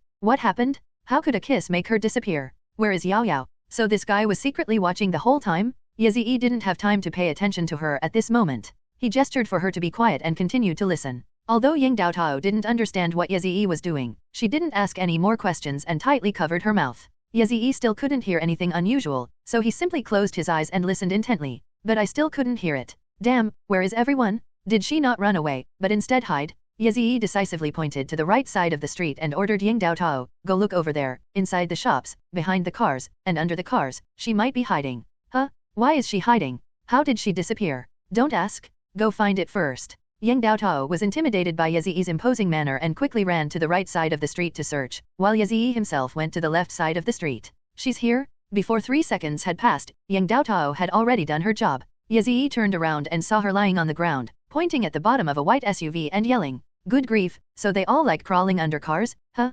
Yezi's lips curled into a sinister smile. This woman dared to steal his skills, she was really asking for trouble? He ran over and bent down, and saw Yao Xiang lying under the car, clutching his head, trembling all over, looking extremely painful. Hee, does the feeling of mental backlash taste good? Yezi reached in, grabbed her arm, and dragged her out. Seeing that she had been discovered, she could no longer hold back her painful groans, crying out, "Ugh, it hurts so much." She couldn't even stand up, her hands gripping her hair tightly, her face contorted in pain. Yezi had no mercy for this kind of person. He simply grabbed her hair and dragged her along the ground, leaving Yang Daotao stunned. However, this seemed to be a relief for Yao Xiang. The pain of her hair being pulled relieved the excruciating pain in her head, and a look of relief inexplicably appeared on her face. Yang Daotao was even more confused. She was genuinely confused and ran over to ask Yezi what was going on. Yezi sighed and said, "It's not that I don't want to tell you, it's just that this involves my biggest secret. You're just an ordinary person, I hope you won't ask too many questions." Yang Daotao frowned, looking displeased. "Hey, I'm telling you, this is wrong of you, Yezi.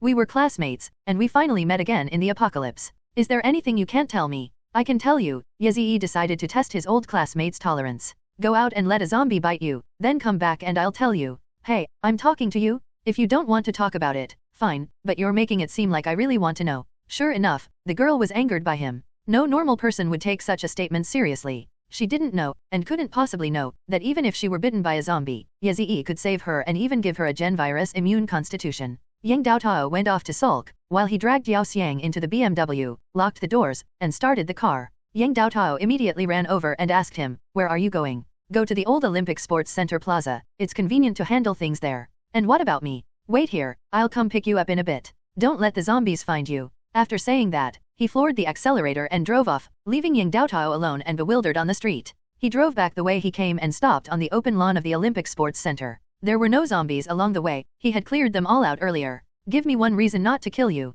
Yazii looked at the back seat. Yao Xiang's headache seemed to have gotten better, but her body was still trembling slightly. Her eyes were bloodshot as she stared into Yazii's eyes. "You can't bear to kill me." Yazii chuckled, drew the cleaver from his waist and pressed it against her chest, squinting at her. Yao Xiang initially seemed certain that Yazii wouldn't dare to touch her, but looking into his eyes, her confidence slowly melted away. That was an extremely serious look in his eyes, a real killing intent, a murderous intent surging within him. She gradually realized that Yazii wasn't joking, he really would kill her. "Let me tell you a secret, I killed my ex-girlfriend." Yazii's voice, like that of a bloodthirsty demon, echoed in Yao Xiang's ears. The sharp blade gleamed with a merciless cold light, already cutting through the skin of her chest, from which a trickle of blood flowed. She couldn't help but swallow hard. She was frightened and begged for mercy. Wait a minute. I'll tell you everything, please don't kill me, please don't kill me." Yazii sneered, and without sheathing his sword, ordered her, "Give me back my skills first." This skill. Yazii's eyes widened.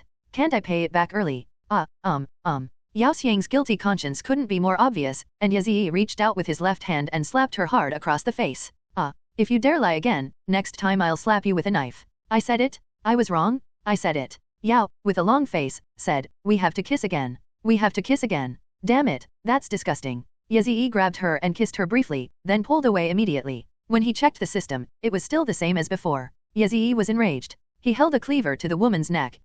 Are you ashamed to admit you want to die?" Yao cried out in protest. No, it's not that. It was too short. The time was too short. I didn't even have time to activate my skill, brother. Yazii frowned. That kiss was indeed a bit too short. But he wouldn't take the blame, and just said unhappily, "What are you calling me brother? Who is your brother?" Yes, I'm sorry, I'm so sorry." Yao wanted to apologize repeatedly, feeling extremely terrified. Yazii was too lazy to threaten her anymore, so he pulled her pretty face over and kissed her again. This time it wasn't a quick break, but rather like that passionate 20-second kiss before, a really intense one. But he really couldn't understand Yao Xiang. Why was she kissing him so passionately, almost to the point of being desperate, and so proactively? What the hell? Is this woman out of her mind? A masochist? Stockholm Syndrome? After the kiss ended, Yazii checked the system notification. Theft in progress, recovery countdown, 71 hours 50 minutes and 19 seconds. Why are there 48 hours left? Did they steal from him again? No, it was twice. Grass percent, and asterisk? Holy shit. Yazii was furious. This Yao Xiang was simply a fox defecating on a tiger's head. He was asking for trouble. He opened the car door, dragged the woman out, and gave her a brutal beating. She screamed in agony as she tried to escape using time rewind, briefly disappearing from Yazii's sight. He dragged her out from under the car and gave her another beating, leaving her bruised and swollen.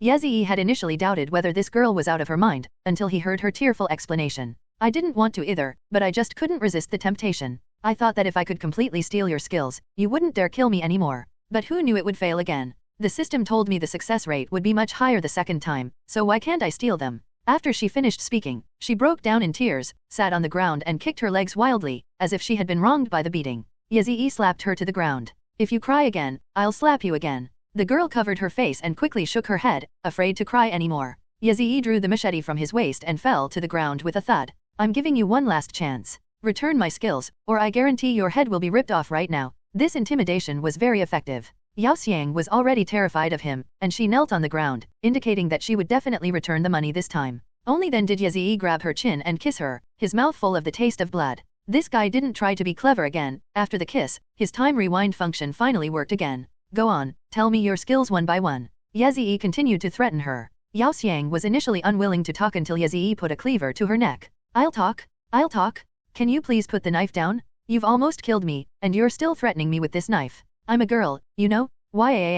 Don't cry. I've never considered you a woman. You're just a thief, and the worst kind at that." Yazii couldn't help but kick her again. "Hurry up and confess, besides stealing skills, what other awakened skills do you have?" Yao Xiang prostrated herself on the ground, kowtowing repeatedly and begging for mercy, crying out, "I really have nothing left. Just one additional skill that senses special awakened individuals, and that's it. I have to complete the system's mission first. Yezi's eyes flashed. What task did the system give you? Level up to level 10. Yao wanted to cry, she truly dared not lie anymore. Yezi nodded and asked, what kind of special awakened individuals are you referring to? Huh. She seemed quite surprised. It's people like us. I'm the thief, you're the chosen one, we're the special awakeners. Thief. That's a truly fitting title. Yezi then asked her, how did you suddenly become so beautiful? Huh? It's because of the talent I chose, called ethereal beauty and allure. Ethereal beauty and captivating charm? Yezi slapped her across the face. Ouch. Wah, it hurts so much. What talent could you possibly have chosen? This one's so annoying.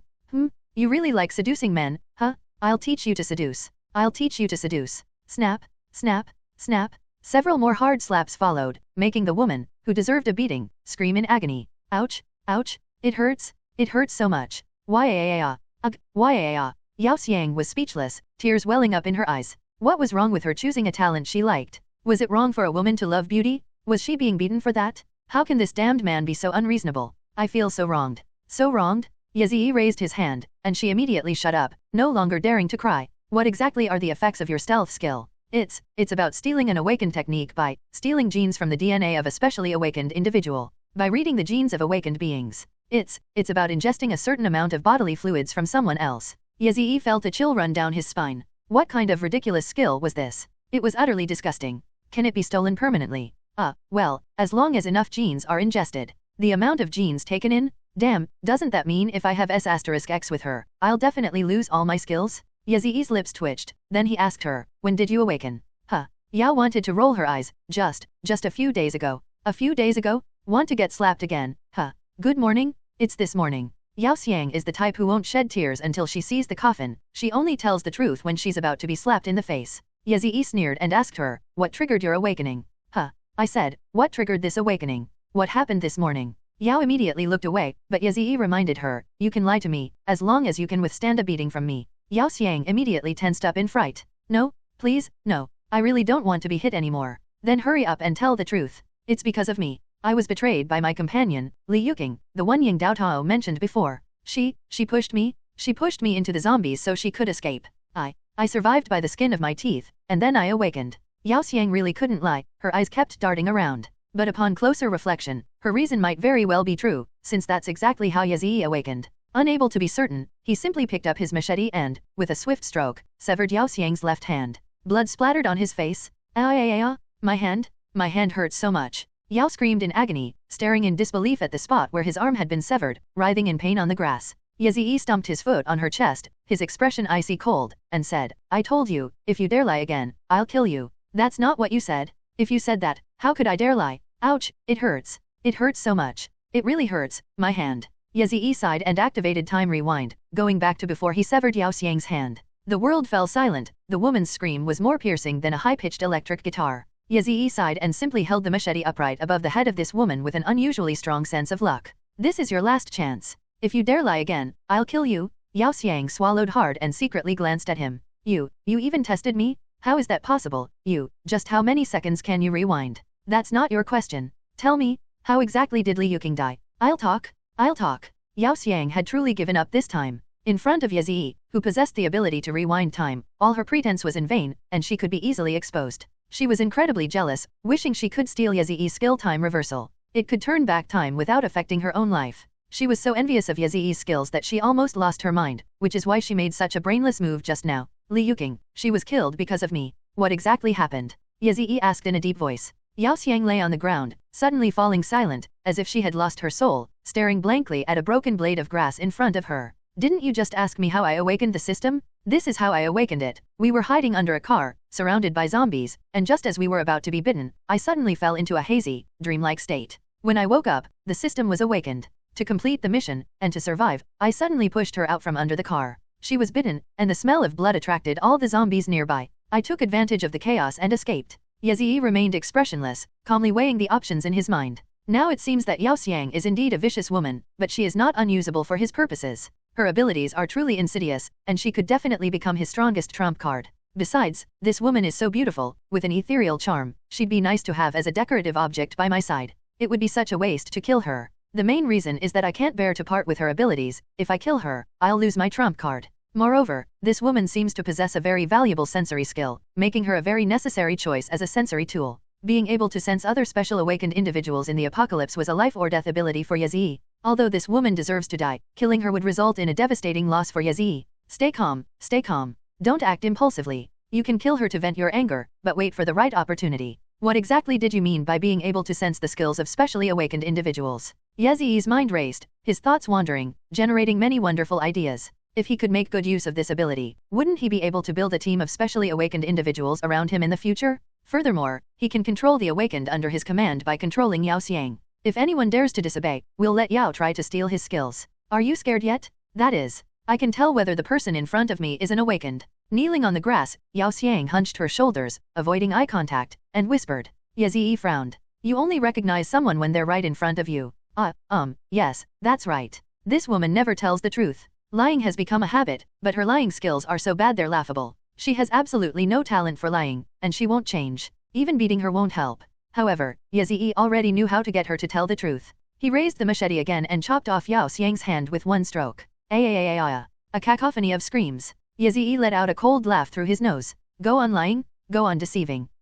I'll tell you, I can sense special awakened individuals within 100 meters. My hand.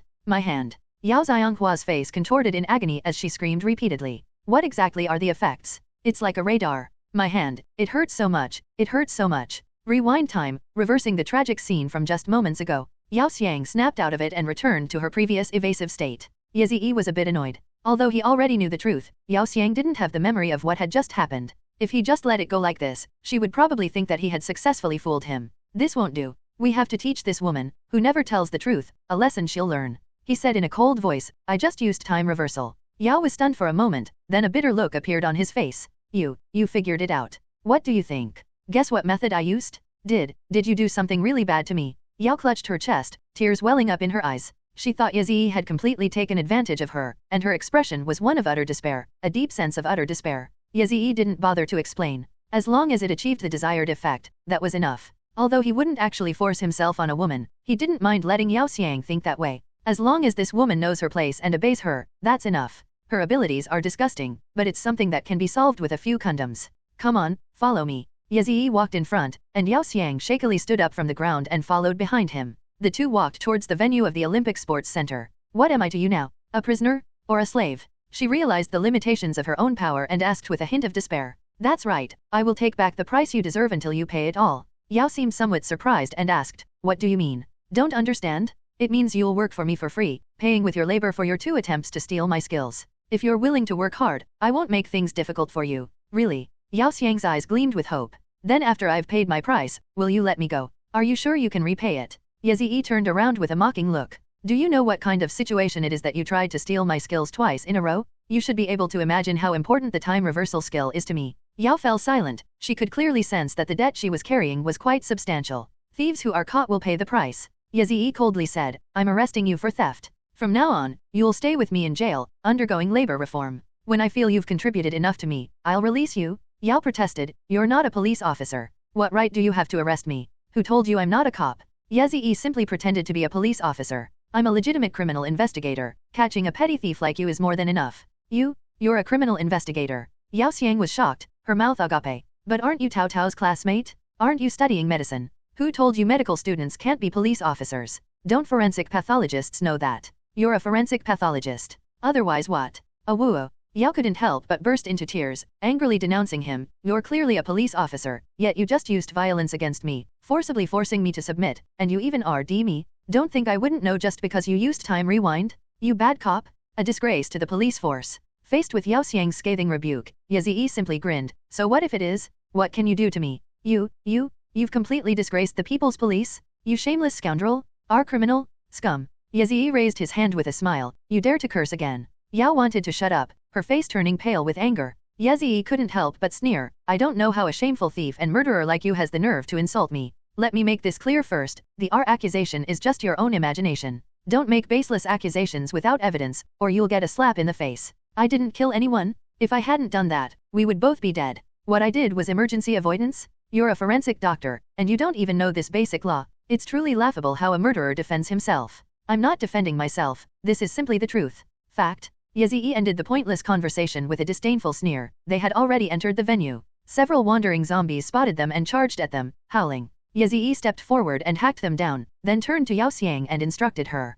Report to me immediately upon discovering any individuals with special awakenings. The woman nodded reluctantly. Yazii coldly reminded her, I won't give you any more chances. If you lie to me again, or try any tricks, I'll chop off your head. If you try to escape, I'll hunt you down to the ends of the earth. Yao wanted to glare at him, but this woman didn't even hide her hatred, which made Yazii want to laugh. But now that the stick has been used up, it's time to offer a carrot. Of course, there are benefits to following me. I'll take care of your safety, you'll be safe and sound with me, and you'll have plenty of food and drink. If you can improve my mood, I might even give you some other benefits. Yao frowned. Benefits? Like this one. Yazii took out 3 crystal cores from his backpack. Yao Xiang is still an ordinary person with very poor attributes. It wouldn't hurt to hold him back and give him some proper training. Call me sir, and I'll give you this. What is this? It's all grayish-brown. What would I do with this? Yao Xiang frowned deeply. She had never seen a crystal core before. Yazii's words made her eyes light up. This is something that will allow you to level up. What? Without a second thought, the shameless woman called him sir. Yazii rolled his eyes and tossed 3 crystal cores to her. Yao Xiang accepted it as if it were a priceless treasure, muttering to himself, so this is the thing that can upgrade. She then looked completely bewildered. But how do I use it? Hold it in your palm, extend your consciousness over it, and silently recite absorb. Oh. Yao Xiang quickly succeeded in his attempt, absorbing 3 crystal cores and awakening as a mutant. Wow, that's amazing. I've leveled up. I'm a level 1 mutant now. Her face lit up with barely concealed excitement. She practically wanted to dance with joy. Yazii interrupted her expressionlessly. Don't be so happy yet. Has the detection range of your sensing skill increased? Huh? I don't know. If you don't know, why don't you try it now? Yao closed her eyes, gently shook her head, and said, I can't figure it out. Yazii didn't bother to count on her anymore and headed deeper into the venue. She followed behind with small, quick steps, her tone ingratiating. My lord, where did you get these crystal cores from? Inside the zombie's head. Yazii didn't hide anything. Yao Xiang simply didn't have the ability to kill zombies on his own, so it didn't matter if he told him. So that's how it happened. Then, about those zombies you just killed, you know them? No. This woman wants to get something for free, how could he possibly agree? Follow me obediently, and if you behave well, I'll reward you with crystal cores. But if you dare to secretly take what belongs to me, I'll cut off your hands. Yao Xiang muttered a complaint under her breath, you're so stingy, and the fawning expression on her pretty face instantly vanished. Yazii ignored her and continued walking into the venue. He had previously guessed that there might be a group of survivors inside, but now it seemed that there wasn't. Along the way, the dried bloodstains on the ground and the zombies that occasionally rushed out from the rooms on both sides told him that there were no survivors gathered here. Yazii was almost certain that no one was there, but as he walked, he suddenly heard faint voices and stopped in surprise.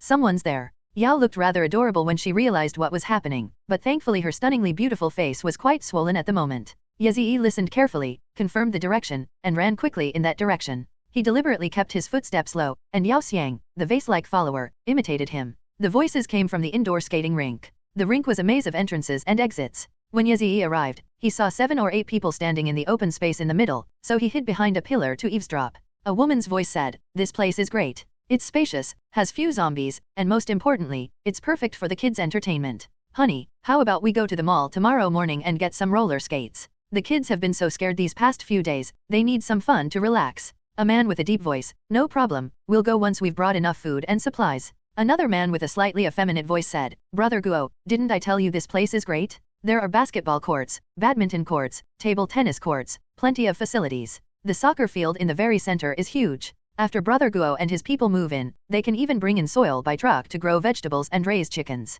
That's a good idea, I guess they have the same thought. Hehe, right? This place is so big, it's more than enough for all 50 of you. We can even take in more survivors, and then we can all build a new home here together. Sister-in-law, you think so too, right? With more survivors, we can all look after each other, and the children can make more friends. Yes, that's a good idea, but it's better to hold off on recruiting other survivors. I'm worried that rushing things might bring in bad guys too. This sounds like they're selling houses, Yao whispered, leaning closer. It reminds me of when I'm working. Is this woman forgiving or just incredibly forgetful? She was beaten so badly by him just now, and now she's talking to him so close up. Yazii was unaware that Yao Xiang actually felt extremely guilty about killing her colleague. She didn't blame Yazii at all, on the contrary, she was somewhat grateful. The beating she had just received made her feel much better. Although she was forced to kill someone, she had already received severe punishment, and the matter was now over, she could finally let it go. However, Yazii had no idea what she was thinking. He thought she was magnanimous, forgiving, and reasonable, and his opinion of her rose considerably. At this moment, the deep male voice spoke again. We've looked around enough, let's head back now. Don't worry, Xiao Song, I won't shortchange you on the crystal cores I promised. Hey, why are you saying this, Brother Guo? We're already so happy that you guys moved in. All 5 of us brothers are single, and we're all looking forward to meeting the ladies on Brother Guo's side soon. Don't tell me that, I can't make that decision. Then came a peaceful burst of laughter from the man. Sister-in-law, our happiness depends entirely on you. Yes, sister-in-law, you absolutely have to introduce me to someone. That's right, the brothers are all counting on their sister-in-law. The woman chuckled a few times and said, I can't make that decision either, but you're all quite talented. Finding a girlfriend among our sisters shouldn't be difficult. But I'm warning you, no force, no juggling multiple relationships. If you're going to date, date properly. Life's tough for everyone in this apocalypse. Yes, sister-in-law is right. It's not easy for anyone, it's not easy for anyone. The group walked and talked, their voices gradually fading away as they exited through another exit. Yazii didn't rush to show himself. This place was clearly not yet occupied by a large number of survivors, but it would be soon, as at least some people had already gotten there first. After all, it's such a nice place. Yao leaned lazily against a pillar, gazing up at the skylight at a 45-degree angle, and remarked with a knowing look, living here seems pretty good. I could find a boyfriend, settle down, and have someone to rely on. Yazii didn't take her words seriously, it was clearly nonsense. She possessed a divine skill that allowed her to steal the abilities of special awakened individuals. Would she be content to spend her time searching the world for special awakened individuals to steal their skills? Moreover, with her alluring and seductive appearance, she couldn't possibly stay in any settlement for long, she would definitely become the source of internal strife. As the saying goes, beauty is a curse, the mighty Yangtze River flows eastward, washing away the past. The 2 Chiao sisters are locked away in the Bronze Sparrow Palace, even heroes cannot resist the charms of beautiful women. She will become the object of heroes' willingness to risk their lives for. Just as Yazii was pondering his next move, he suddenly heard footsteps again. A very distinctive sound of footsteps. No, it was less like footsteps and more like the footsteps of a devil, each step like claws scraping against the ground. Sizzling sound. He peeked out to investigate, and lo and behold, it was a mutated zombie. And not just 1, but 3. Yazii felt nervous and quickly shrank back. Mutated zombies are quite powerful. With Yao Xiang, a mere decorative figure, by his side, Yazii couldn't guarantee her survival once the battle began. Lie. He leaned his back tightly against the pillar, and with an extremely solemn expression, he made a shushing gesture, which made Yao Xiang somewhat stunned. She had never seen Yazii look so serious, and immediately covered her mouth, not daring to make a sound. Yazii slowly peeked out again and saw the backs of 3 mutated zombies. With its broad, fleshy wings, dark skin, and dinosaur-like claws, it's a bat zombie. However, these 3 bat zombies looked taller and stronger than the one he had injured before. They were all muscular, with the physique of Dwayne "The Rock" Johnson, and had devilish goat horns on their heads. Yao, that rascal, saw Yazii sticking his head out to look, and couldn't resist sticking her head out of curiosity as well. As a result, because it was the first time she had seen a mutated zombie, she was so frightened that she let out a soft scream. Roar. She quickly covered her mouth, but it was too late. The 3 mutated zombies turned around and let out a terrifying roar. Roar? There are living people over there. Roar? Kill the man, leave the woman alive. Yazii was so shocked his jaw almost dropped to the floor, they could actually talk. 3 mutated zombies flapped their wings and charged towards him with tremendous force, like a high-speed train rushing towards him, giving him an unstoppable and powerful sense of oppression. The key point is that their speed is also astonishing. Yazii could only see 3 afterimages before the pillar in front of him was smashed and broken. Rumble? A deafening explosion rang in his ears. Yazii paused time at the last second, only to find that his neck was only 10 centimeters away from the zombie's sharp claws. It was extremely dangerous. Half a second later, his neck would probably have been slashed open. However, they don't bite with their mouths, but instead use huge, sharp claws as weapons, proving themselves to be intelligent mutant species. This is terrifying. Zombies actually possess intelligence. Yazii, without time to marvel and ponder, immediately began to rewind time. He noticed that the woman Yao Xiang over there hadn't been killed by the zombies, but was instead being held under the arm of a bat-like zombie, as if it were about to abduct her.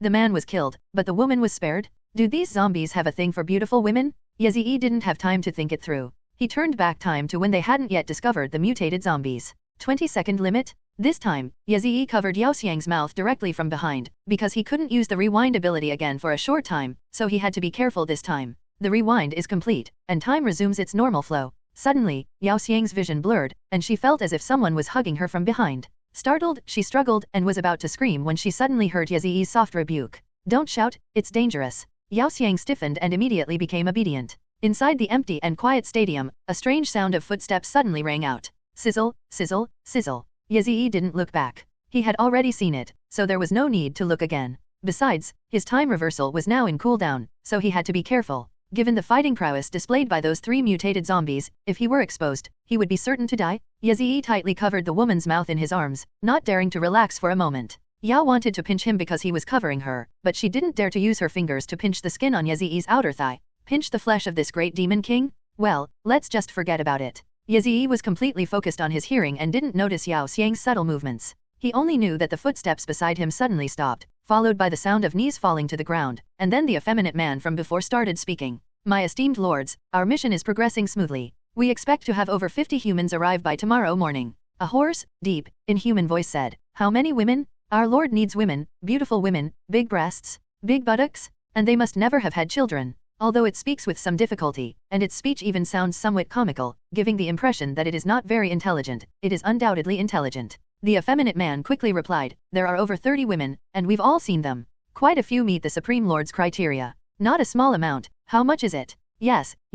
You tell me. This time it wasn't a sissy speaking. A man said tremblingly, it's one. One is considered a lot. Are you looking for death? My lord, I was wrong. My lord, have mercy. How dare you fool us? Die.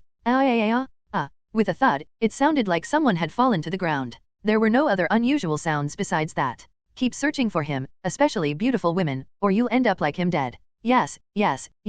Several men let out sounds of utter trembling. Then came the sound of wings flapping and a violent gust of wind. A cloud of dust rose from the ice rink. The mutated zombie seemed to have flown away. The effeminate man coughed a few times and said, see, this is, cough, the consequence of the shield not working. Big brother, what's next? We have no choice but to keep searching. We need to lure the survivors in to feed these mutated zombies. What are you waiting for? Let's go. But, the wooden corpse. His body will be disposed of by zombies later. The sound of footsteps faded into the distance, as if the group had left. Yazii waited a while longer, making sure that the cooldown of his time reversal had finished, before releasing his hand from Yao Xiang's mouth and peeking out from behind the pillar. The person had indeed left. Oh my god, what just happened? Ignoring the astonishment of the woman behind him, he strode over to the man and examined his body. He'd had a question for a while. He hadn't heard a sound, nothing like claws stabbing into flesh or tearing it open. How did he die? Looking back now, Yazii still feels lost. There were no signs of external injury on the body. The person seemed to have simply fallen asleep. Patting his face and slapping him a few times yielded no reaction. I checked for breath and heartbeat. Damn it, he's really dead. Strange, how did he die? Yao wanted to voice Yazii's doubts, but she was clearly more concerned about other things. Did you hear that sound just now? What kind of creature was making that sound? And who were those men calling my lord? It's a mutated zombie, Yazii said solemnly. Mutant zombies. Yes, it seems that some zombies have already mutated to possess human-like intelligence. They know how to enslave humans and make them do things for them. Moreover, they have an even more powerful supreme ruler. My god, this. Yao Xiang covered her mouth in shock. Yazii finally confirmed that there were no fatal external wounds on the man's body. He got up and walked back the way they came. This place is not safe to stay any longer. Let's leave quickly. Okay, sure. As Yazii walked, he pondered the cause of the man's death, but as expected, he still couldn't figure it out. How exactly did that guy die? The cause of death is unknown. All Yazii knows is that he was killed by those mutated zombies. They carefully made their way out of the stadium without being discovered. When they got back to the car, Yao Xiang had already learned what had happened from Yazii and was still shaken, clutching her chest. Thank goodness you had time to rewind, otherwise I would be dead this time. Thank you, Yazii. You should thank yourself for having a skill that allows you to sense those who have awakened special abilities. Yazii started the car and drove back. He decided to stay away from this stadium in the future, and at least until he successfully broke through to level 20, he should not come here. The mutated zombies here are not something he can afford to mess with. Even if he could rewind time, he could only barely save his life. As for that group from before, sorry, he didn't have time to specifically warn them. He wouldn't do something so thankless and exhausting, even if those people were doomed if he didn't go, even if he was the only one who could save them. But what does that have to do with him? He doesn't know those people at all. Who says that just because he's the only one who can save some people, he has to go and save them? This kind of moral blackmail should get him as far away as possible. But I still want to thank you.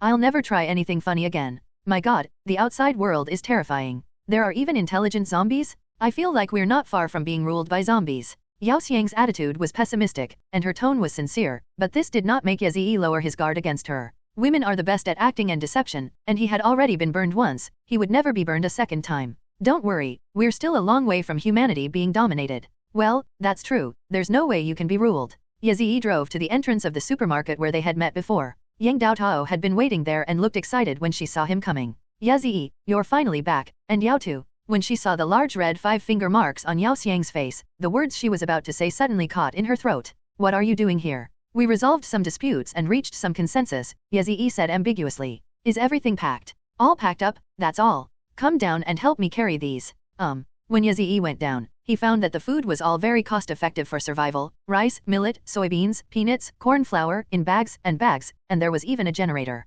He had no idea where she had found it. She carried about the maximum capacity of a BMW. Yang Daotao, you're a master of post-apocalyptic survival? You even found a generator for yourself. Hehe, it was from the supermarket's refrigerated section, I just grabbed it. Yang Daotao, having completely forgotten her previous dissatisfaction with Yazii, was now laughing heartily. Yazii chuckled self-deprecatingly. Compared to you, all that milk, beer, and snacks I packed before was such a waste of space. Should I take them out? No need, just leave it like this. These things are fine. Yazii grinned, his hands busy as he helped her load everything into the car. After he finished, not only could the trunk not be closed, but the back seat was also completely too small for anyone to fit. Oh, this. Yang Daotao was a little dumbfounded. Yazii opened the passenger door and gave her a casual wink. You and Yao want to squeeze into the passenger seat. Okay, fine. After awkwardly squeezing into Yao Xiang's seat, Yang Daotao was somewhat surprised. She was practically sitting on Yao Xiang's lap. If it were the old Yao Xiang, she would definitely have complained a bit, but she didn't utter a single word.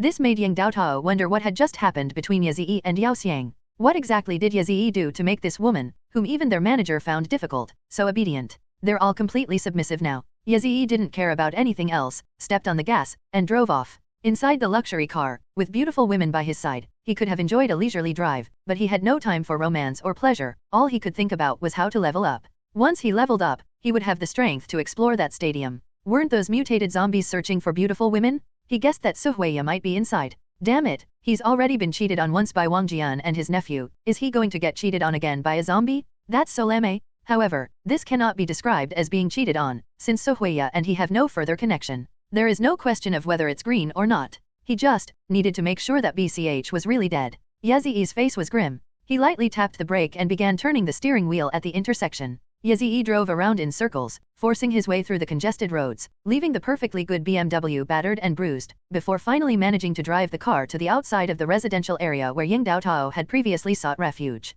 Let's stop here. We really can't get any further ahead. The road outside the residential area was completely congested with cars, leaving Yang Daotao utterly dumbfounded. But it's still more than 100 meters away from the apartment buildings inside the complex. Yazii said helplessly, there's no other way. Do you expect me to drive the car like it's flying? So much stuff. Why are you looking at me like that? I'm not helping you. At most, I'll help you unload the goods. Yazii then gestured towards the window, which was being pounded on by the arm. While you're at it, clear out the zombies around here for you. Yang Daotao, with a long face, could only nod, then I'll leave it to you. The car was completely surrounded by zombies, the doors couldn't be opened. Yazii opened the sunroof, went out from the top to lure the zombies away, and then drew his knife to clear them out. Watching Yazii outside effortlessly dispatching zombies with ease, Yang Daotao couldn't help but exclaim enviously, that's amazing. Boys are so strong and agile. So cool. Yao, standing nearby, muttered, this is clearly no longer a matter of physical differences between men and women. His strength attribute is just too high. Attributes? That makes sense. I'd guess he has 10 points of strength, right? I only have 3. I also have 3 points. Actually, Yao Xiang has 4 points. She just leveled up and gained 1 point. But I estimate his strength is definitely more than 10 points. It might be 20. She wasn't exaggerating. She genuinely believed Yazii had that much strength. Huh? How could there be so many? Because he's of a higher rank. Level. Yao Xiang sighed and, in the tone of a senior, explained that ordinary people could mutate and level up. This shocked Yang Daotao. It was the first time she had ever heard of such a thing. Before, she, Yao Xiang, and Li Yuqing had always been shut in survivors, and she didn't even know what use the system was after it was awakened. They had considered that fighting zombies might give them experience and help them level up, but after painstakingly killing one zombie, they found that it didn't work. Disheartened, they decided to give up the risk. If they had just opened the zombie's head and looked inside, things would have been different. So, these zombies all have those crystal cores in their heads. Yang Daotao's eyes gleamed as she looked at the piles of zombie heads outside. As a medical student, she wouldn't hesitate to take out someone's brain if it meant leveling up and becoming stronger. I think you'd better extract and absorb the crystal cores from these heads before moving those things. I will. Yang Daotao couldn't hide her excitement, but then she immediately realized what she had just said. What did you just say? Me? Not us. Yao Xiang rested his chin on the back of his hand and said sadly, I can't use these crystal cores. Huh? Why? Because Yazii wouldn't allow it. Why wouldn't he let me? He seems to kill zombies pretty easily. He can collect as many of these crystal cores as he wants, right? Yao sighed, offering no explanation. Yang Daotao pressed her for details, but Yao Xiang wouldn't say. She pressed her again, but Yao Xiang still wouldn't say. No matter how much she pressed, Yao Xiang wouldn't say. She couldn't say it. She didn't dare admit to Yang Daotao that she was the one who killed Li Yuqing, nor did she want to reveal that she was a special awakened person. However, it's still possible to talk about the fact that Ye Ziyi took her in for labor reform. Yang Daotao was very dissatisfied with this. She couldn't accept that Yao Xiang was hiding things from her. In her opinion, Ye Ziyi was someone she had introduced to Yao Xiang, but now that Yao Xiang had latched onto Ye Ziyi, she was still hiding things from her. It was too disrespectful of her to treat her as a best friend. She didn't believe any of those claims about labor reform, migrant worker, or tool. She only wanted to believe that Yao Xiang and Ye Ziyi were already together. From the few words Yao Xiang inadvertently let slip, she, relying on her woman's intuition, was 100% certain that they had even already had a relationship. You can't blame Yao for letting it slip, because she was certain that Ye Ziyi had taken advantage of her, even though it happened in another time and space that she knew nothing about. The best friends had a falling out, and they had a huge fight because of it. When Ye Ziyi returned after defeating the zombies, he saw them arguing and asked in confusion, "What are you arguing about?" "Nothing." The two immediately shut up. Ye Ziyi shrugged and began unloading the cargo from the BMW. But as he unloaded the car, he found it too troublesome, so he simply threw the car keys to Yang Daotao and searched for them again among the headless corpses on the ground. He quickly found an SUV and drove it out. Yao Xiang silently opened the door, got out, and walked over to sit in the passenger seat, making Yang Daotao grit her teeth in hatred. Ye Ziyi stuck his head out of the car window. "Then I'll be going now. These zombies have upgrade cores inside their heads. You can absorb them by holding them in your palm and silently chanting. Take them out and use them yourself. Consider it a parting gift from your old classmate. Until we meet again." Ye Ziyi, wait a minute. Yang Daotao wanted to ask Ye Ziyi if she could go with him, but seeing Yao Xiang's face, she became furious and fiercely changed her words. "Goodbye." Ye Ziyi was somewhat bewildered, not knowing why he had been scolded. He could only sigh inwardly, women's hearts are unfathomable, and then, with a pout, he stepped on the gas and drove off. Ye Ziyi drove along the same route he had taken before and parked his car in front of a hotel at random. He simply wanted to find a place to sleep, eat something, and recharge so he could go out at night to kill mutated zombies and level up. Unexpectedly, as soon as the car stopped in front of the hotel, Yao Xiang, who was in the passenger seat, suddenly stiffened up, put her hands between her tightly pressed legs, and turned her face to the window, looking very nervous. Ye Ziyi pressed the parking brake, knowing she had misunderstood, but he didn't want to explain. Let this pretty woman misunderstand however she wants. He couldn't be bothered with it, nor could he care. He still needed to figure out how to level up, and the route back to the hospital. Lu Mengying was still waiting for him there. He had to pick up this top female employee, and he also had to repay Dr. Jia the 30 crystal cores he owed. These are all serious matters. You wait in the car, I'll go to the hotel to find a room and get some sleep. He opened the car door after he finished speaking, and Yao Xiang turned around with a surprised look on her face. "You don't want me to come up with you?" Ye Ziyi chuckled and got out of the car. She quickly added, "Aren't you afraid I'll run away?" "Run? If you're not afraid of being hunted down, then run." Ye Ziyi closed the car door, didn't even press the key to lock the car, and went straight upstairs to the hotel. Yao waited in the car for a while, looking thoughtful, then took out paper and pen from her small bag and started making notes. Thinking notes. The most urgent task, gain the Great Demon King's trust, secretly level up to level 10, become an elemental awakener, and escape the Great Demon King's clutches. It turns out she has a habit of taking notes and even calls Ye Ziyi the Great Demon King. Yao wanted to continue taking notes, writing down her delicate handwriting in her notebook. The Great Demon King's core skill, time reversal, you absolutely must resist the urge to steal again. The most important thing to note is, when collecting the Great Demon King's genes, saliva won't work because the concentration is too low. The best material is the condom he used, as that has the highest gene concentration. Seal it and store it for future use. Things that need to be clarified, the Demon King's personality traits, what the Demon King wants to do, and what his current goal is. Currently, the only confirmed information is about some of the Demon King's personality traits: ruthless, introverted, and lecherous, calm and suspicious, brutal, and decisive. I don't think any of that matters. What I'm supposed to do is deal with this despicable Demon King. How am I, a weak woman, supposed to cope? Yao covered his forehead, his brow furrowed in deep thought. Beep beep beep, beep beep beep. Ye Ziyi was woken up by his alarm clock, got out of bed, and washed his face with mineral water. It's a little past 5 p.m. now, and there are still 2 hours until it gets dark. He ate something filling, packed his bag, and went downstairs. He was slightly taken aback when he saw that the passenger seat of the SUV was empty. Holy crap, they really got away? Very well, I hope you run far away and don't run into me, otherwise, die. Ye Ziyi walked past the car with a gloomy expression. Suddenly, he saw the passenger seat reclined completely through the windshield. It turned out that Yao Xiang had reclined the backrest and was sleeping. Ye Ziyi chuckled, opened the car door, and got into the driver's seat. The woman next to him was awakened by the noise of him opening the door. Still half asleep, she lazily asked Ye Ziyi what time it was. 5 o'clock. Several hours later, the red marks on Yao Xiang's face had disappeared, and her bruised and swollen appearance was gone, replaced by her previous stunningly beautiful face. One glance could topple a nation, a second glance could topple a city. Yaziyi finally understood what that sentence meant. In terms of beauty alone, this woman was absolutely the most exquisite woman in the world. Besides her beauty, her figure was also unparalleled. Her skin was so smooth it seemed to break at a touch, her curves were stunning, her neck and waist were slender, and her arms and legs were exquisitely sculpted. Even a simple stretching motion was enough to make Yaziyi's heart flutter. She truly possesses an ethereal beauty and captivating charm. Get up, I need to drive. Oh. He started the car and drove towards the hospital. Where are we going? Yao asked, yawning. The third affiliated hospital. What are you going to the third affiliated hospital for? Get things done. Perhaps sensing that Yaziyi didn't want to say another word, Yao Xiang immediately shut her mouth. Because of the detour, it took Yaziyi more than half an hour to reach the main street outside the hospital, which was slower than running and also attracted zombies. Traffic is practically paralyzed right now. It's okay on slightly off the beaten path roads, but main roads like the ones near hospitals are completely jammed, with cars blocking the sidewalks. If Yaziyi hadn't been with Yao Xiang, he would have definitely gotten out of the car and gone for a run by himself. He parked the car, climbed out through the sunroof, pulled out a machete to clear out the mindless zombies that were chasing him, and collected the crystal cores he had promised to give to Dr. Jia. Then he took Yao Xiang back to the hospital. Yao Xiang followed behind him, watching him navigate the route with practiced ease, her eyes darting around. He went to the outpatient building first. It was no different from yesterday, except that a small trap had been set at the entrance to the corridor leading to the consultation rooms. It was a simple trap. An empty glass bottle was tied with tape and suspended in midair. No one with a brain would fall for it. This was clearly meant to protect against zombies. Yaziyi took it off, went into the corridor, and knocked on the door of the examination room.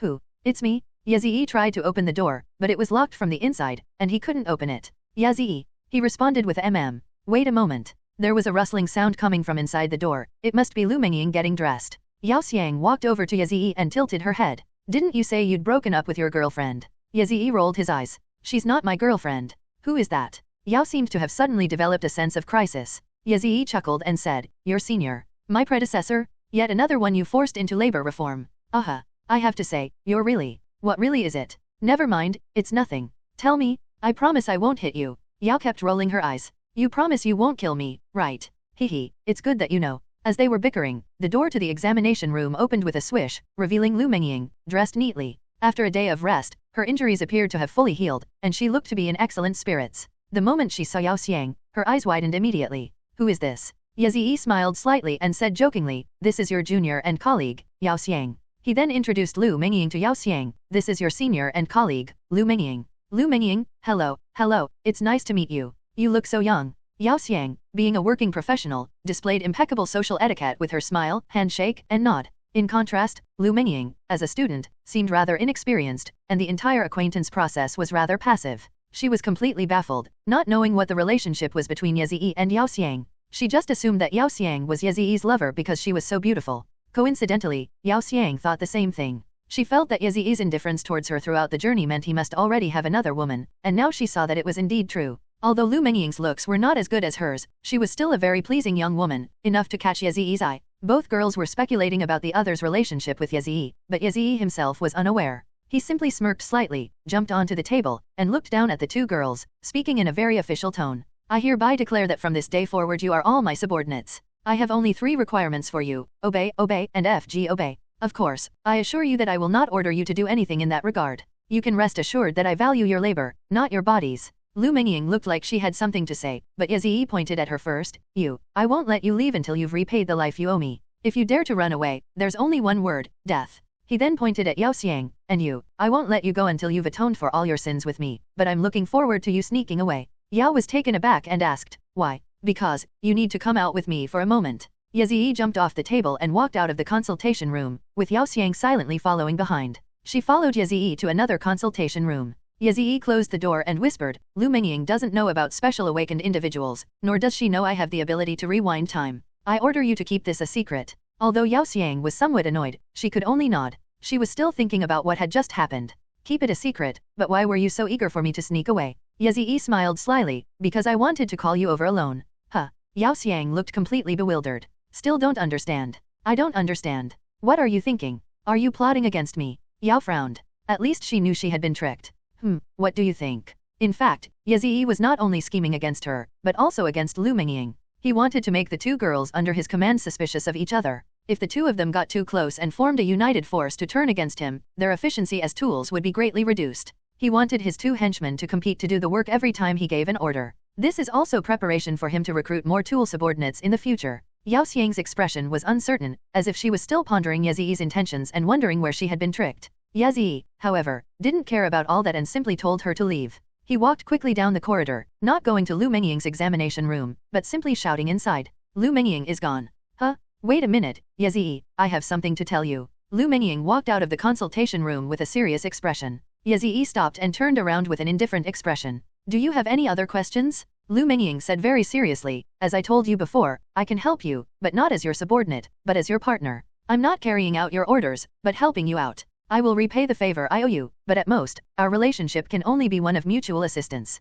Looking at her, Yezi was momentarily dazed, thinking he had returned to high school and was talking to the class beauty. That girl is very similar to Lu Mengying. They are both youthful and beautiful, and both have self-respect and value dignity above all else, and cannot tolerate the slightest offense from others. Even the same single ponytail, side-swept bangs, and long sideburns, this hairstyle seems to be the standard for the class beauty. The more Yezi looked, the more it seemed like her, which reminded him even more of her from high school. That girl was the first person Yezi truly liked in his life. However, his youthful romance ended without fruition. He was too ordinary and too insecure back then, and it was a painful memory. For 3 years, he only harbored a secret crush on that girl. I wonder how she's doing now? My high school classmates group chat is practically dead, not a single person has spoken in years. Yezi shook his head. What's wrong with him? Has he forgotten the pain already? Suhuya might not even be dead yet. Alright, with you, helping each other out is no big problem. Yezi was truly helpless with Lu Mengying, so he sighed and gave in, which surprised Yao Xiang, who was standing next to him. That's it?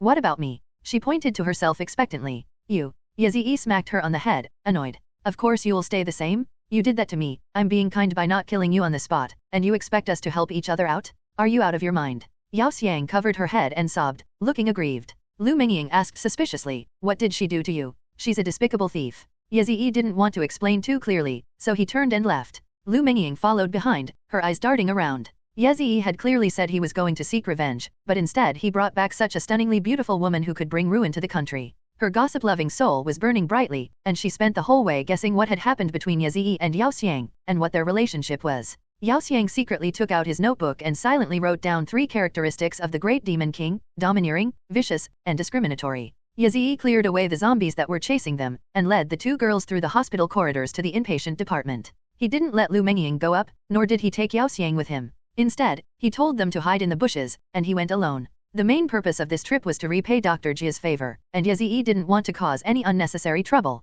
Watching Yezi enter the hospital building, Yao Xiang suddenly asked Lu Mengying, Lu, Yezi said you owe him a huge favor, what is it? Lu Mengying had been instructed by Yezi not to tell anyone about his immune system, so she replied apologetically, I'm sorry, I can't say about that. Yao squinted, guessing it must be related to her immune system, because she had just noticed zombie bite marks on Lu Mengying's forearm. Lu Mengying must have been bitten by a zombie and then rescued by Yezi, which is why she agreed to follow him. This wasn't hard to guess. Yao Xiang actually had a secret she hadn't revealed. She had already analyzed all of Yezi's skills based on their previous kiss. Dark vision, and viral immunity? She knew both of these skills, and she already had an immune system to them. Yes, she stole them from Yezi. As for the passive skill, even Yezi couldn't detect the slightest clue, because Yezi wouldn't lose the effect of the passive skill. Yao Xiang did this because her abilities only allowed her to steal one skill. Since she failed twice in her attempts to steal time reversal, she gritted her teeth and stole Yezi's immune constitution when she finally returned the time reversal. This means she can't steal a second skill for the time being. She has to wait until she reaches level 10 and completes the system's assigned task.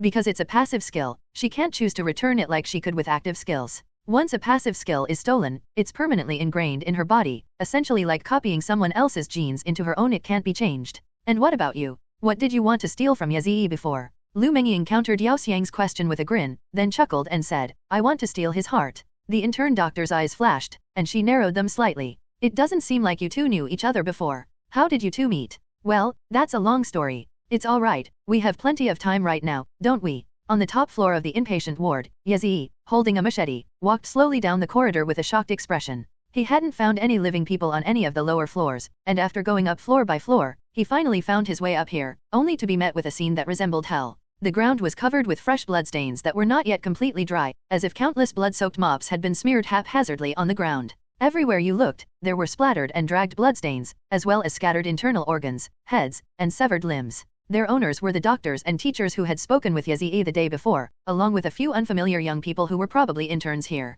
They are all dead. In addition, the extent of the damage to the walls horrified him. Large sections of the ceiling had collapsed, and some of the exterior walls had disappeared entirely. Gusts of wind blew in during the sunset, and Yazii could only hear a whistling sound in his ears. Many of the interior walls had also been reduced to rubble. He saw huge claw marks on many of the collapsed walls. These look like claw marks from some kind of bird or beast, with 4 sharp, steel-like claws, quite terrifying. The terrifying scene made Yazii's heart pound. He didn't forget why he came here, and began to look for Teacher Jia. He quickly found Dr. Jia in a collapsed operating room. He was pinned down by a section of collapsed concrete wall, with only his upper body exposed. Yazii tried his best to move the wall, but he couldn't budge it an inch. It's too heavy. Then he noticed that the steel bars inside the wall had pierced into Teacher Jia's body, and there were traces of blood at the point of penetration. He gritted his teeth and went up to try to wake her. Teacher Jia? Teacher Jia. Just as he was about to check his pulse in the side of his neck, Dr. Jia slowly opened his eyes, saw him, and immediately reached out to push him away. Run. Run.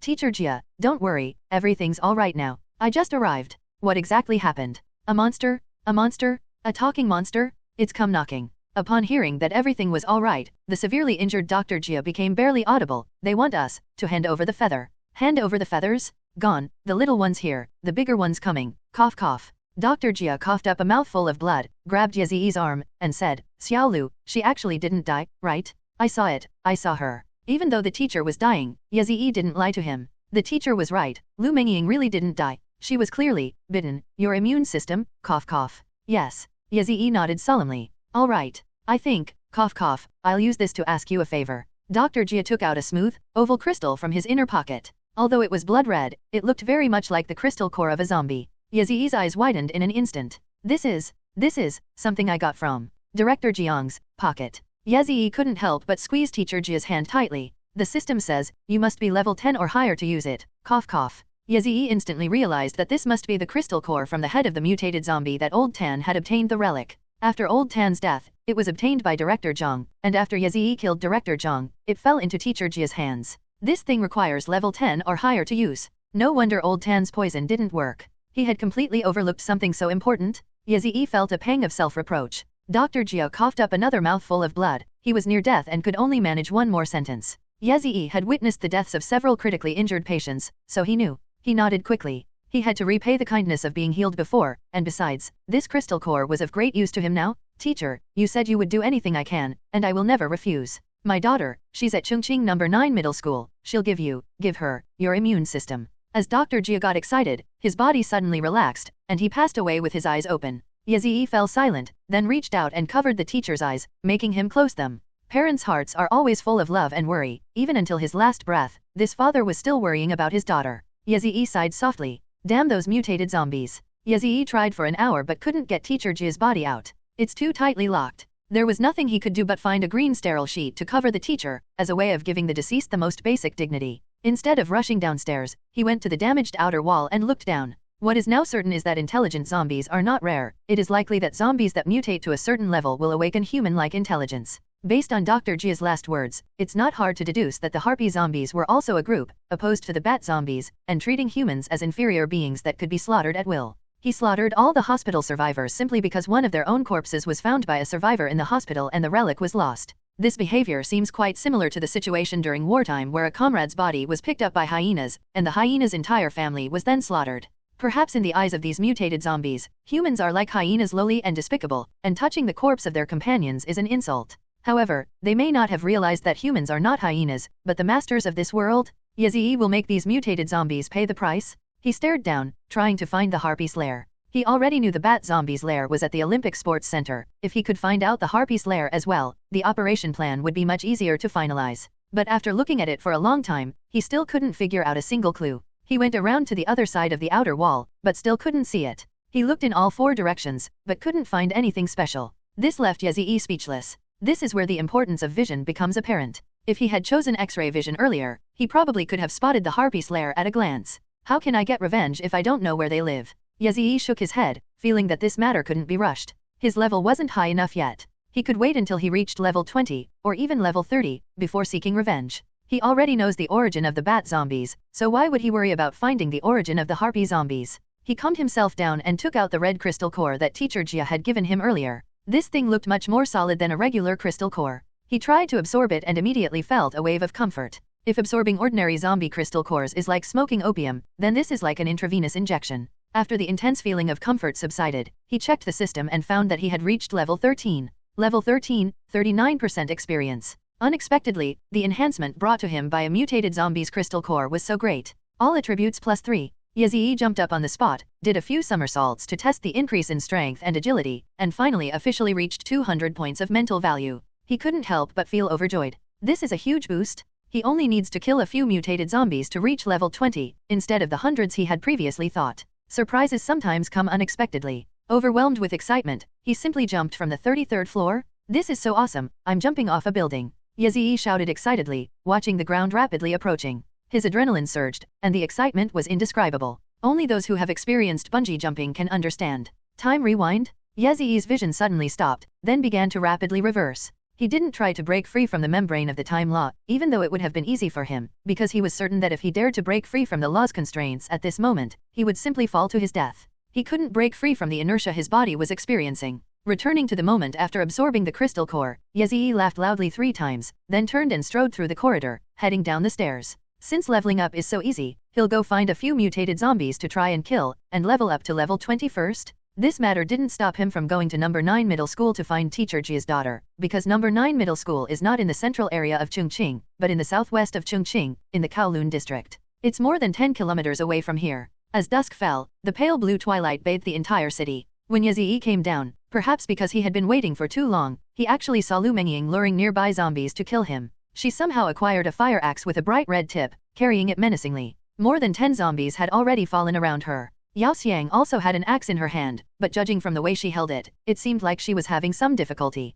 When she saw Yazii's gaze, she subconsciously looked away. Yazii chuckled. This woman was definitely secretly absorbing crystal cores. She looked guilty when she saw him, but he didn't need to worry about it. Yao Xiang's abilities weren't difficult to guard against, as long as he didn't kiss her or do that kind of thing with her. Another thing to be careful about is used condoms, you can't let her pick them up. Why are you killing zombies? Yazii asked with a chuckle. Lu Mengying dragged her axe over, clattering along, and said irritably, "Who told you to take so long to get up there? We've been waiting forever." Yazii had to admit that his trip up there had indeed taken quite a while. An unexpected situation has arisen. What's going on? Lu Mengying frowned. Before you came, I heard quite a commotion on the roof of the inpatient building. What happened up there? My house was ransacked by mutated zombies. Yazii sighed. They're all dead. Not a single one is left. Ah, Lu Mengying was dumbfounded. You can go up and take a look, say goodbye to your friend one last time, and I'll go find my car outside the main gate. I'll wait for you in 10 minutes. After Yazii finished speaking, he walked towards the main gate. Lu Mengying was now almost level 8 and had the ability to deal with zombies on her own, so he had nothing to worry about.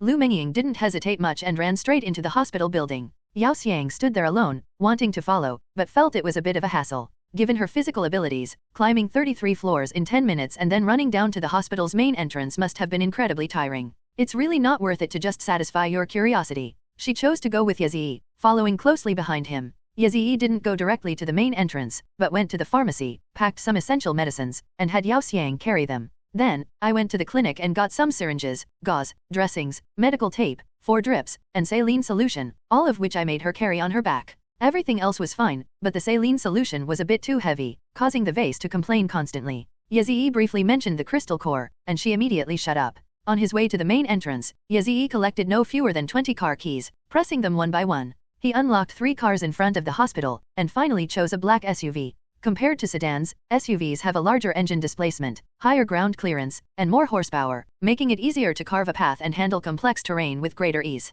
While moving his car, he casually asked the vase next to him, "What level are you now?" "Huh? Level 1, huh?" Yazii looked over with a slight smile, but a deadly threat lurked in his kind eyes. Yao swallowed hard, then looked away and said, "Okay, I just leveled up to level 3. What system reward do you receive for leveling up to level 10? Huh? There's no reward at all." Yazii slapped her thigh and squeezed it hard. Yao Xiang screamed ah, and immediately reached out to grab Yazii's wrist, her face full of pain. "Why do you lie so much, woman? Do you think I'm easy to fool?" No, I said there's a reward, I'll get an extra skill slot. It's like getting a free skill slot with every upgrade, but it doesn't reward skills, you can only learn them by stealing them." Yazii nodded, then abruptly asked her, "What are your qualifications?" "Huh? Qualifications? What qualifications? Yao Xiang looked completely bewildered. Yazii stared intently into her eyes, but she remained clueless, suggesting that she genuinely didn't know anything about aptitude. It seems that not all special awakeners possess any particular aptitude, or perhaps those with average aptitude don't even receive any notification from the system. So if you level up to 10, you can steal 2 skills, right? Yazii released her hand, looked into her eyes, and earnestly instructed her, keep both of these positions for me, understand? I need them very much. Yao Xiang felt bitter inside. She was essentially controlled by Yazii, just a tool in his hands, but she had no choice but to nod. Yazii patted her shoulder and said, don't worry, as long as you follow me obediently and remain loyal, I won't treat you unfairly. Yao forced a smile, I know. Yazii nodded in satisfaction, released the brake, and continued to move. Yazii had just parked the car on the sidewalk in front of the main entrance when Lu Mengying returned. She looked pale and her eyes were red, indicating that she had just been crying. She is a very loyal person, which Yazii has already noticed. She is completely different from Yao Xiang, who would readily betray her friends to save her own life. Yazii liked her very much, not in a romantic way, but simply from a personal perspective. This is also why Yazii agreed to cooperate with her, instead of choosing to oppress and control her like Yao Xiang did. You can't treat a girl with such a strong sense of self-respect like a superior. On the contrary, Yao Xiang had been hardened by society and was used to oppression and exploitation. For her, a superior-subordinate relationship was more suitable. A tough and fierce attitude is necessary. After all, this vase possesses the power to overthrow him, and he must hold it firmly in his grasp. After Lu Mengying got into the car with the axe, Yazii started the car and drove onto the sidewalk, bumping into the cars blocking the way as he struggled to move forward. It's getting dark, where are we going next? Lu Mengying asked from behind. Yes, it's almost dark. In this post-apocalyptic world where the whole city is without power, the nights are always pitch black. Driving by with his lights on like that would be too conspicuous and would definitely attract a lot of zombies. But if you don't drive, how long would it take to walk those 10+ kilometers? The solution is actually quite simple, he just shouldn't turn on his headlights. Anyway, he can see everything clearly even in the dark. Yazii chuckled and said, to Kowloon district. Kowloon? What are you going there for? To run an errand, to save Dr. Jia's daughter. Lu Mengying was taken aback. Dr. Jia's daughter. Well, I owe Dr. Jia a favor. I'll go over there now and see if I can repay it. Hopefully, he can pay it back. Yazii is still quite grateful to teacher Jia. A favor, did he help heal your hand injury? Lu Mengying nodded emphatically and said, okay, I also owe Dr. Jia a favor, so I'll do my best to help this time, as a way of repaying your debt. Yazii smiled but didn't answer. He knew Lu Mengying was referring to the time she was harassed by Lao Tan with poison and then rescued by Dr. Jia. Yao wanted to ask from the side, what kind of hand injury? I injured my hand before, and Dr. Jia helped treat it. Oh, I see. She turned her head to look out the window. The atmosphere inside the car became somewhat somber. Due to the road conditions, the car kept swaying from side to side. The two girls gripped the handrail tightly. Zombies were already coming from the roadside and BG on the windows. Lu Mengying suggested that she go out and chop them down. No need, we'll be at the end of this road soon. Yazii knew she wanted to collect more crystal cores to level up quickly, so he didn't waste any words and said directly, I have dozens of crystal cores in my backpack. Absorb them all and see if you can reach level 10. Lu Mengying was stunned. She was silent for a moment, then smiled bitterly and said, just how much do you want me to owe you? Yazii joked, I'll keep owing you until you can't pay it back. I'm finding it increasingly difficult to pay my bills now. Lu Mengying shook her head with a wry smile, opened her backpack, and began to absorb the energy. Yao, who was standing nearby, tried to protest, but Yazii slapped her on the thigh, making her wince in pain and dare not utter another word. After leaving the congested section of road, Yazii drove for several kilometers along a relatively smooth road, between the pedestrian and non-motorized vehicle lanes. As darkness fell, Yazii turned off his headlights. The zombies that had been BG on his window were gone, but the road conditions worsened once he entered a main road in Kowloon. Even on the sidewalk, cars would occasionally block his way, forcing him to ram them to pass. After bumping into the car more than a dozen times, Yazii felt that the engine was starting to have some problems. Fearing that he would damage the car, he drove into the middle of the road, but it was still difficult to drive there. There were more cars here, and he had to turn left and right. After driving for a short while, Yao Xiang said that she felt a little carsick and wanted to vomit. Then let's get off the bus and walk. Yazii wasn't taking care of Yao Xiang, he was also feeling a bit dizzy. The road conditions were terrible, and they were moving at a snail's pace with all the left and right turns. It was better not to drive at all, since it was only 2 or 3 kilometers away from number 9 middle school anyway. The three abandoned the car and walked on the road. It was pitch black. Yazii led the way, carrying Yao Xiang's axe, with Yao Xiang and Lu Mengying following closely behind him. Sensing no clinking sounds from the crystal cores in his backpack, Yazii asked, Lu Mengying, what level are you? The girl complained, I'm about 7 or 8 more crystal cores away from leveling up to level 10. I'm stuck at a crucial moment, it's a bit frustrating. Yao excitedly raised his hand, me too, I'm level 3. I didn't ask you? You guys wait here for a bit, there are a lot of zombies on this street, I'll go check the surrounding area. Yezee took a running start, jumped, and climbed to the balcony on the second floor of a shop on the street. Then he climbed up from the second floor to the third, fourth, and fifth floors, observing the surrounding environment from a high vantage point. With his physical attributes improved, climbing walls became exceptionally easy for Yezee. Even if he made a mistake occasionally, he could make up for it with time rewind. He quickly discovered several areas where zombies were concentrated, a kindergarten, a hot pot alleyway, and an alleyway across the street. What interested him most was the alley across the street, because there he saw a zombie that was quite different from the others. Its arms were as thick as buckets, its head as big as a beast's, its body covered in black fur, and its inverted triangular body was lying on the ground enjoying a feast. A circle of zombies stood around it, but none dared to approach, as if they were all afraid of it. However, for some reason, they did not disperse and leave, but instead gathered around it, as if waiting for a command. Yezee observed for a while longer and determined that it should be a mutated zombie. He got excited and quickly climbed down from the rooftop to the two girls. There's a big guy over there. I'm going to go check it out. You guys hide in this barbershop for now, he said, pointing to the barbershop next door. Big guy. Okay, don't ask any more, Yao Xiang, let's go. Lu Mingying was much more reliable than Yao Xiang at such crucial moments. She interrupted Yao Xiang's question and pulled her into the hair salon. Yezee ran directly across the street, carrying a fire axe, his heart filled with excitement and anticipation. Finally, we're about to face the mutated zombies? He ran to the zombie, hid in the corner and peeked out to observe. At this moment, the water arm zombie had finished its dinner and slowly stood up, about 20 meters away from him, completely unaware of his presence. Yezee determined that this was the best attack position. He didn't devise any fancy battle plan, he simply took a deep breath and unleashed his ultimate attack. Time stopped. The reason it's described as time stopping rather than time halting is because he only slowed time down to a very slow level. If time were completely stopped, he wouldn't be able to move. Because stopping time would cause the flow of matter throughout the world to come to an absolute standstill, including the air, it would be trapped by the air freezing along with time. He did the same thing when he paused time before, but because time slowed down to its limit, it was essentially a standstill. Time stood still. He burst out from the corner, mentally counting down the seconds. He covered the 20-meter distance in just 2 seconds. In the third second, he had already raised the axe in his hand and leaped up with all his might to chop at the back of the zombie's neck. Base. The axe blade struck the mutated zombie's nape, but to Yezee it felt like cutting into a lump of tough rubber.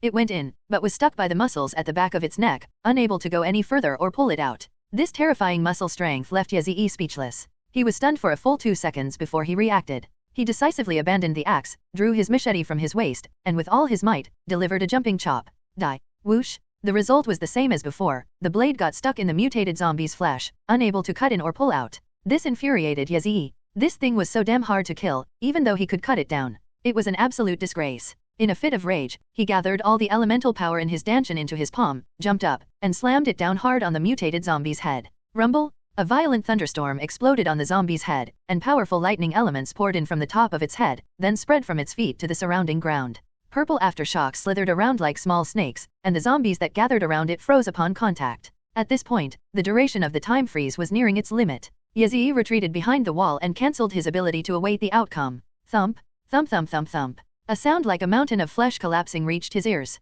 The mutated, muscular zombie fell to the ground, followed by the ordinary zombies around it. Is he dead? But Yezee did not rush in. Instead, he continued to hide behind the wall at the corner, waiting patiently. There was still no movement. More than a minute passed, and Yezee finished reading the cooldown of the time reversal. Only then did he emerge from behind the wall and stride towards the mutated muscular zombie. He knows exactly when to be timid and when to be brave. However, when he got closer, he discovered that the mutated zombie was not dead. Its entire head was blackened by the lightning, but its skull was not blown open, still protecting its brain intact. However, it was blind and its ears were charred, indicating that its hearing and vision were severely impaired. It trembled incessantly on the ground. Yezee tried to pull the machete and axe out of the back of its neck, but failed. The two weapons were stuck firmly to the creature's neck. He suddenly realized something. He was incredibly stupid. He hadn't even known to attack the zombie's most fatal weakness, to stab it in the eye with a dagger and directly destroy its brain. Grass. Yezee lightly slapped himself, then took out his dagger and ended the zombie's life. In the future, when facing troublesome mutated zombies, he can choose to use time stop and this move to solve the problem. It couldn't be easier.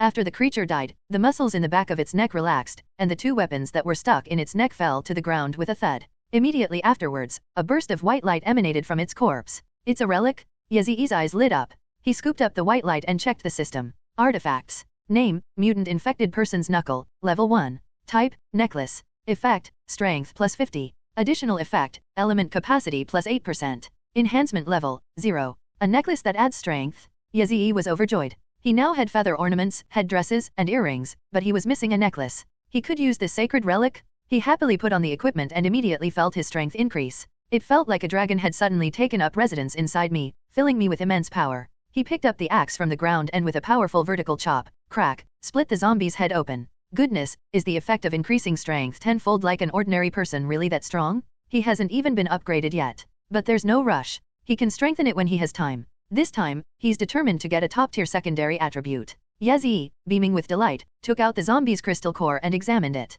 Sure enough, it was blood red, almost identical to the one he had absorbed before. He absorbed the experience directly, and his level smoothly increased to LV.15, with just the right amount of experience. With 3 more of these crystal cores, he can reach level 20. He could climb to the rooftop more often while traveling, and it shouldn't be too difficult to find 3 more mutated zombies before dawn. He easily harvested the zombies he had electrocuted, obtaining 8 crystal cores. This would allow Lu Mingying to level up to level 10. The only question was what elemental power she would awaken. Yazzie couldn't help but feel a sense of anticipation. But just then, he suddenly heard an urgent call. Yazzie, Yazzie, where are you? It's Lu Mingying's voice. Yazzie frowned. What's going on? He ran back quickly and saw Lu Mingying shouting at the entrance of the barber shop. The surrounding zombies were all alarmed by her, so they quickly pushed her into the shop and closed the door. What's going on? Lu Mingying said anxiously. Yao Xiang has been bitten by a zombie. What? Yazzie was shocked and quickly walked to the hair salon deep inside the shop. In the beam of his flashlight, he saw Yao Xiang staring blankly at her bitten arm, and 3 zombies with their heads destroyed lying on the ground.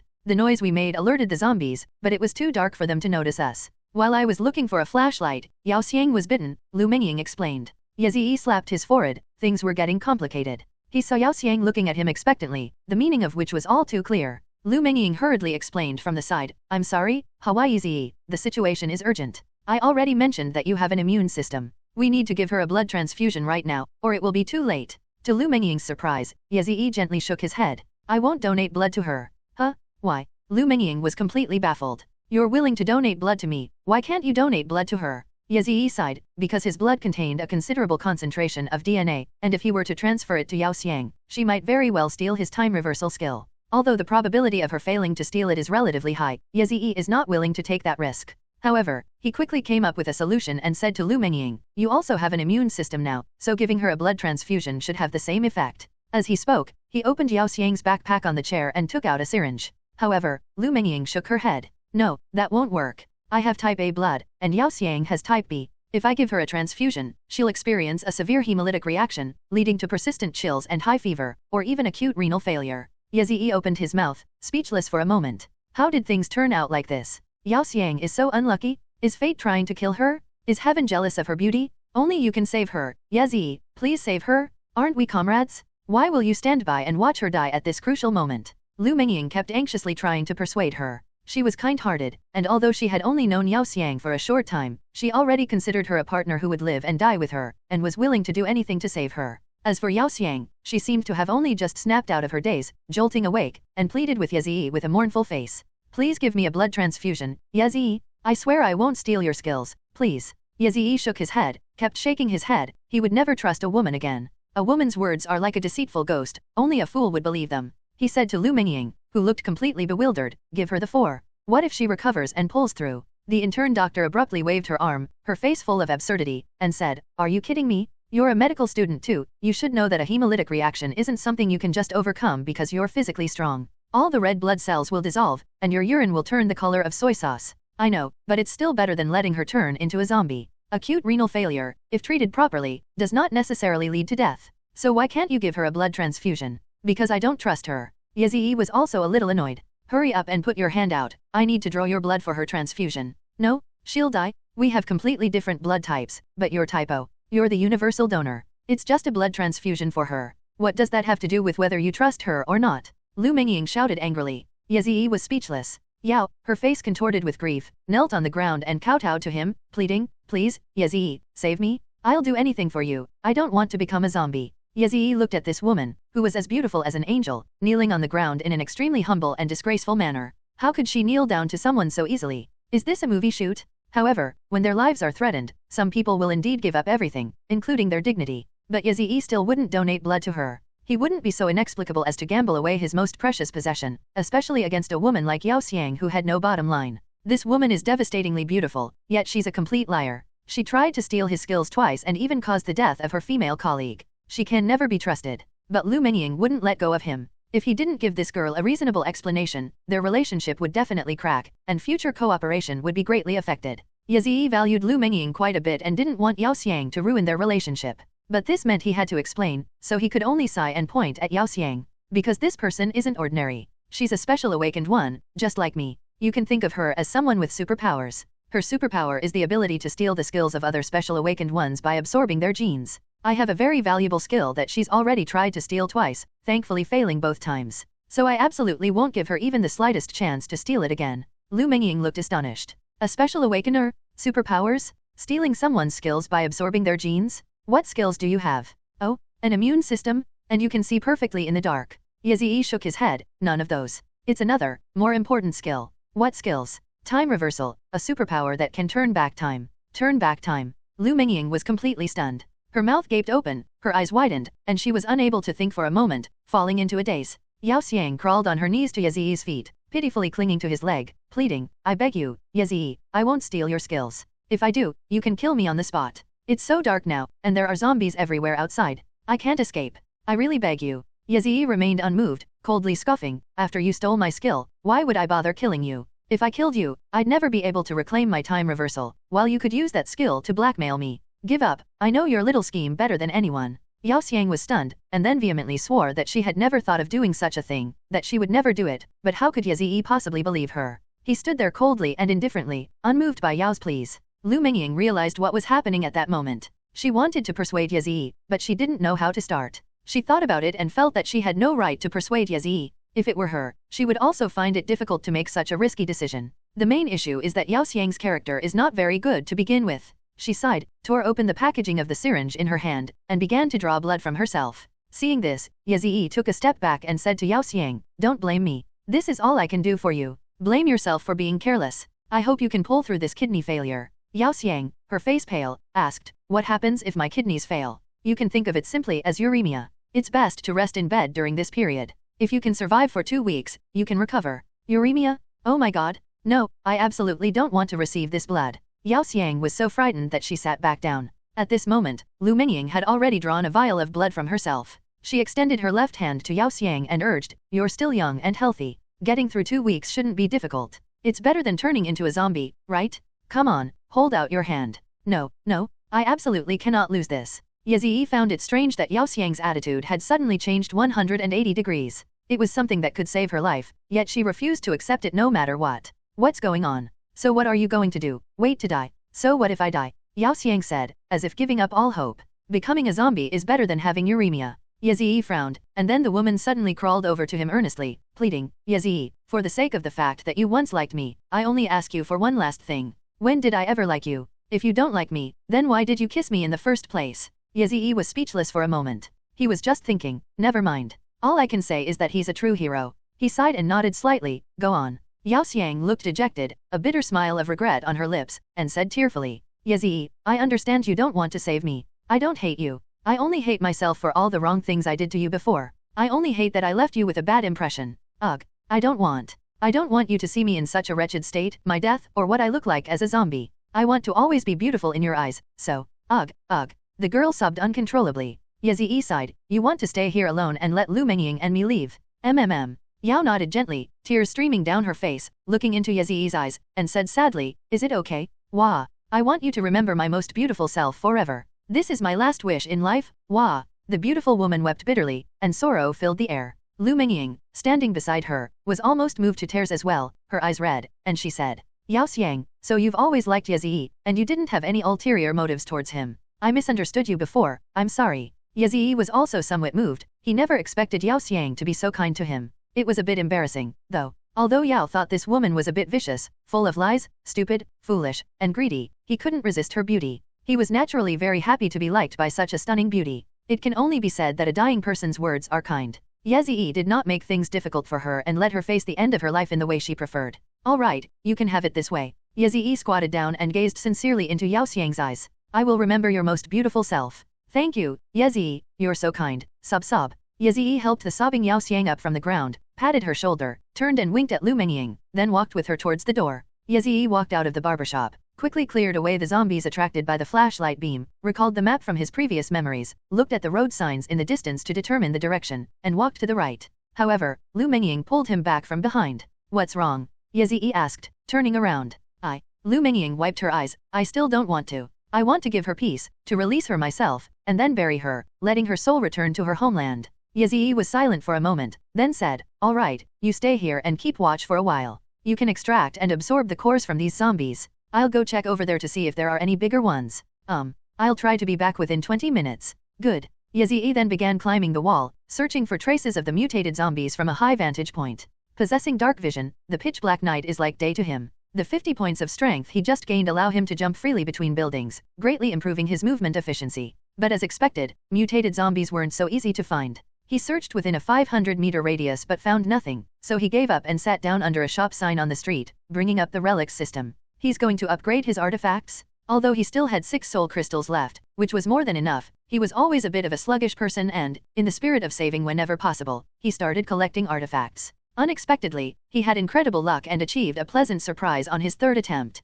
Ding! 5 times the experience boost. Effect, strength plus 170. Additional effects, elemental capacity plus 8%, elemental mastery plus 10, spirit plus 7%, elemental regeneration speed plus 9%. It's a 5 times experience boost? The experience points are overflowing? Moreover, the effects that appeared were all very useful, not useless attributes like physique and blood energy. Ye Ziyi was overjoyed and couldn't help but want to laugh out loud 3 times. He hummed a little tune as he headed back in the direction of the barbershop. Rewind 20 minutes, to when Ye Ziyi had just climbed onto the shop, outside the barbershop in the dark of night. Ye Ziyi cleared out all the zombies in the vicinity, and Lu Mengying took advantage of his success, quickly leveling up to level 10 and awakening the wind elemental power. The system notified her that the awakened elemental power was a rare attribute, which made her happy for a long time. It was arguably the happiest time Lu Mengying had experienced in recent years. She has awakened wind elemental power and can now control the wind element. Although she had fantasized about having superpowers one day before, fantasies are just fantasies, what she was facing now was a stark reality. Who would have thought that Lu Mengying would have such a day? This made her overjoyed. In this way, we can get one step closer to Ye Ziyi. But that's not enough. Ye Ziyi is a special awakened individual with the heaven-defying ability of time reversal. To repay his favor, he must become stronger, much stronger. Lu Mengying suppressed her smugness and began to be wary of herself. She would never forget who gave her her abilities, no, not just her abilities, but even her life. Everything she had since that day was bestowed upon her by Ye Ziyi. While lying in bed recovering from her injury yesterday, Lu Mengying had already decided on her future life plans. A drop of kindness deserves a spring of gratitude in return. She had admired this noble character since childhood, so she would do everything in her power to repay such kindness. This is how she realizes her life's value. Although she spoke very firmly in front of Ye Ziyi, saying that she was only willing to accept a win-win cooperation model and only acknowledged herself as his partner rather than his subordinate, in reality, Lu Mengying was already prepared to go through fire and water for Ye Ziyi. The reason she was being hypocritical was simply to gain Ye Ziyi's favor. Lu Mengying began to try using the newly awakened wind element.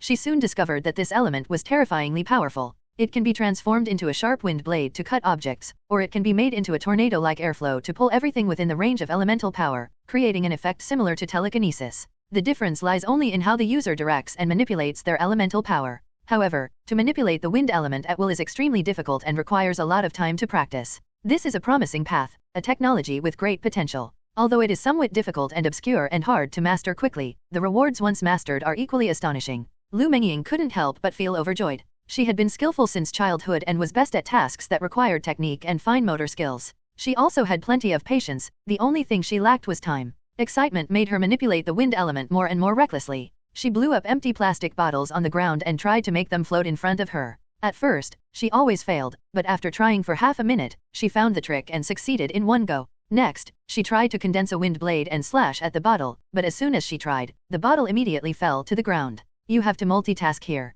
Lu Mengying's pretty face darkened, and she began the experiment again. In an instant, howling winds blew around her, and the howling winds seemed to become her subjects. At this moment, she was truly a storm queen. However, she did not enjoy being queen. While she was enjoying herself, she was suddenly surprised to find that her elemental power vanished in an instant, like the ginseng fruit in front of Pigsy. She only tested the waters with all her might for a minute. That's it. That lasted way too short. At this moment, Lu Mengying experienced a kind of unspeakable pain that countless men have experienced. This made her somewhat discouraged, but it also taught her a lesson. She must be more careful with her elemental power in the future and not waste it like she did before. Lu Mengying shook her head in annoyance, then emptied the surrounding area of all the crystal cores she hadn't finished collecting. Estimating that Yao Xiang was probably already a zombie, she picked up a fire axe and went into the barbershop. However, to her surprise, Yao Xiang had disappeared. She went to the bathroom again with a flashlight to look, but still couldn't find it. Where are they? Inside the back room of the barbershop, Yao Xiang, who should have turned into a zombie, was nowhere to be seen. Only the 3 zombies she had just killed lay quietly on the ground. Upon closer inspection, Lu Mengying was shocked to discover that all 3 zombies had their heads cut off, and the crystal cores inside their heads were gone. Beside it, there were several pairs of blood-stained scissors of varying sizes. Lu Mengying was both surprised and suspicious, and a bold guess popped into her mind.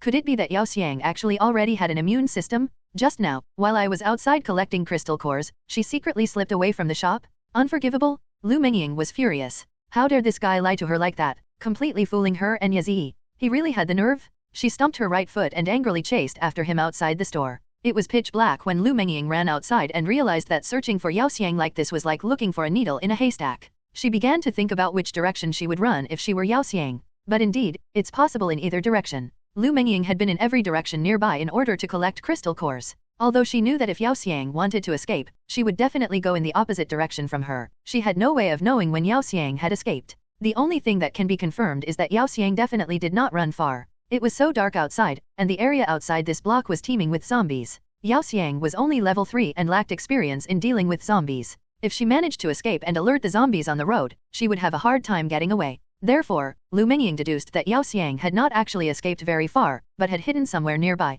A certain place that is absolutely safe and will not be discovered. Want to play hide-and-seek with her? Lu Mengying let out a cold laugh. She then proceeded to analyze. That place wouldn't be a street-side shop, because Ma wouldn't allow any shop to have zombies loitering in the shadows, just like the hair salon they entered. Lu Mengying's eyes flashed, and she had already analyzed the only 2 possibilities for Yao Xiang's hiding place. Either he was in the green belt in the middle of the road, or he was under the chassis of a car. She closed her eyes and focused intently. Because her awakened elemental attribute is wind, she is extremely sensitive to the movement of air within a 10-meter radius. If she closes her eyes and focuses her senses carefully, she can extend that range to 50 meters. Within this 50-meter radius, it was all her domain, not even the slightest rustling could escape her perception. In the quiet night, a gentle breeze blows. Lu Mengying suddenly opened her eyes. Found it? Taking advantage of the night breeze, she locked onto her target, under a white SUV, right next to the green belt in the middle of the road. He was less than 20 meters away from her. She sneered and deliberately dragged the axe closer. The axe dragged along the ground, making a buzzing sound.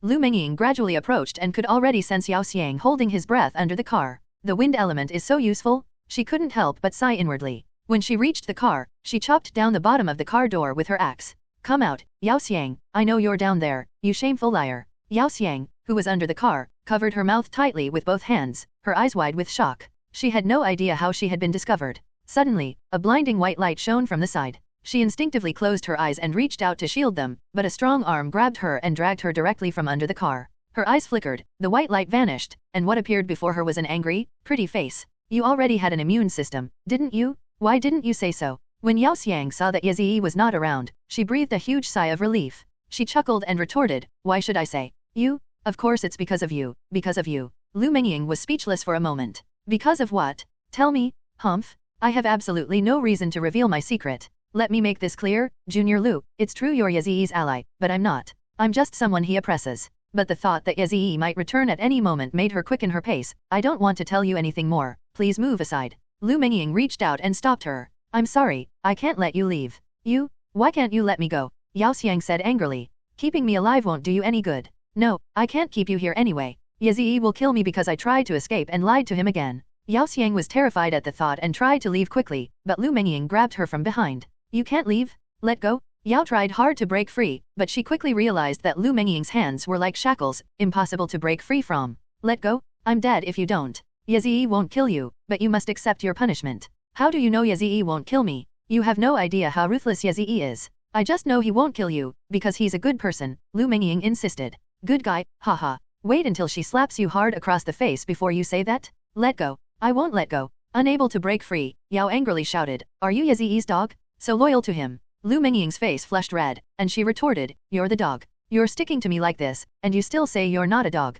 You. Lu Mengying was furious and shoved her violently to the ground, pinning her hard against the asphalt. Say what you will, you're not escaping from me today. Ouch. You damn BCH. Yao Xiang, his arm aching from the fall, couldn't help but curse, I'm not kidding you, I really will die. You won't die, but you'll definitely suffer some physical pain. How can you be so sure? You have no idea how ruthless Yezee is. You're the one who's wrong? You have no idea how kind Yezee is. Kind. Yao struggled frantically, but Lu Mengying held her down firmly. Are you kidding me? There's not a single trace of kindness in him. You have no idea how awful he is. Really? Then tell me, how awful is he? He forcibly kissed me and RD me. Yao Xiang said through gritted teeth, a little guilty. That's right, RD. Although it happened in another time and space, I guarantee he definitely violated me. After all, I'm so beautiful. Lu Mengying was shocked. Are you crazy? How could he do such a thing? Have you forgotten? He has the ability to rewind time. Whatever he did to us, he can undo it all, pretending nothing happened. Maybe he even RD you just don't know it. What? Lu Mengying's expression changed, because she realized that what Yao was talking about could actually happen. How much time can he rewind? I don't know, but it's definitely not short. How long is not short? Was it less than 10 minutes? Stop asking. There's no time left. Yao was frantic, jumping up and down in desperation, but Lu Mengying's attributes were higher, and she couldn't break free no matter what she did. Please let me go, sister. I beg you. I'll call you grandma. I've lied to Yezee so many times before, and this time he definitely won't give me another chance. I'm really going to die this time. Lu Mengying could sense that Yao Xiang's fear of Yezee was genuine, but in her eyes, Yezee was definitely not that kind of person. No matter what, he would never kill his own comrade. So she insisted on pinning Yao Xiang down, showing no intention of letting her leave. They pressed it down for a full 5 minutes. What happened? Finally, Lu Mengying met the person in question, Yezee. Yao Xiang had struggled until she was almost exhausted. When she heard Yezee's voice, tears of despair streamed down her face. Yezee looked at her with a surprised expression, then immediately understood what was going on. His anger surged like a burst faucet, rushing straight to his head. Damn it, he'd been tricked by this woman again. With a gloomy expression, Yezee swung the fire axe and slammed it down hard on the asphalt road in front of Yao Xiang. Lu Mengying got up from her and stood to the side. He demanded sharply, speak. What exactly happened? Yao Xiang was already in a state of terror. The axe blow made his face turn completely pale, and he knelt down in front of Yezee and kowtowed to him. I was wrong. I stole your immune system. Please spare my life. Please don't kill me. You stole my immune system. Yezee roared, interrupting her and kicking her to the ground. Damn it, why didn't my system give me any notification? Yao Xiang shrank back in fear, completely overwhelmed by Yezee's imposing presence. Because stealing this passive skill is just copying it, while your time reversal is a unique ability, so if I steal it, you can't use it anymore. It's only ability. Yes, this is what my system is showing. Yezee knew he should be angry, but he couldn't help feeling overjoyed. His ability to rewind time is his only power. In other words, there will never be another person in the world who possesses the same abilities as him. Cool? He immediately glared, then pulled out his machete and slashed at Yao Xiang's face. Knowing this is my only ability, you still dare to steal it. Yao was terrified and screamed in apology, I'm so sorry. It's all my fault for being greedy. I shouldn't have coveted this skill. Humph. You really put on quite a show just now, Yao Xiang. I was completely fooled. Yezee glared fiercely at Yao Xiang, while Lu Mengying muttered beside him, I was fooled by her too. I even thought about sending her to her funeral. It's all thanks to your kindness, otherwise, we really wouldn't have discovered it. He looked at Lu Mengying, his fierce expression instantly turning friendly, and smiled as he thanked her. Thanks to you so much for catching this swindler. Thank you. Lu Mengying touched her nose and looked away, saying, it's nothing, just consider it returning a favor. How did you manage to catch her here? She sneaked away from the hair salon while I was collecting crystal cores. I knew she couldn't have gone far, and I successfully sensed her hiding place using my newly awakened wind elemental power. Yao, who was kneeling on the ground, glared at him. Yezee raised an eyebrow and asked, you awakened the wind element. He found it rather strange, because he had never seen or heard of this attribute before. The system says it's a rare attribute. No wonder. Yezee nodded, then asked curiously, what exactly are the effects? There are many possibilities, perception, cutting, traction, any of them, like this? Lu Mengying raised her hand, and a whirlwind appeared out of thin air, causing an empty plastic bottle to spin in midair. Yezee's mouth dropped open involuntarily. Wow, your attributes are amazing. It's almost like telekinesis. How much power can you possibly have in cutting? I don't have enough elemental power right now, this is all I can do. Lu Mengying raised her hand and swung it, sending out a white, transparent wind blade out of thin air. Yezee preferred to think of it as a blunt sword aura. This sword aura struck the car and dented the car door. That's equivalent to being hit by a small electric scooter traveling at 60 km per hour. If my elemental power is too high, my movements can't be as refined, otherwise, I could be even sharper, Lu Mengying explained with a wry smile. That last attack used up about a tenth of my elemental power, and it's all gone now that I just recovered. Yao Xiang stared wide-eyed from the side. Yezee nodded and said, very good attributes, congratulations. Then he turned his vicious face toward Yao Xiang. I think you're a fox trying to fool a tiger. You don't even know the word death, do you? You've deceived me time and time again, how could I let you off this time? Tell me, what kind of death do you want? Yao Xiang immediately knelt on the ground and begged for mercy again. Yazii hated this behavior and kicked her over in disgust. This only made her angrier, and she started yelling at him like a madwoman. Yazii, do you even have a heart? I've begged you so much, why won't you forgive me? Yazii said coldly, you are a person with no integrity whatsoever, beyond redemption. How can I forgive you?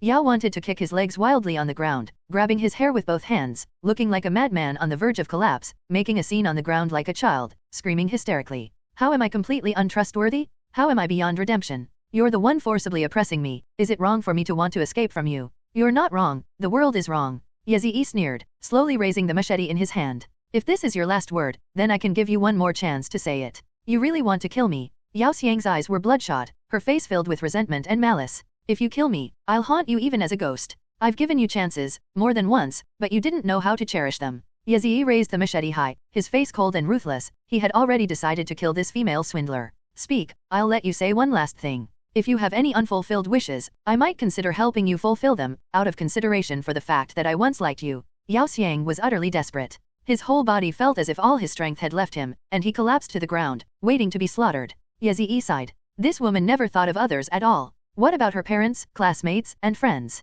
So many people she could have helped, yet she didn't mention a single one before she died. It's truly beyond saving. Even Lu Mengying couldn't stand it anymore. She hadn't expected Yao Xiang to be so stupid. Yazii was clearly giving her a chance. If she hadn't given up hope and had tried to come up with a solution that Yazii could accept, she wouldn't be waiting to die like this now. By doing this, Yazii would be in a very awkward position if he didn't kill her. If she could give Yazii a way out, then Yazii could sheath his sword and let her go. This idiot couldn't even grasp such a simple truth. She was convinced that Yazii wouldn't let her go. She didn't die by Yazii's knife, but by her own preconceived notion of giving up hope. Lu Mengying couldn't help but sigh, and just before Yazii was about to strike, she said softly, she just told me that she regrets it. Yazii's blade suddenly stopped, grazing Yao Xiang's neck. Lu Mengying continued, she said she deeply regretted causing her companion's death, regretted stealing your skills, and regretted even more for forcing herself to lie to you. She said if she could do it all over again, she would never have done it, and she would never have left you with such a bad impression. Yazii snorted, said nothing, but put the knife away.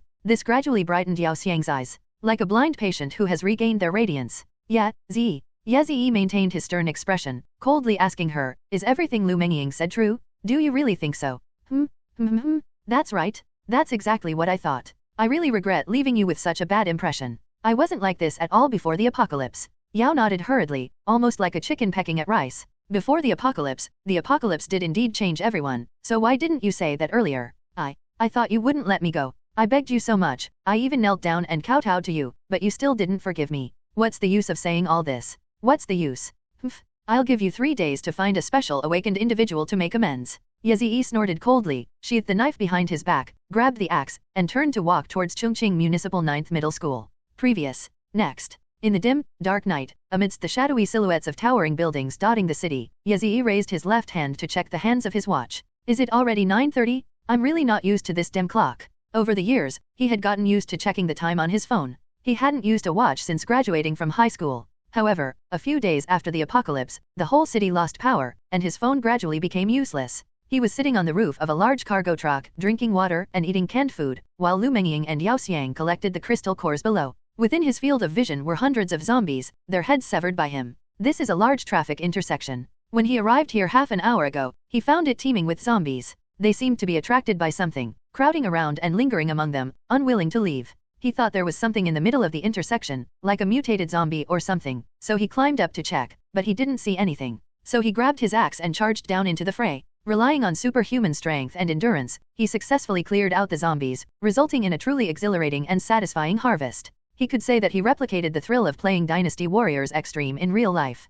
After the harvest ended, his arms, which were a little sore from swinging too much, quickly recovered. With his blood and energy levels high, all his bodily functions easily returned to normal, and his harvesting speed was more than 10 times faster than before. After clearing away all the zombies, he searched the intersection 3 times, inside and out, but still couldn't see anything. He had no idea what was going on or why so many zombies had gathered there. There was still about a kilometer to go before he finished eating and drinking. After telling Lu Mengying what he was doing, he jumped back and forth between the nearby buildings. Looking around from a high vantage point to search for mutated zombies has become routine for him. Each time, he would go to a place with many zombies, clear them out, and have Lu Mengying and Yao Xiang retrieve the crystal cores for him. During this process, he would search for mutated zombies. This is the 4th time. Unlike the previous 2 times, he succeeded again this time. That was a very bizarre-looking zombie. It looked like an old tree, thin and slender, with a trunk as thick as its limbs, a shriveled head, and eyes that were just two narrow slits, so small they were almost invisible. Its body was covered with keratinous material like tree bark, and it stood quietly in the corner of the wall. It remained motionless, like a dead object, which almost caused Yazii to miss it at first. He tried throwing a tattered mop down to confirm that it was alive. This thing is crazy. When it's quiet, it's like a tree, but once it starts moving, it's a real meat grinder. The tattered mop he threw down was shredded to pieces before it even hit the ground, leaving him dumbfounded. The zombie raised its head, its narrow eyes flashing with a bloodthirsty red light. It quickly spotted him and began to climb up the stairs using both its hands and feet. Its appearance made its movements quite terrifying, like a large stick insect. It was also very agile, climbing up Yazii at an extremely fast speed. The three-dimensional distance was no problem for its slender and flexible limbs. Insects are very talented at climbing walls. Yazii realized this thing might be troublesome, so he quickly rewound time to before he threw down the mop. While waiting for his skills to cool down on the 6th floor balcony, Yazii began to think about how to kill the zombie. Just like before, they used time-stopping techniques to directly destroy the brain with a dagger. This method saves the most effort but also skips the life or death battle, essentially a truancy strategy. As Yazii was crawling downstairs, he suddenly realized that he had never actually fought a real battle with a mutated zombie. He had always used time rewind to cheat and ambush, just like using cheat codes to win in PUBG. However, Yazii felt no remorse whatsoever, only a fool wouldn't use a cheat code. As he climbed down the stairs, the strange feeling in his mind told him that the cooldown recovery was complete. Without hesitation, he launched a surprise attack on the zombie that was dormant in the corner. Hiss hiss hiss. The zombie appeared to be dormant, but it was actually extremely alert. Yazii's sudden attack startled it, and its mutated hands, with an arm span of nearly 3 meters, swiftly reached out to grab Yazii. Time stopped. Yazii roared inwardly, and time in the world immediately slowed down dramatically. The two withered claws that were reaching for him seemed to be bound by something, unable to move. He could clearly see the sharpness of the claws on those two paws, their metallic texture gleaming, and the stench of decay and blood. As the surrounding objects rushed past, Yazii raised the dagger he had been holding and plunged it into the man's eye. Swish! The familiar sensation, the blade piercing the brain. You have obtained the withered branch of the mutated infected, Tier 1. The system prompted Yazii to confirm that the zombie was dead and exit the time-frozen state. Yazii sighed somewhat. If this zombie were to fight him normally, he might not be able to defeat it.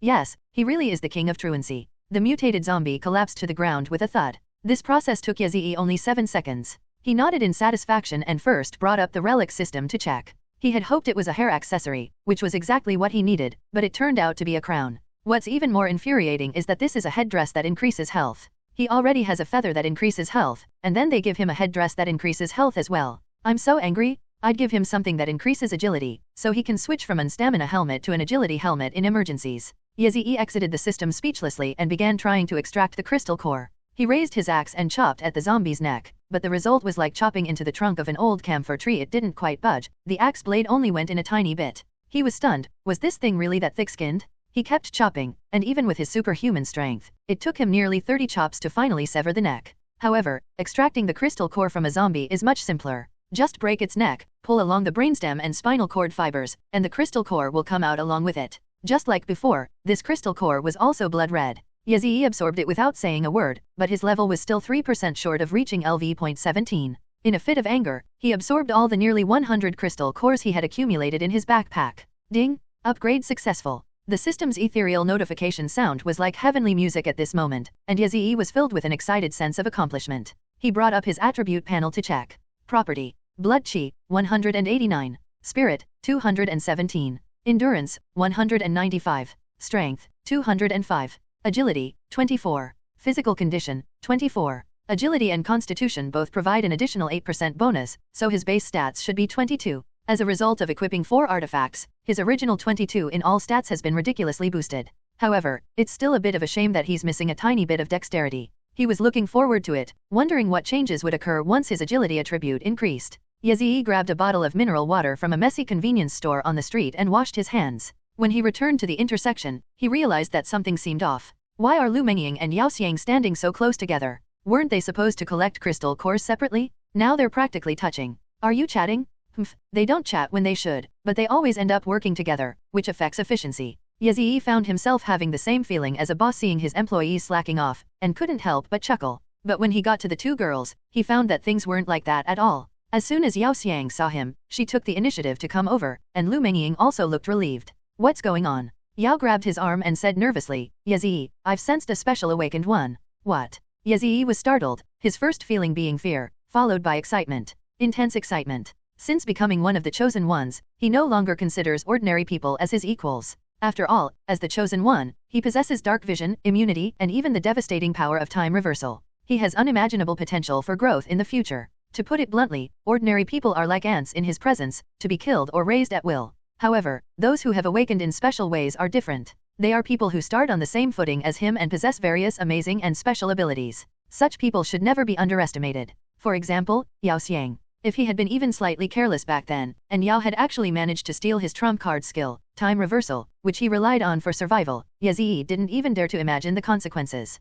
However, it turned out that he was the stronger one. He not only saw through Yao Xiang's skills, but also successfully kidnapped her and kept her by his side for his own use. This is why, even though Yao Xiang repeatedly tried to deceive him, he spared the woman and did not kill her. To put it bluntly, it's because they can't bear to part with it. Such a perfect decorative object, once broken, is gone. Where is he supposed to find another one? That's such a pity. Even now, if it weren't for Yao Xiang, how could Ye Ziyi have known that he was being targeted by a special awakened individual hiding in the shadows? The tool-like detector finally proved its worth at this crucial moment. Where is he? Give me a specific location. Ye Ziyi suppressed his excitement and let out a low growl. He was ready to use time reversal. Although Yao Xiang was slow-witted, she wasn't stupid enough to just point her finger. Instead, she pulled Ye Ziyi's arm and adjusted her position. It's right behind me, about 60 to 80 meters away. It's not on the ground, it's upstairs, probably between the 3rd and 5th floors. Where exactly is it? Can you sense it? I can't sense it anymore. This ability of mine is just a byproduct of my thieving ability. This is already my limit. Ye Ziyi frowned. The area was too vague. Behind Yao Xiang was a medium-sized office building, and the area she described covered no fewer than 20 rooms. How was Ye Ziyi supposed to find it? He couldn't find the person within 20 seconds. He had to figure out a way to lure him out. However, it's unclear whether the other party possesses super hearing or telepathic abilities. If they know their plans, then it's all a joke. We must test the waters. Try to complete it within 20 seconds. Ye Ziyi spoke rapidly. I'll pretend to go in the opposite direction. You guys continue collecting crystal cores, and then head towards number 9 middle school. I'll cover you from the shadows. Lu Mengying, Yao Xiang isn't very bright, so you're in charge of finding a way to lure that person out. Good. Lu Mengying did not nod, but turned around and continued collecting crystals on the ground seemingly casually. Ye Ziyi then stroked Yao Xiang's pretty face as if he were caressing a lover, rubbing her cheek with his thumb, which confused Yao Xiang. Yeah, Ye Ziyi. Don't be surprised, play along with me in a love triangle. Oh. Yao nodded quickly and exchanged a deep look with Ye Ziyi. She was quite engrossed in it, getting into character almost instantly. Her eyes were brimming with tears as she gently grasped Ye Ziyi's hand, gazing at him like he was a lover. They held hands and looked at each other with teary eyes. Ye Ziyi was completely impressed. He had no idea this guy was such a drama queen. However, he didn't let her down. He spent some time cuddling with Yao Xiang, then bid her a reluctant farewell, acting as if to say, I'm leaving for a while, so please be careful and take good care of yourself, before turning and disappearing into the darkness around the street corner. Ye Ziyi quickly climbed up the high-rise building and entered a room facing the street. He secretly observed that Lu Mengying and Yao Xiang had already begun collecting crystal cores. He waited for a while, but nothing unusual happened. They continued to wait. That guy was quite patient, waiting until Lu Mengying and Yao Xiang had collected all the crystal cores and started heading towards number 9 middle school before making a move. That's strange, is it just being overly cautious? Ye Ziyi felt uneasy, but things quickly took a turn for the better. The two girls' route would pass by the man's hiding place, and just as they reached the closest point to his hiding place, a sudden change occurred. Ye Ziyi saw Yao Xiang suddenly snatch the fire axe from Lu Mengying's hand and swing it at her forcefully. Fortunately, Lu Mengying reacted quickly and dodged it in time. This scene enraged Ye Ziyi, who thought Yao Xiang was trying to escape again. But his anger vanished in the next second. What's wrong with my body? Yingying, get out of the way. My body has suddenly gone out of control. Yao shouted very loudly, and Ye Ziyi knew very well that she was talking to him, but this also served as a reminder to the person causing trouble in the shadows, leaving him speechless. However, Yao thought what she did wasn't entirely malicious. If she hadn't yelled, Ye Ziyi would probably have already rushed out and taught her a lesson. On the street, Lu Mengying also joined in, yelling, "What did you say? How is this possible? What nonsense are you spouting? Stop it. I can't control myself?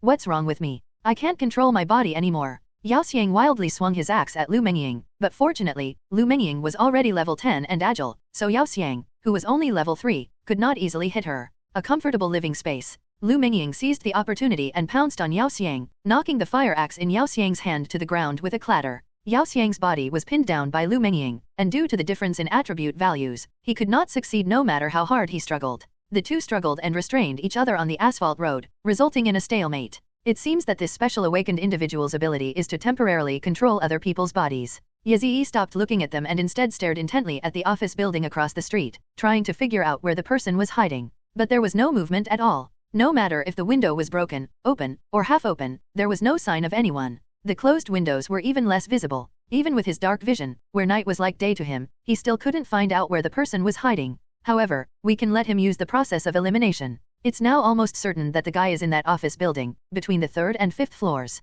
The building has 6 floors, with a dozen or so windows on each floor, nearly 20 in total, many of which are open or broken. That was due to the chaos during the apocalypse. Many people had to climb out of windows to escape zombies, and he had seen countless people fall to their deaths or injuries. Yazii could be certain that no one was behind the windows of those rooms where one could see inside at a glance. That guy could only be hiding in a room with intact and tightly closed windows, and there weren't many such rooms, less than 10. However, 10 rooms were still too many for Yazii. He rushed out from here and could only check 3 rooms at most in the 20 seconds that time had stopped. He would need to jump off the building, cross the street, and climb the exterior wall of the office building, all of which would take a considerable amount of time. 3 rooms was already an optimistic estimate. He might not even have time to check one of them. Yazii frowned, deep in thought. Was there any way to narrow down his targets to 3 or fewer? There's no way. Yazii hadn't figured out a way to shorten the target area, but he suddenly realized that he didn't actually need to go through all that trouble. Now that it was confirmed that the Special Awakener's ability was manipulative, he had nothing to worry about. Why don't you just hug Yao and go find him? With Yao Ming as our living radar, what's there to worry about not finding him? However, some preparations are needed before that. Yazii took out a hemp rope from his backpack, cut it into 2 1-meter-long pieces, then picked up an axe and jumped out of the window. He didn't know if he had been spotted, but it was pitch black, and the chances of the other person not having dark vision or other sensory abilities were extremely low. He landed heavily on the ground from the 5th floor, and after catching his breath for 3 seconds, he began to move forward again. Once his muscle strength returned, the damage from the fall was greatly reduced. He estimated that he could jump from the 8th floor now without getting hurt. At the same time, his running speed increased. With the improvement of muscle strength, each stride he took was full of power, and the friction of the soles of his shoes against the ground brought amazing propulsion, which increased his speed. However, due to insufficient nerve coordination, the swing of his legs could not keep up, so the increase in his speed was limited. Compared to his strength, his agility was completely lacking. But he was already much faster than the average person. Even Usain Bolt could only look up at him. He ran to his 2 female companions, who were 50 meters away, in just 2 seconds and then came to a sudden stop. Lu Mengying, who was suppressing Yao Xiang, let out a startled groan. Hold her down? I've tied her up. Good. Yazii quickly tied Yao Xiang's hands and feet to prevent her from being controlled and causing trouble. He used the simplest double knot, so he tied it very quickly. Just as he finished, he heard a sweet scream from behind him. Careful. Yazii turned around and saw Lu Mengying raising her axe and hacking fiercely at him. If he reached out to block, he would definitely be hit. If he dodged, Yao Xiang beneath him would surely die. There was no way to escape. The special awakened one in the shadows had the intention to kill him at first sight and acted decisively with this ruthless move. This enraged Yazii. He had only intended to capture the man, interrogate him thoroughly, and then consider recruiting him. He never expected that this guy would be so murderous, directly attacking a complete stranger like himself. Yazii took a second to slowly snatch the axe from Lu Mengying's hand, then picked up Yao Xiang and ran towards the office building where the guy was hiding. Tell me his location? Huh? Oh.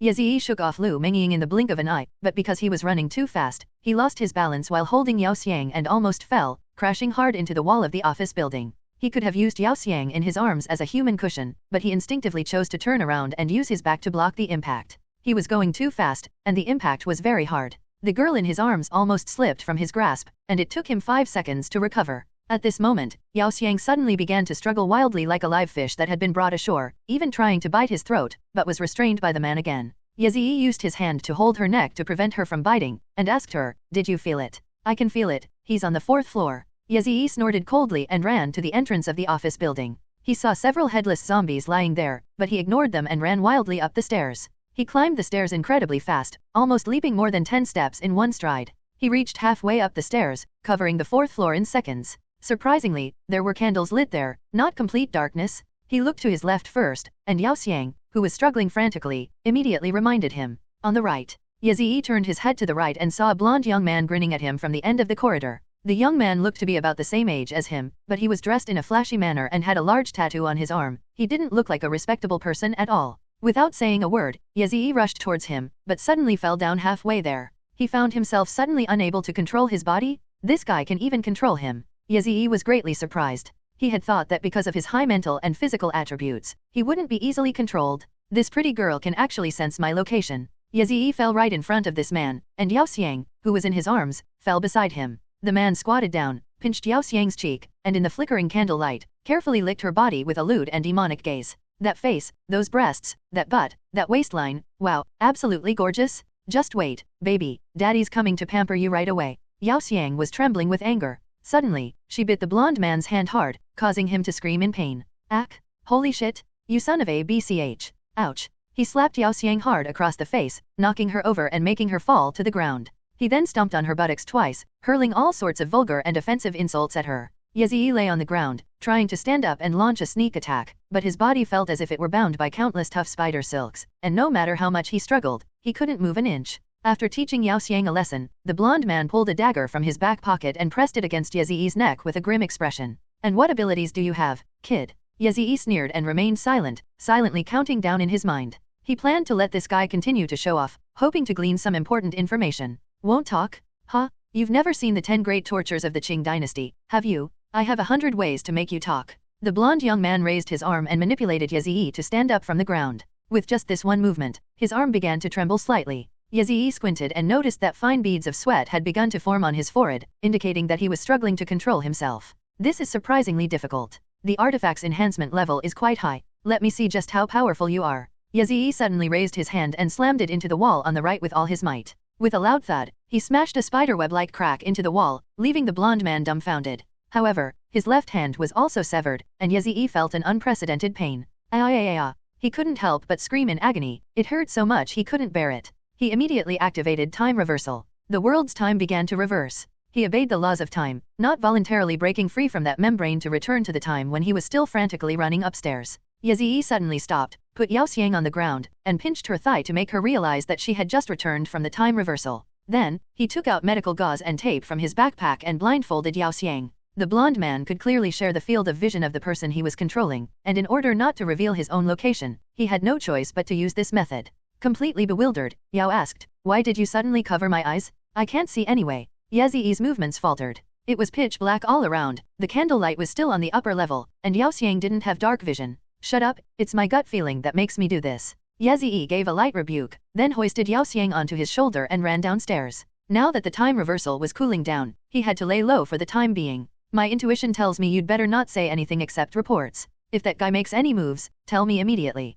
Oh, Yazii's heart pounded. The blonde man's abilities were extremely troublesome. Even if he hid downstairs, he didn't know if he could control him remotely. The only thing he knew was that the man couldn't control him for too long, so if he were to make a move, he would definitely approach him first. "I sensed it, he's coming downstairs." "Really?" Yazii spat a mouthful of saliva onto the ground, then carried Yao Xiang and ran out of the office building. Yazii didn't run far. After running out of the office building, he simply went around to the corner of the wall on the side of the building and hid there. Furthermore, he deliberately misled Yao by asking, "Has he come into the second-floor corridor?" As he spoke, he pinched Yao Xiang's thigh, giving her a hint. He had just discovered that the blonde man couldn't share the operator's sense of touch, otherwise he would have fainted from the pain. Yazii's left hand wasn't broken in vain. Yao Xiang immediately realized what was happening and replied cooperatively, "He didn't come to the second floor, he went straight to the first floor." Yazii breathed a sigh of relief and said, "That's good. I activated my ability just now and sensed he was in great danger. We're no match for him, so it's best to hide here until the end."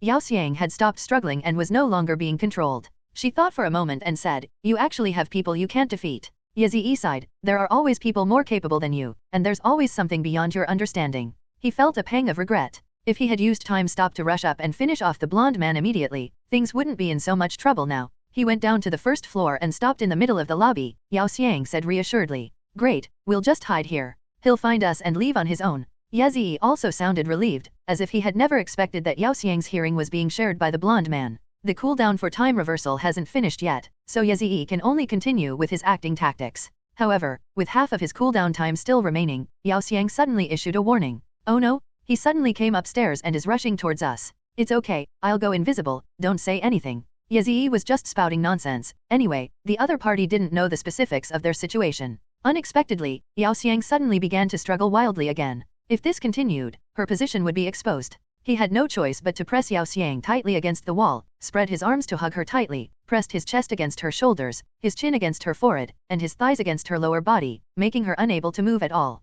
The second floor was spacious and had many rooms. They were hiding in one of them, completely concealed. The blonde man had to conduct a thorough search. As long as he suppressed Yao Xiang's movements, the other party wouldn't be able to find him quickly. As time ticked by, Yaziyi suddenly realized a very important problem. That's how he's suppressing Yao Xiang now. He's practically taken advantage of her completely. The kind that takes advantage of you completely. This vase already had a great figure, and her whole body was fragrant and soft. Holding her tightly in his arms at this moment, he couldn't help but feel aroused. Yaziyi was thinking that after dealing with the blonde man, he might be able to have some fun with Yao Xiang. She definitely wouldn't refuse, but he just couldn't touch this girl. If he couldn't resist and had S*X with her, the loss would be huge. This woman had said that she could only steal one skill at a time, and that she had already stolen his immune constitution, but Yaziyi still didn't dare to completely trust her. What if she was lying again? His time reversal would be lost. This woman was full of lies and couldn't be trusted at all. Therefore, Yaziyi had to suppress his impulse. He suddenly realized that having this vase by his side was torture.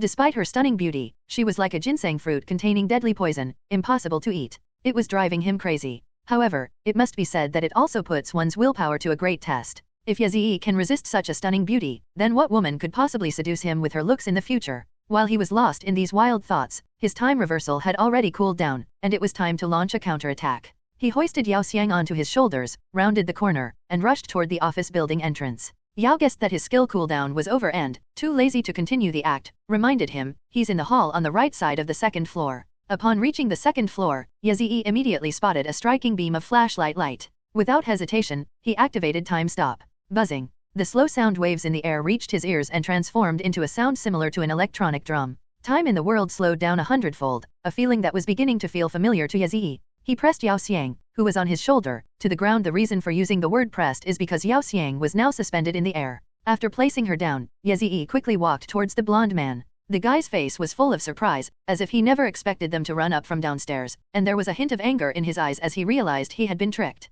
However, he never had the chance to be angry again. Yaziyi drew his cleaver from his waist and cleanly severed his head. Time has returned to normal. With a whoosh, the blonde man's head flew into the air. The anger in his eyes turned into confusion in midair, but Yaziyi didn't even give him time to be confused. The cleaver swung back and stabbed directly into his eye socket, completely destroying his brain. It wasn't that Yaziyi had any perverted or cruel hobbies, but rather that it was always better to be cautious in case he could activate his abilities using only his brain. The moment Yaziyi finished destroying the brain with a sharp knife, he received a system notification. You have killed a special awakened 1, Tier 1, awakening value plus 10. Selected player's identity grants an additional plus 10 awakening points. Exceptional genetic aptitude, awakening value plus 80. You have obtained a soul crystal of a novice elemental awakener times 1. You have obtained 1 soul crystal of a Tier 1 special awakener. Thump. Yaziyi swung his sword, causing the severed head impaled on the tip to fall and roll far away. Only then did he notice the system notification. Awakening value? The soul crystallization of a special awakened being? I need to research something new again.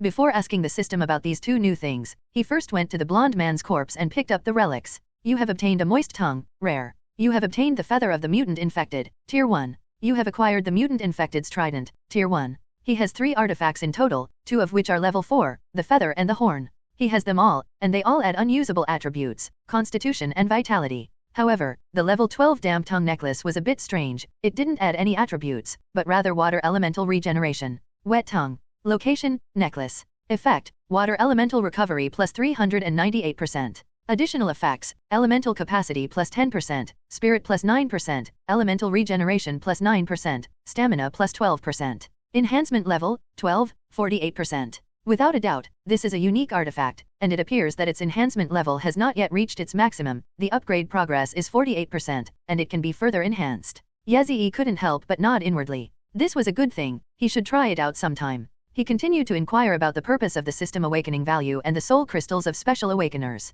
Awakening points can be exchanged for additional awakening skills in the system. Soul crystals of special awakeners can be used to enhance additional exchanged skills. Yaziyi's eyes widened. This is great stuff. However, just as he was excitedly planning to check what extra skills he could exchange for, Yao Xiang walked shakily to his side. You just killed him like that. The vase-like Yao was unaware of the blonde man's ruthlessness. She only saw Yaziyi wreaking havoc and looked somewhat frightened. Yaziyi snorted coldly and said, Do you know what this guy just did? If I hadn't had time to rewind, he'd be a corpse by now. He paused, then continued, and you will become his plaything. After hearing Yaziyi's words, Yao Xiang visibly swallowed, then rolled her eyes, asking as if somewhat frightened. Has he taken a liking to me? Yaziyi sneered. Otherwise what? With your looks, what man wouldn't be interested? So what if you didn't like it? Yao mumbled something, but Yaziyi didn't hear her clearly. He asked her coldly, "What did you just mumble?" "No, it's nothing." Snort. He entered a room near the street, walked to the window, and shouted outside, "The person's been taken care of, come on up." Lu Mengying quickly replied, "Understood." Yazii nodded to himself. Lu Mengying had done a good job of hiding. She was right not to impulsively intervene in the battle just now. After all, her opponent had such abilities, and if she had intervened, she would have easily become a burden. Yao picked up the blonde man's flashlight and went into the room, shining it around aimlessly. It was just an ordinary reception room, nothing special. Yao Xiang was curious and went to open the drawers of everyone's desks one by one, like she was searching for treasure. Yazii ignored her and brought up the system to check the extra skills that could be exchanged with awakening points. What he saw next shocked him so much that his mouth dropped open. Among the skills that can be exchanged, there were skills such as eternal youth, absolute health, permanent memory, and controlled dreams.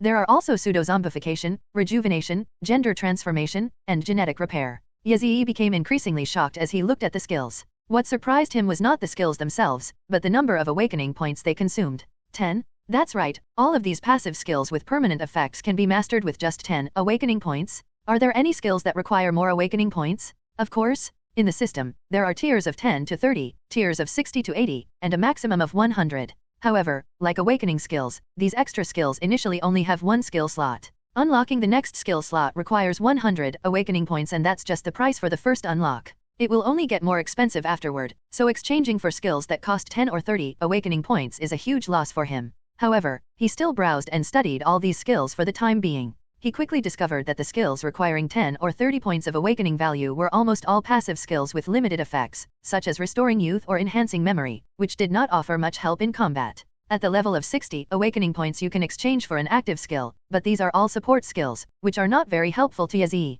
Examples include Eagle Eye and Bat Sonar. As for the level 100 skills, they are more practical and advanced auxiliary skills. For example, he was drawn to one particular skill. Mind Seed LV.1 plants a seed of telepathy within another person's consciousness, allowing them to subtly sense each other's location. Upgrading unlocks more effects and increases the maximum number of mind seeds that can be planted. This skill. Without a doubt, this skill is exactly what Yazii needs. He is currently worried about how to deal with Yao Xiang's tendency to run away. If he had this skill, Yao Xiang would never be able to escape his grasp again. This guy, who can steal one skill from others every 10 levels, undoubtedly possesses enormous potential and is extremely valuable as a tool. Now that Yazii has encountered her, how could he let her go so easily? He looked at the other skills that cost 100 awakening points and none of them seemed as suitable as the Seed of the Mind. Actually, there were two other skills similar to the Seed of the Mind. There is a mark called the Mark of Loyal Dog, which can put an invisible collar on someone and make them your loyal dog. However, it requires the other person to have no resistance, which is very difficult to do.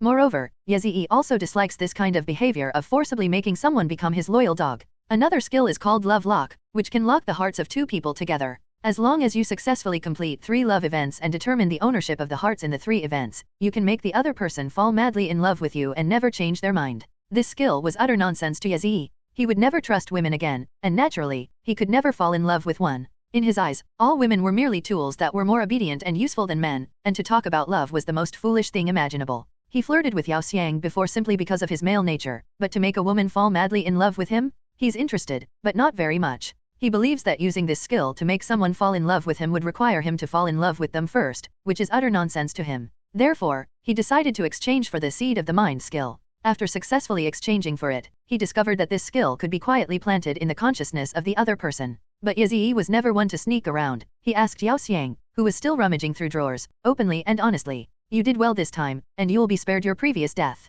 However, I have another proposal. If you agree, all your previous offenses against me will be forgiven, and I will forgive everything else. Yao was taken aback, and quickly asked, what proposal? I've awakened a new skill. I can plant a seed in your consciousness, allowing us to sense each other's location. Yao Xiang stared wide-eyed, clutching her arms, looking somewhat frightened. We can sense each other's location? You actually want to plant something so suspicious in my consciousness? She had this terrified look on her face, like she'd been tricked into meeting someone new, which made Yazii roll his eyes. He shrugged and said, you can refuse if you don't want to, but I'll remain wary of you as always. It's like guarding against a thief. Lu Mengying walked in from outside. She had clearly heard what Yazii had just said, and looked at him with surprise. You really can awaken all sorts of abilities, huh? Was it because you took down that special awakened one at the door?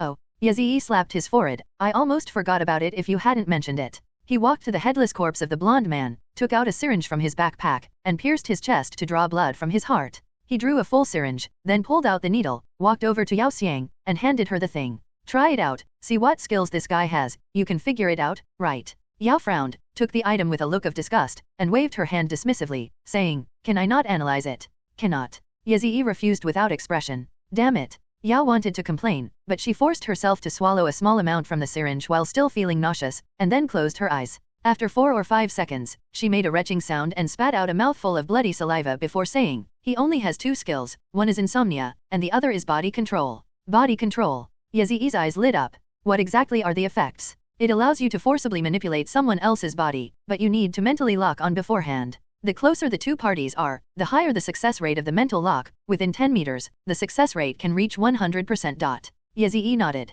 Keep this vial of blood. Once you reach level 10, drink it and master the body control skill. Huh? You want me to steal this skill? What? You can't steal. You can't do it. So what if I can steal? Yao Xiang's disgusted expression was very girlish. But why should I? This skill is awful. I don't want it. Yazii chuckled, said nothing, but simply pulled the knife from his waist and slammed it onto the wooden desk in front of Yao Xiang. Is this enough? For some reason, Lu Mengying, who was standing next to her, was amused and burst out laughing. Yao Xiang's lips twitched as he protested, this is too domineering. Overbearing. Yazii chuckled, took out a few crystal cores from his backpack, and slammed them onto the table. Is this enough? Yao's eyes lit up, and he licked his lips, saying, you have to let me level up to level 10 in one go. Okay, but on one condition, you have to agree to what you just said. Yao shook her head. That won't do. I need to think about that matter carefully. Who would agree to something as dangerous as having you plant that seed of telepathy in my mind? Yazii gripped the handle of the cleaver, lifted it, and then brought it down with a loud crack. The force was so great that the blade penetrated deep into the center of the table, almost splitting the thick mahogany table in two. But miraculously, the 3 crystals on the table remained completely still, as if they were permanently attached to the table, sitting there quietly. Yao Xiang and Lu Mengying were both startled by him. He arrogantly rolled up his sleeves, crossed his arms like a big shot, and sneered. Add this, and I'm asking you, is that enough or not? Yao Xiang swallowed hard. She knew perfectly well that Yazii was showing off his strength. Just now, Yazii must have used time reversal to make those 3 crystal cores stand still as if they were rooted to the table. The meaning is quite direct. The older brother's abilities are undeniable, and now he's going to take her in as his younger sister. He hopes she won't be ungrateful. But how can they be so forceful? Yao Xiang felt she was losing face. She was, after all, a stunningly beautiful woman with an ethereal charm, and a special awakened individual. She should be on equal footing with Yazii. Even if she felt indebted to Yazii now, she couldn't afford to lose face like this. If Yazii were willing to lower his stance and plead with her in a softer voice, Yao Xiang might have considered it. But now that Yazii is so adamant, there's no point in discussing it at all. Seeing Yao Xiang still shaking her head, Yazii was truly angry.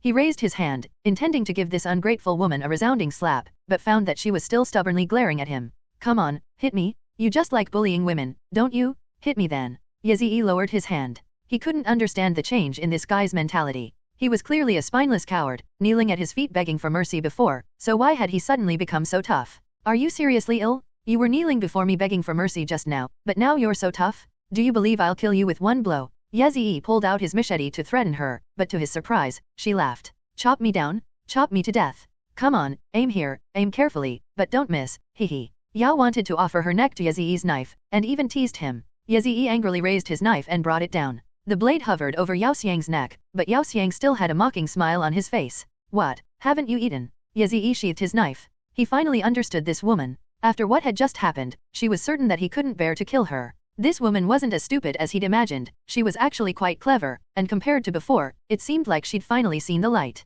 He looked at Yao Xiang expressionlessly and said, Woman, you're playing with fire. Giggle, giggle, she chuckled. If I don't play with fire, I'll only be played with by it. Yazii raised his arm, purple electricity crackling in his hand, and chuckled. I think you just want to get shocked for fun. Never experienced being shocked before, huh? It's quite a thrill, isn't it? Yao Xiang's expression changed, only then remembering that Yazii's awakened elemental power was lightning. But she was still unwilling to back down. Her teasing tone just became a little stiff. What do you want to do? I want to do this. Yazii grabbed Yao Xiang's arm and channeled an electric current from his danshan into her body. At first, he adjusted the force a little too weak, and Yao Xiang was still able to handle it with ease and not give in. But as he increased the force, Yao Xiang began to tremble all over from the electric shock. I'm electrocuted. I'm being electrocuted. Yao Xiang's long hair stood on end, her face twitched, she screamed, and her eyes rolled back, leaving only the whites of her eyes visible. She looked extremely comical, and the way her body trembled violently was a far cry from her usual ladylike demeanor, making her look very unsightly.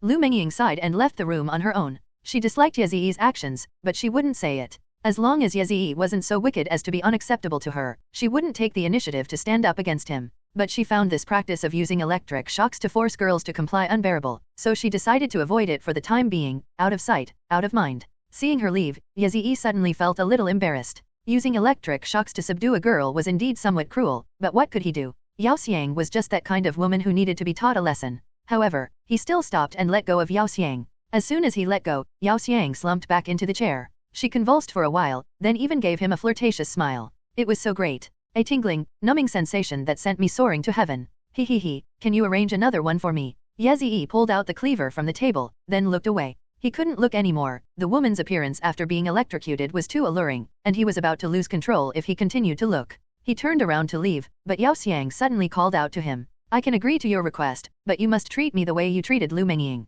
You cannot show me the slightest disrespect again, and you must apologize for humiliating me before. Yezhi paused, then walked out of the room without a word. Lu Mengying leaned against the outside wall with her arms crossed. When she saw him come out, she turned her face away. Yezhi asked her, is there something you want to say? No. He shrugged and walked upstairs. This building should be that blonde guy's headquarters. I'll go up and take a look. You're in charge of calming Yao Xiang down.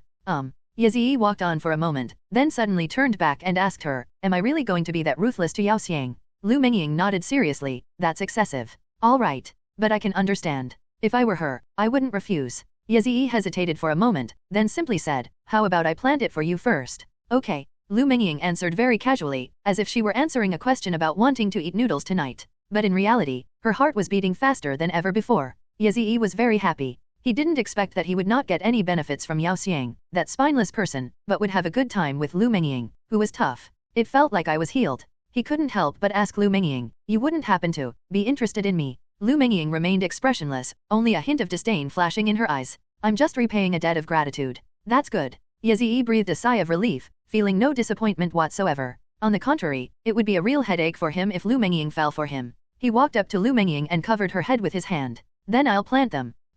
Yezhi activated his skill, and a seed of the soul was quietly planted in Lu Mengying's mind. He lowered his hand without feeling a thing. The skill was truly silent. That's it. Lu Mengying frowned in confusion. Why wasn't there any hint at all? Didn't they even need my consent? That's correct. Then why did you tell Yao so she could know? Lu Mengying couldn't help but roll her eyes at him. Wouldn't it have been easier to just quietly plant it in her mind? That's not my style. After Yezhi finished speaking, he went upstairs. Lu Mengying watched his retreating figure, a slight smile playing on her lips. He went up to the 4th floor and saw the corpses of 2 mutated zombies in one room. In another room, he saw several zombies with ropes around their necks. Their legs had been cut off, and they could not walk upright. They were kept there like dogs. The room reeked of decay, and Yezhi was initially puzzled, wondering what the blonde-haired man was up to. But he soon discovered that the room contained many corpse remains, which appeared to be those of people who had been fed to the zombies, and most of them were men. He went up to the 5th floor, which turned out to be a foot massage shop. The lobby was spotless and filled with the scent of incense. He went in, opened the first private room, and saw 5 or 6 young women, all of whom were very beautiful, with their hands and feet tied. The sound of the door opening made the women instinctively look in his direction, but the room was pitch black, and they couldn't see anything. Their faces were filled with numbness, terror, and despair. What a terrible thing to do. Yezhi sighed, walked over and used his knife to cut the ropes binding their hands and feet. One of the women recognized him as not being Huang Mao and asked him in a trembling voice who he was, but he remained silent. Yezhi felt that as long as he didn't speak, these women weren't the ones he had saved. He wouldn't save people, he would only kill. These women, after gaining their freedom, will be killed by zombies, which is equivalent to them indirectly dying at his hands. After cutting the ropes, he walked out of the room, opened the second room, and was surprised to find it also full of women. He untied them, then the third, the fourth. This foot massage parlor has 8 private rooms, all filled with women. Conservatively speaking, there are at least 40. That blonde-haired scoundrel certainly knows how to build a harem. In just over a week, he's amassed so many beautiful women, imprisoning them in a room and indulging in debauchery. Because he remained silent the entire time, the women were frightened and dared not move or speak. He continued up to the 6th floor. The passageway door was locked with a large padlock, which he smashed open with a fire axe. After opening the door, 4 or 5 zombie dogs rushed towards him. He casually killed the zombie dog and saw an entire floor full of supplies. Various grains, rice, soybeans, corn flour, various snacks, instant food, alcoholic beverages. Piled up like mountains. This place is practically a granary. He shook his head and came downstairs. As he reached the stairwell between the 5th and 4th floors, he was surprised to find himself blocked by a group of women. The instant he saw this scene, a beam of flashlight shone on him. Although they called it a group, there weren't many, just 6 or 7. They blocked Yezhi's way, as if to prevent him from leaving. Yazii frowned and said in a cold voice, "What do you want?" Unexpectedly, they all knelt down before Yazii, their voices choked with sobs, and spoke one after another. "Our savior, you are our savior, you rescued us from suffering, thank you, thank you. We just saw that mangled corpse downstairs. A girl told us everything. You're our savior. Thank you so much, my benefactor. We kowtow to you in gratitude." The women knelt on the ground, kowtowing to him, but Yazii showed no kindness. "Don't misunderstand," he said. "I'm not saving you, I'm killing you." "Ah, how could this be? Our benefactor even helped us kill that BD. Do you intend to enslave us too? You want us to die?" The women started talking all at once, and gradually became frightened. Yazii said coldly, "I won't do anything to you. What I meant was simple. Although I killed that blonde guy, you'll have no one to protect you from now on, and you'll die in the mouths of zombies sooner or later." Well, the air froze in an instant. Silence, a silence so profound that not a single breath could be heard. Then came the women's relieved laughter. "Oh, so that's what you meant. I thought another oddball had arrived. I wasn't talking about my benefactor. He, my benefactor is quite humorous." Yazii was somewhat annoyed by the women's light-hearted discussion. "Your verbal thanks mean nothing to me, they're less than trash. Get out of my way, I'm leaving." The women were clearly somewhat indignant, but they didn't say anything and obediently made way. However, a sincere voice came from among them. "I don't know about others, but my gratitude to you is not just empty words. I swore that if anyone kills that BD, I will repay them with everything I have. You can ask me to repay you however you wish, but I'm afraid my filthy body won't be able to satisfy you."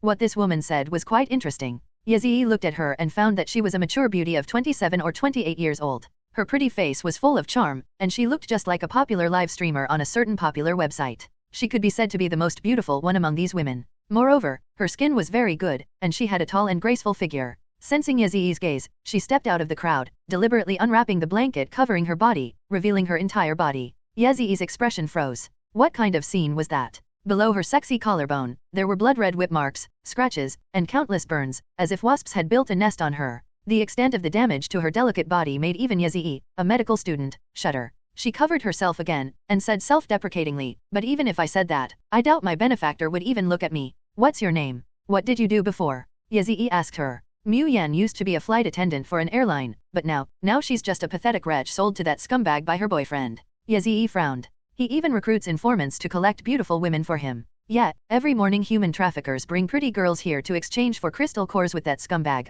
another woman blurted out, immediately provoking indignation from the other women. "Those human traffickers are despicable, I was tricked into coming here by them too. They all deserve to die," a slender, beautiful woman said through gritted teeth. Yazii ignored their words and simply issued the order, "Mu Yan, right? I'll give you a chance to repay me now. There are a few zombie dog corpses upstairs, go and drag them down." After saying that, he added, "Just use your hands, don't use any other tools." Mu Yan froze, looking at her palms covered in bloody wounds, her body involuntarily trembling slightly. Zombie dogs are mostly covered in festering sores and blood, their bodies teeming with viruses. If you touch them directly with these injured hands, you will be 100% infected. Her voice trembled as she said, I'll get infected." Yazii sneered, "So everything you just said was bullshit? Weren't you willing to risk everything for me?" I farted. Mu Yan's face flushed red, as if the last bit of dignity she had as a human being had been trampled on, her expression filled with extreme shame and indignation. She trembled violently a few times, then resolutely walked upstairs. As she passed Yazii, she paused and said sadly, "You'll regret testing me this way." Yazii snorted coldly, remaining non-committal. She walked upstairs with a sorrowful expression, and the remaining women all looked at Yazii differently. From initial gratitude and hope, to now despair and even fear. Yazii ignored them and silently waited for Mu Yan to drag the zombie dog down. He didn't have to wait long. Mu Yan came down with tears streaming down her face, half from the pain of her reopened wounds and half from the despair of knowing she had been infected by the gen virus. Yazii saw the bloody wounds on her hands touching the bloody subcutaneous tissue of the zombie dogs, and his eyes narrowed slightly. This woman actually did as she was told. She was willing to carry out his orders and die for him, a complete stranger. Her gratitude was not just empty words, but genuine and heartfelt. Just like Lu Mengying. Mu Yan dragged the headless zombie dog's body to Yazii's feet, and the women around her were so frightened that they all took a step back. She said to Yazii in despair, "Is there anything else you need? I don't have much time left." Her eyes were dark and dull, devoid of any light. Yazii nodded to himself, his tone softening slightly as he said to her, "Come with me." He walked down the stairs, taking a syringe out of his backpack as he went. Mu Yan followed behind him. The women watched them leave and started chattering amongst themselves. Some wanted to follow them upstairs to take a look, some wanted to quickly move the food upstairs, and others suggested hurrying upstairs to collect the crystal cores of those zombie dogs. Unbeknownst to them, clever women had already sneaked up there and were doing what they wanted to do. Ugh.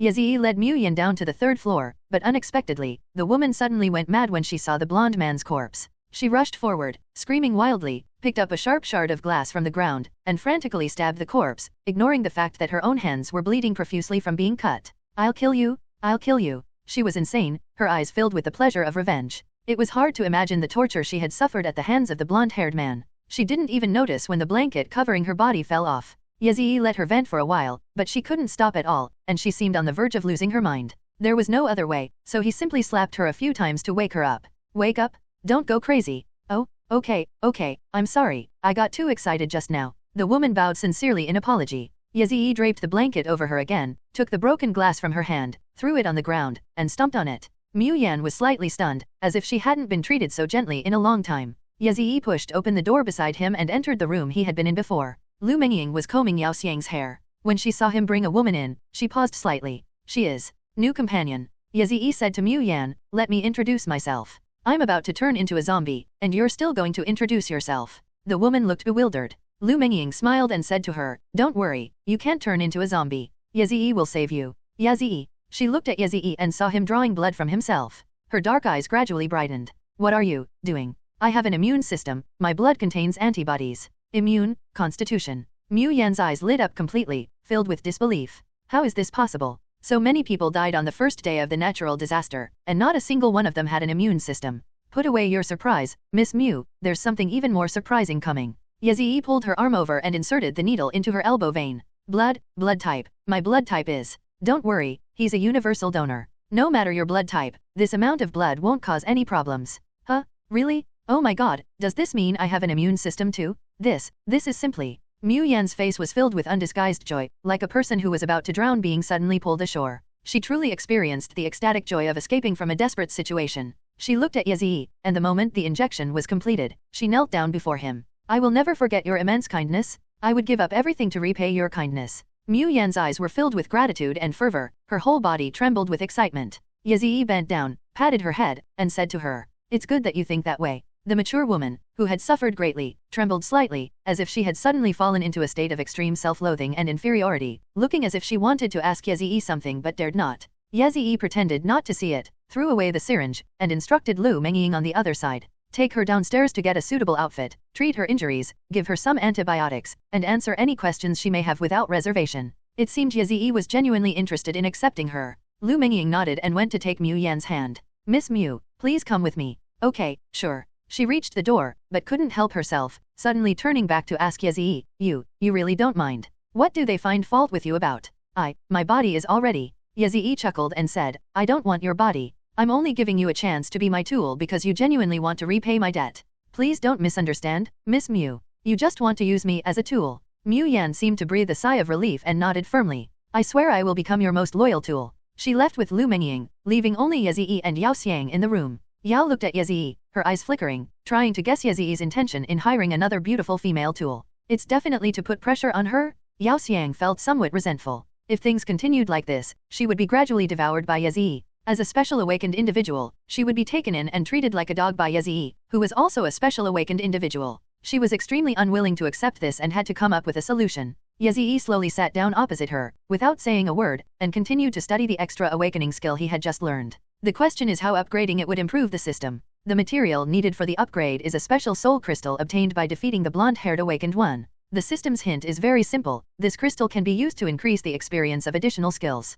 It's like the soul crystals of ordinary elemental awakeners used to enhance artifacts. He couldn't help but start speculating, wondering if he would also experience absurd events like double or even 5 times the experience boost when upgrading his extra awakening skill. So Yazii began to experiment. He brought up the system interface and used the crystal upgrade skill. Ding! Skill upgrade successful. He didn't manage to get double experience the first time, but before rewinding time, he did take a quick look at the effects of the skill upgrade. Soul Seed LV.2 increases the number of seeds usable by 1, adds the effect that the grower can briefly share the sight and hearing of the object being planted. After seeing the effect, Yazii used time reversal. Undoubtedly, this is a very practical effect, not only in finding people, but also in combat. Imagine, on the battlefield, he can share his teammates' vision and hearing, making it easy for him to gain a comprehensive understanding of the battlefield. Isn't that equivalent to activating the Rinnegan of the 6 Paths of Pain? This is blatant cheating. Yazii couldn't help but smile. He would scold others harshly when he saw them cheating, but when it was his turn to cheat, he was so happy he wanted to dance with joy.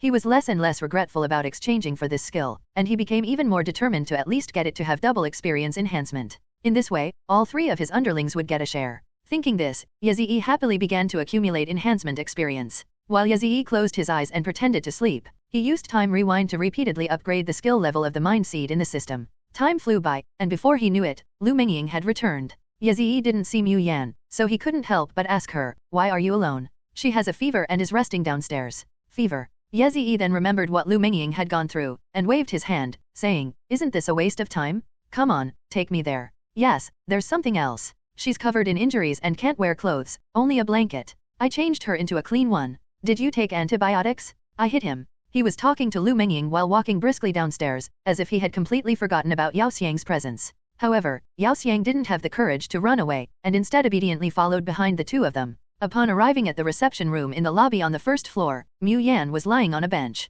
When she saw Yazii, she quickly propped herself up and stood up. "I'm so sorry, my benefactor, I'm burning up with fever, I have no strength at all, and my head is spinning." "No problem, just absorb this." Yazii took out 3 crystal cores from his backpack and gave them to her to absorb. She was stunned for a moment, then knelt down and kowtowed in gratitude. "Thank you for your generous gift, my benefactor." Mu Yan straightened her slender waist and leaned limply against the bench, beginning to absorb the crystal cores. There were more than 3. Yazii opened up all the crystal cores in Lu Mengying's and his own backpacks and supplied them to her, totaling almost 200. With so many crystal cores, you could practically feed her all the way up to level 10. This made Yao Xiang unable to stand it any longer, and she said sourly, "Yazii, these crystal cores were all collected with great effort by Yingying and me, and you just gave them to this woman of unknown origin like that." Mu Yan paused, looked up at Yao Xiang, and a look of resentment flashed in her eyes. Yazii didn't care at all, looking at Yao Xiang with disdain. "These crystal cores are all mine. I can give them to whomever I want, and it's none of your business to tell me what to do." Yao, wanting to angrily retort, asked, "You trust her that much?" Yazii scoffed, "She's more trustworthy than you." Yao was so angry she couldn't speak, and she stomped her feet in frustration. Yazii ignored her and said to Mu Yan, "I have a skill called Seed of the Mind, which can be planted in your consciousness. Then we can sense each other's location. Are you willing to accept it?" "You sensed their location?" Mu Yan nodded repeatedly, then knelt down with a thud. I'm willing to accept any request from my benefactor. Don't call me benefactor anymore." Yazii felt that the title was strange. "Just call me by my name, or if you insist, you can call me sir." "Yes, Lord Yazii." Yao Xiang then mocked Yazii again, saying, "You really have a discerning eye, you've picked up a good dog. At least they know how to repay kindness." Yazii replied coldly, "Unlike some people who are ungrateful, cause the death of their colleagues, and are full of lies." That was an emergency evasive maneuver. Yao tried to defend himself fiercely. Called a dog, Mu Yan glared at Yao Xiang angrily, "I'm willing to be your dog to repay your kindness. And you? You've offended you more than once, and not only have you been forgiven time and time again, but you've also been saved by you. And now you act all high and mighty. What right do you have to talk to me like that?" "You asked he." Mu Yan had just learned everything about Yao Xiang and Yazii from Lu Mengying. "What did you say? You're the scumbag." Yao wanted to be insulted and was about to rush over and hit someone in a fit of rage, but Lu Mengying held her back. "Calm down, don't go looking for trouble." Who told her to have such a foul mouth? Despite saying that, Yao Xiang calmed down and didn't act impulsively. Even when beating a dog, one must consider its owner. Yazii was watching from the sidelines. However, it was wrong of Mu Yan to curse and cause trouble to her face. As a form of punishment, Yazii reached out and slapped her lightly, like a lover flirting. "Don't cause trouble, just quietly absorb your crystal core," he said with a laugh. Yazii's slap made Mu Yan blush, and like a Doberman pinscher being rewarded with a sausage by its owner, she nodded excitedly in agreement. She was genuinely thrilled. She had been rescued by Yazii, avenged her great grudge, and been granted an immune constitution by him. Now, she was even getting a free upgrade. She felt she could never have encountered so many good things in her life. Silence fell over the reception room. Yazii continued to work on leveling up his skill, trying more than 20 times in a row. Finally, just as Mu Yan was about to absorb nearly 200 crystal cores, he succeeded. Ding! Double level boost. Spirit Seed LV.3 increases the number of seeds usable by 1, adds the effect. The planter can discern the subjective truthfulness of what the seeded object says. Remaining seeds. 2. How to distinguish between truth and lies. Yazii's eyes lit up instantly. This skill was exactly what he needed right now. He walked up to Mu Yan, placed his hand on the top of her head, and planted a seed in her mind without her realizing it. I've reached level 10. Sir, I've leveled up to 10. The system notification says I've become a beginner elemental awakener. Mu Yan looked up to share the good news with him. Yazii smiled slightly and asked her what elemental power she had awakened. Water element? What should I do? What should I do? She stammered excitedly, while Yao Xiang, standing by the door, looked on with envy. Because Yazii explicitly forbade her from absorbing crystal cores without permission, she is still pitifully at level 3. Seeing Mu Yan so excited, like a little girl, Yazii smiled and guided her. Focus your senses on your lower abdomen, try to guide the elemental energy outwards. Try concentrating it in your hands first. Mu Yan nodded repeatedly and began to try as Yazii instructed. Soon, her palms became damp, covered with a layer of wet liquid. Then, the wound on her hand began to heal at a speed visible to the naked eye. This is... Everyone stared wide-eyed. Mu Yan had a sudden inspiration and covered her entire body with the healing liquid, quickly soaking the blanket she was wearing. She simply took off the blanket, and to everyone's astonishment, countless scratches, scars, and marks all over her body disappeared at a visible speed. In less than a minute, she was fully healed. Every part of her skin was incredibly smooth and radiant, showing no trace of injury. Her face glowed, and she looked even more beautiful than before. Oh my god, this is unbelievable. Wait, my fever is gone. My body doesn't hurt anymore, I'm healthy again? Heaven has eyes. She suddenly knelt down in front of Yazii, her head hitting the ground with a thud. My benefactor, my lord? I can never repay your kindness in this lifetime? From now on, I can only offer this body, offer my everything to repay you. I, Mu Yan, hereby swear that I will be your most loyal follower from now on, and I swear that I will obey your orders absolutely, no matter if it means going through fire or water. It's good that you have this thought. Yazii knelt down, took off his coat and draped it over her shoulders. Go find Lu Mengying some suitable clothes to wear. The simple act of putting on a coat moved Mu Yan to tears. Overjoyed, she wept as Lu Mengying helped her away, her voice choked with emotion. Yazii was very satisfied. It seemed that the water elemental power had a very significant healing effect, and now his team no longer needed a healer. He stood up and looked at Yao Xiang with a mocking expression. I feel like I need you less and less. Faced with Yazii's teasing, Yao Xiang smiled very easily. Perfect, now that you don't need me, you can let me go. Ha ha ha. Yazii reacted as if he had heard a hilarious joke, and Yao Xiang's relaxed expression immediately turned gloomy. You're too naive, Yao Xiang. Do you think I'd let a special awakened individual like you, who can grow indefinitely, go so easily? Wouldn't that be like releasing a tiger back into the mountains? What exactly do you want? It's nothing special, I just want you to stay at my beck and call. Yao fell silent. After a moment's thought, she replied, I'm willing to be used by you, but you must guarantee my due rights. What rights should they have? Equality, mutual assistance, and mutual respect. You're talking to me about equality and mutual assistance. Yazii sneered. You're a thief who stole my skills twice, a liar who keeps lying, and you dare to talk to me about equality. Yao blushed slightly, but still insisted, this is the most basic requirement, and my bottom line. If you're unwilling, then there's nothing I can do, I'll have to find another way. You dare. Anyway, you wouldn't dare kill me. Yao Xiang felt he'd found a get-out-of-jail-free card. You value talent, but you value your life even more. If I hadn't sensed this awakened one beforehand, you'd probably have been tricked and killed by him. Ha ha ha, you think I'd be tricked and killed by him? Ha ha ha. Yazii seemed to have heard another hilarious joke. Please, I possess the ultimate weapon, time reversal, okay. Yao chuckled, you can rewind time, but you only have one chance. If you can't find the blonde man within the cooldown period, he'll control you just the same way. You dare say that's not true. Didn't I know to hide in the shadows and wait for the cooldown to pass? Will he make you wait? Do you even have the chance to wait? Yazii fell into deep thought. It seemed that Yao Xiang had also discovered his true value, to act as a radar that could detect danger. If Yao Xiang hadn't been by his side, he would likely have realized he'd fallen into someone else's trap by the time it was too late, to the point that even time rewind wouldn't have been able to undo the mistake. This is the real reason why he couldn't bear to kill Yao Xiang. He simply laid his cards on the table, don't say anything more. I'm too lazy to play games with you anymore. Let me just state my bottom line. I can agree to whatever conditions you want, but you must accept my seed. Yao shook her head. That won't do. Who knows what extra effects your seed might have. I'm not willing to accept it. Yazii's face darkened. You should know that I can force you to have the seed even without your consent. Just like when you RD me, right? Yao Xiang said with a mocking smile. Then come on, I'm just a lamb to the slaughter in front of you. You can do whatever you want to me. Yazii corrected her, enunciating each word clearly. I didn't force you, Jay. Yao sneered and gave him the middle finger in return. You. Enraged, Yazii strode toward Yao Xiang, raising his hand to deliver a resounding slap, but she showed no fear and even offered her face to him. Come on, hit me. A man who only knows how to use violence when he's feeling guilty. I won't admit to taking advantage of someone else. Ugh. Trash. Disgusting. At that moment, Yazii really wanted to draw his sword and chop her up.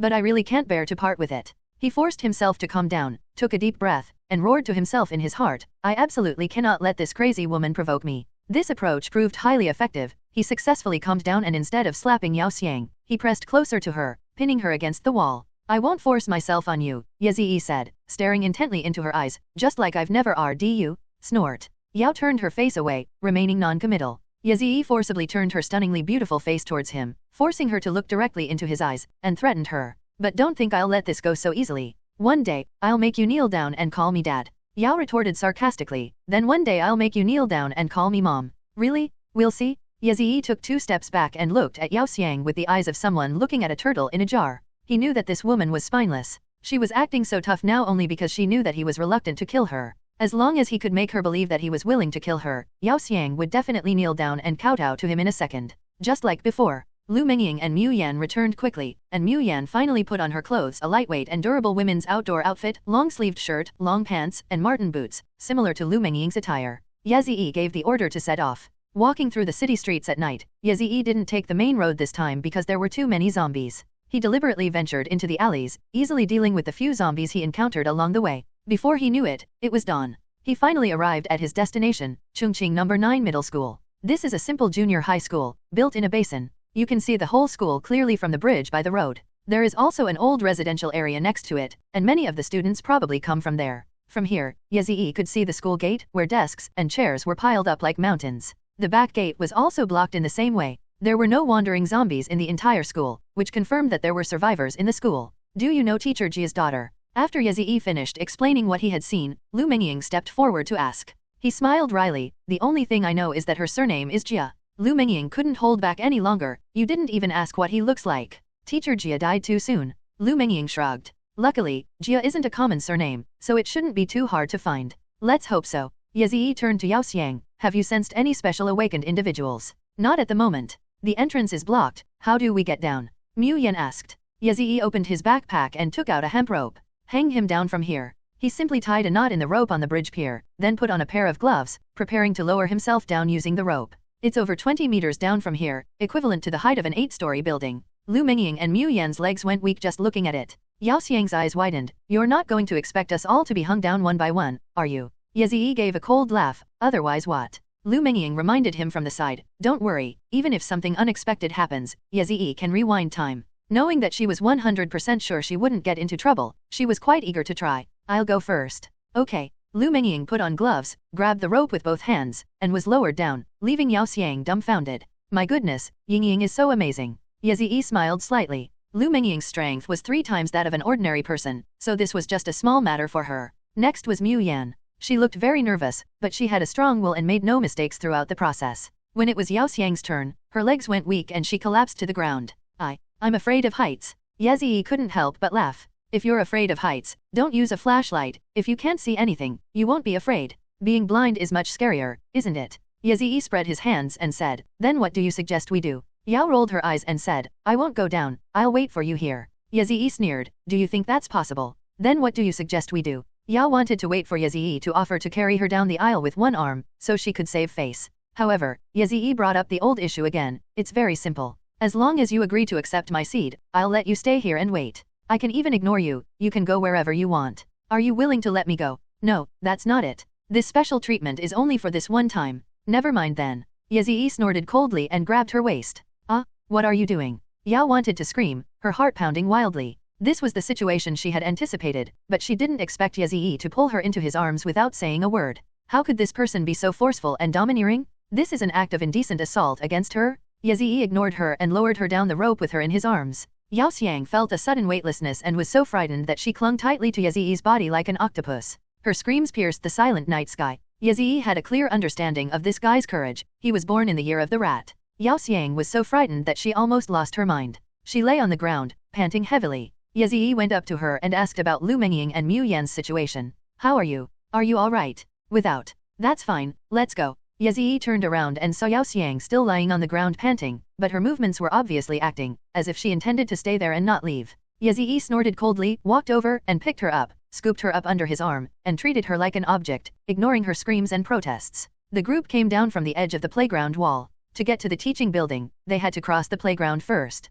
But as soon as they stepped out of the exit and onto the path outside a green area, they were immediately shown with more than a dozen flashlight beams in their faces. Stop right there. What are you doing? A dozen or so junior high school students rushed out from the green belt, wielding weapons and surrounding them. The leader was a tall boy who, though young, had a very firm and resolute look in his eyes. He held a white ice blade in his hand and stared intently at Yazii. This person is an elemental awakener, and Yazii couldn't help but take him a little more seriously. These guys were covered in grass clippings and hidden in the green belt. He hadn't noticed them at all. Don't rush, don't get agitated. Lu Mengying and Mu Yan raised their weapons defensively. He slowly extended his hand to explain, "We're not bad people. We're just here to find someone on someone's behalf. Kong Gayun, don't believe their nonsense. Coming to our school in the middle of the night, they definitely have bad intentions." The only girl among the junior high students seemed particularly sarcastic. She said resentfully, "They're definitely in cahoots with that thieving teacher. They're trying to kidnap people from our school. You beast. So they really are here to kidnap someone. Human traffickers deserve to die.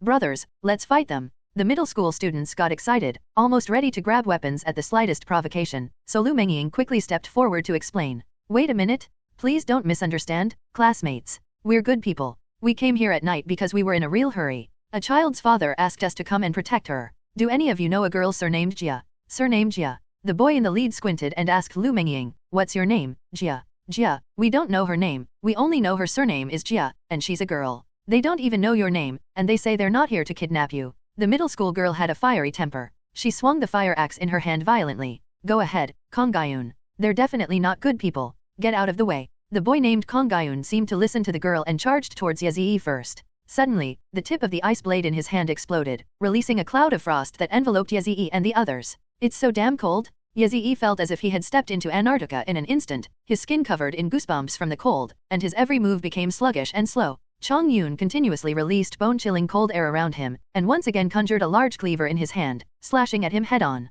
Yazii wanted to see what other tricks he could pull, so he didn't use time rewind and drew his cleaver from his waist to block the attack. With a loud bang, the two blades collided violently. White ice shards flew everywhere. However, it's so light. Yazii felt as if he had caught a small cat slash. The difference in strength between the two was too great. But he didn't want to hurt the boy, so he didn't push hard, but just caught him. The boy then changed his moves and attacked him continuously, which he easily parried. It wasn't because the difference in agility between the two was too great, rather, because his movements were slowed by the cold air, the difference in agility was negligible. In fact, he was at a disadvantage, mainly in terms of strength. Yazii casually blocked, and the boy's blade was almost knocked away, causing pain in his hand. He posed no threat to Yazii at all. While parrying, Yazii even had the strength to turn his head slightly, wanting to see how Lu Mengying and Mu Yan would react. What he saw was disastrous. He nearly got hit by the middle school student. Mu Yan was instantly turned into a human-shaped ice sculpture, frozen in place and trembling uncontrollably. Yao Xiang was even more pathetic, and simply grabbed Lu Mengying's leg.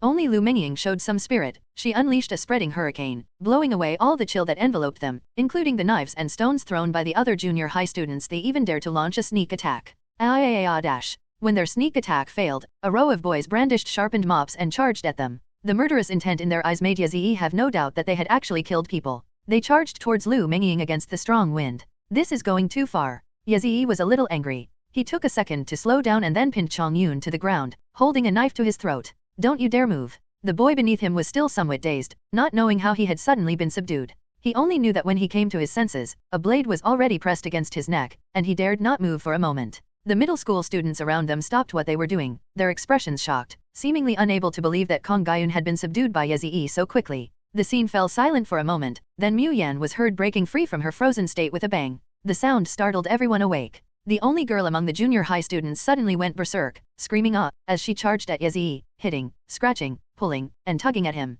But Yazii didn't budge an inch. With a gentle push, he sent her sprawling to the ground, where she tumbled 4 or 5 times. "I could have chosen to kill him." Yazii stood up, "but I chose to let him go. Now you should believe me, right? I really did come looking for someone. Are you really not a child trafficker?" Kong Gayun stood up, rubbing his hand, still not quite believing it. "If I were a human trafficker, why would I spare your life?" The middle school students fell silent. Kong Gayun turned around to help the girl who had fallen to the ground. Yazii spread his hands. "So now you can tell me, do you know a girl surnamed Jia?" "I really don't know her name. I only know one, Jia Minger." The girl got up from the ground. "She's my classmate.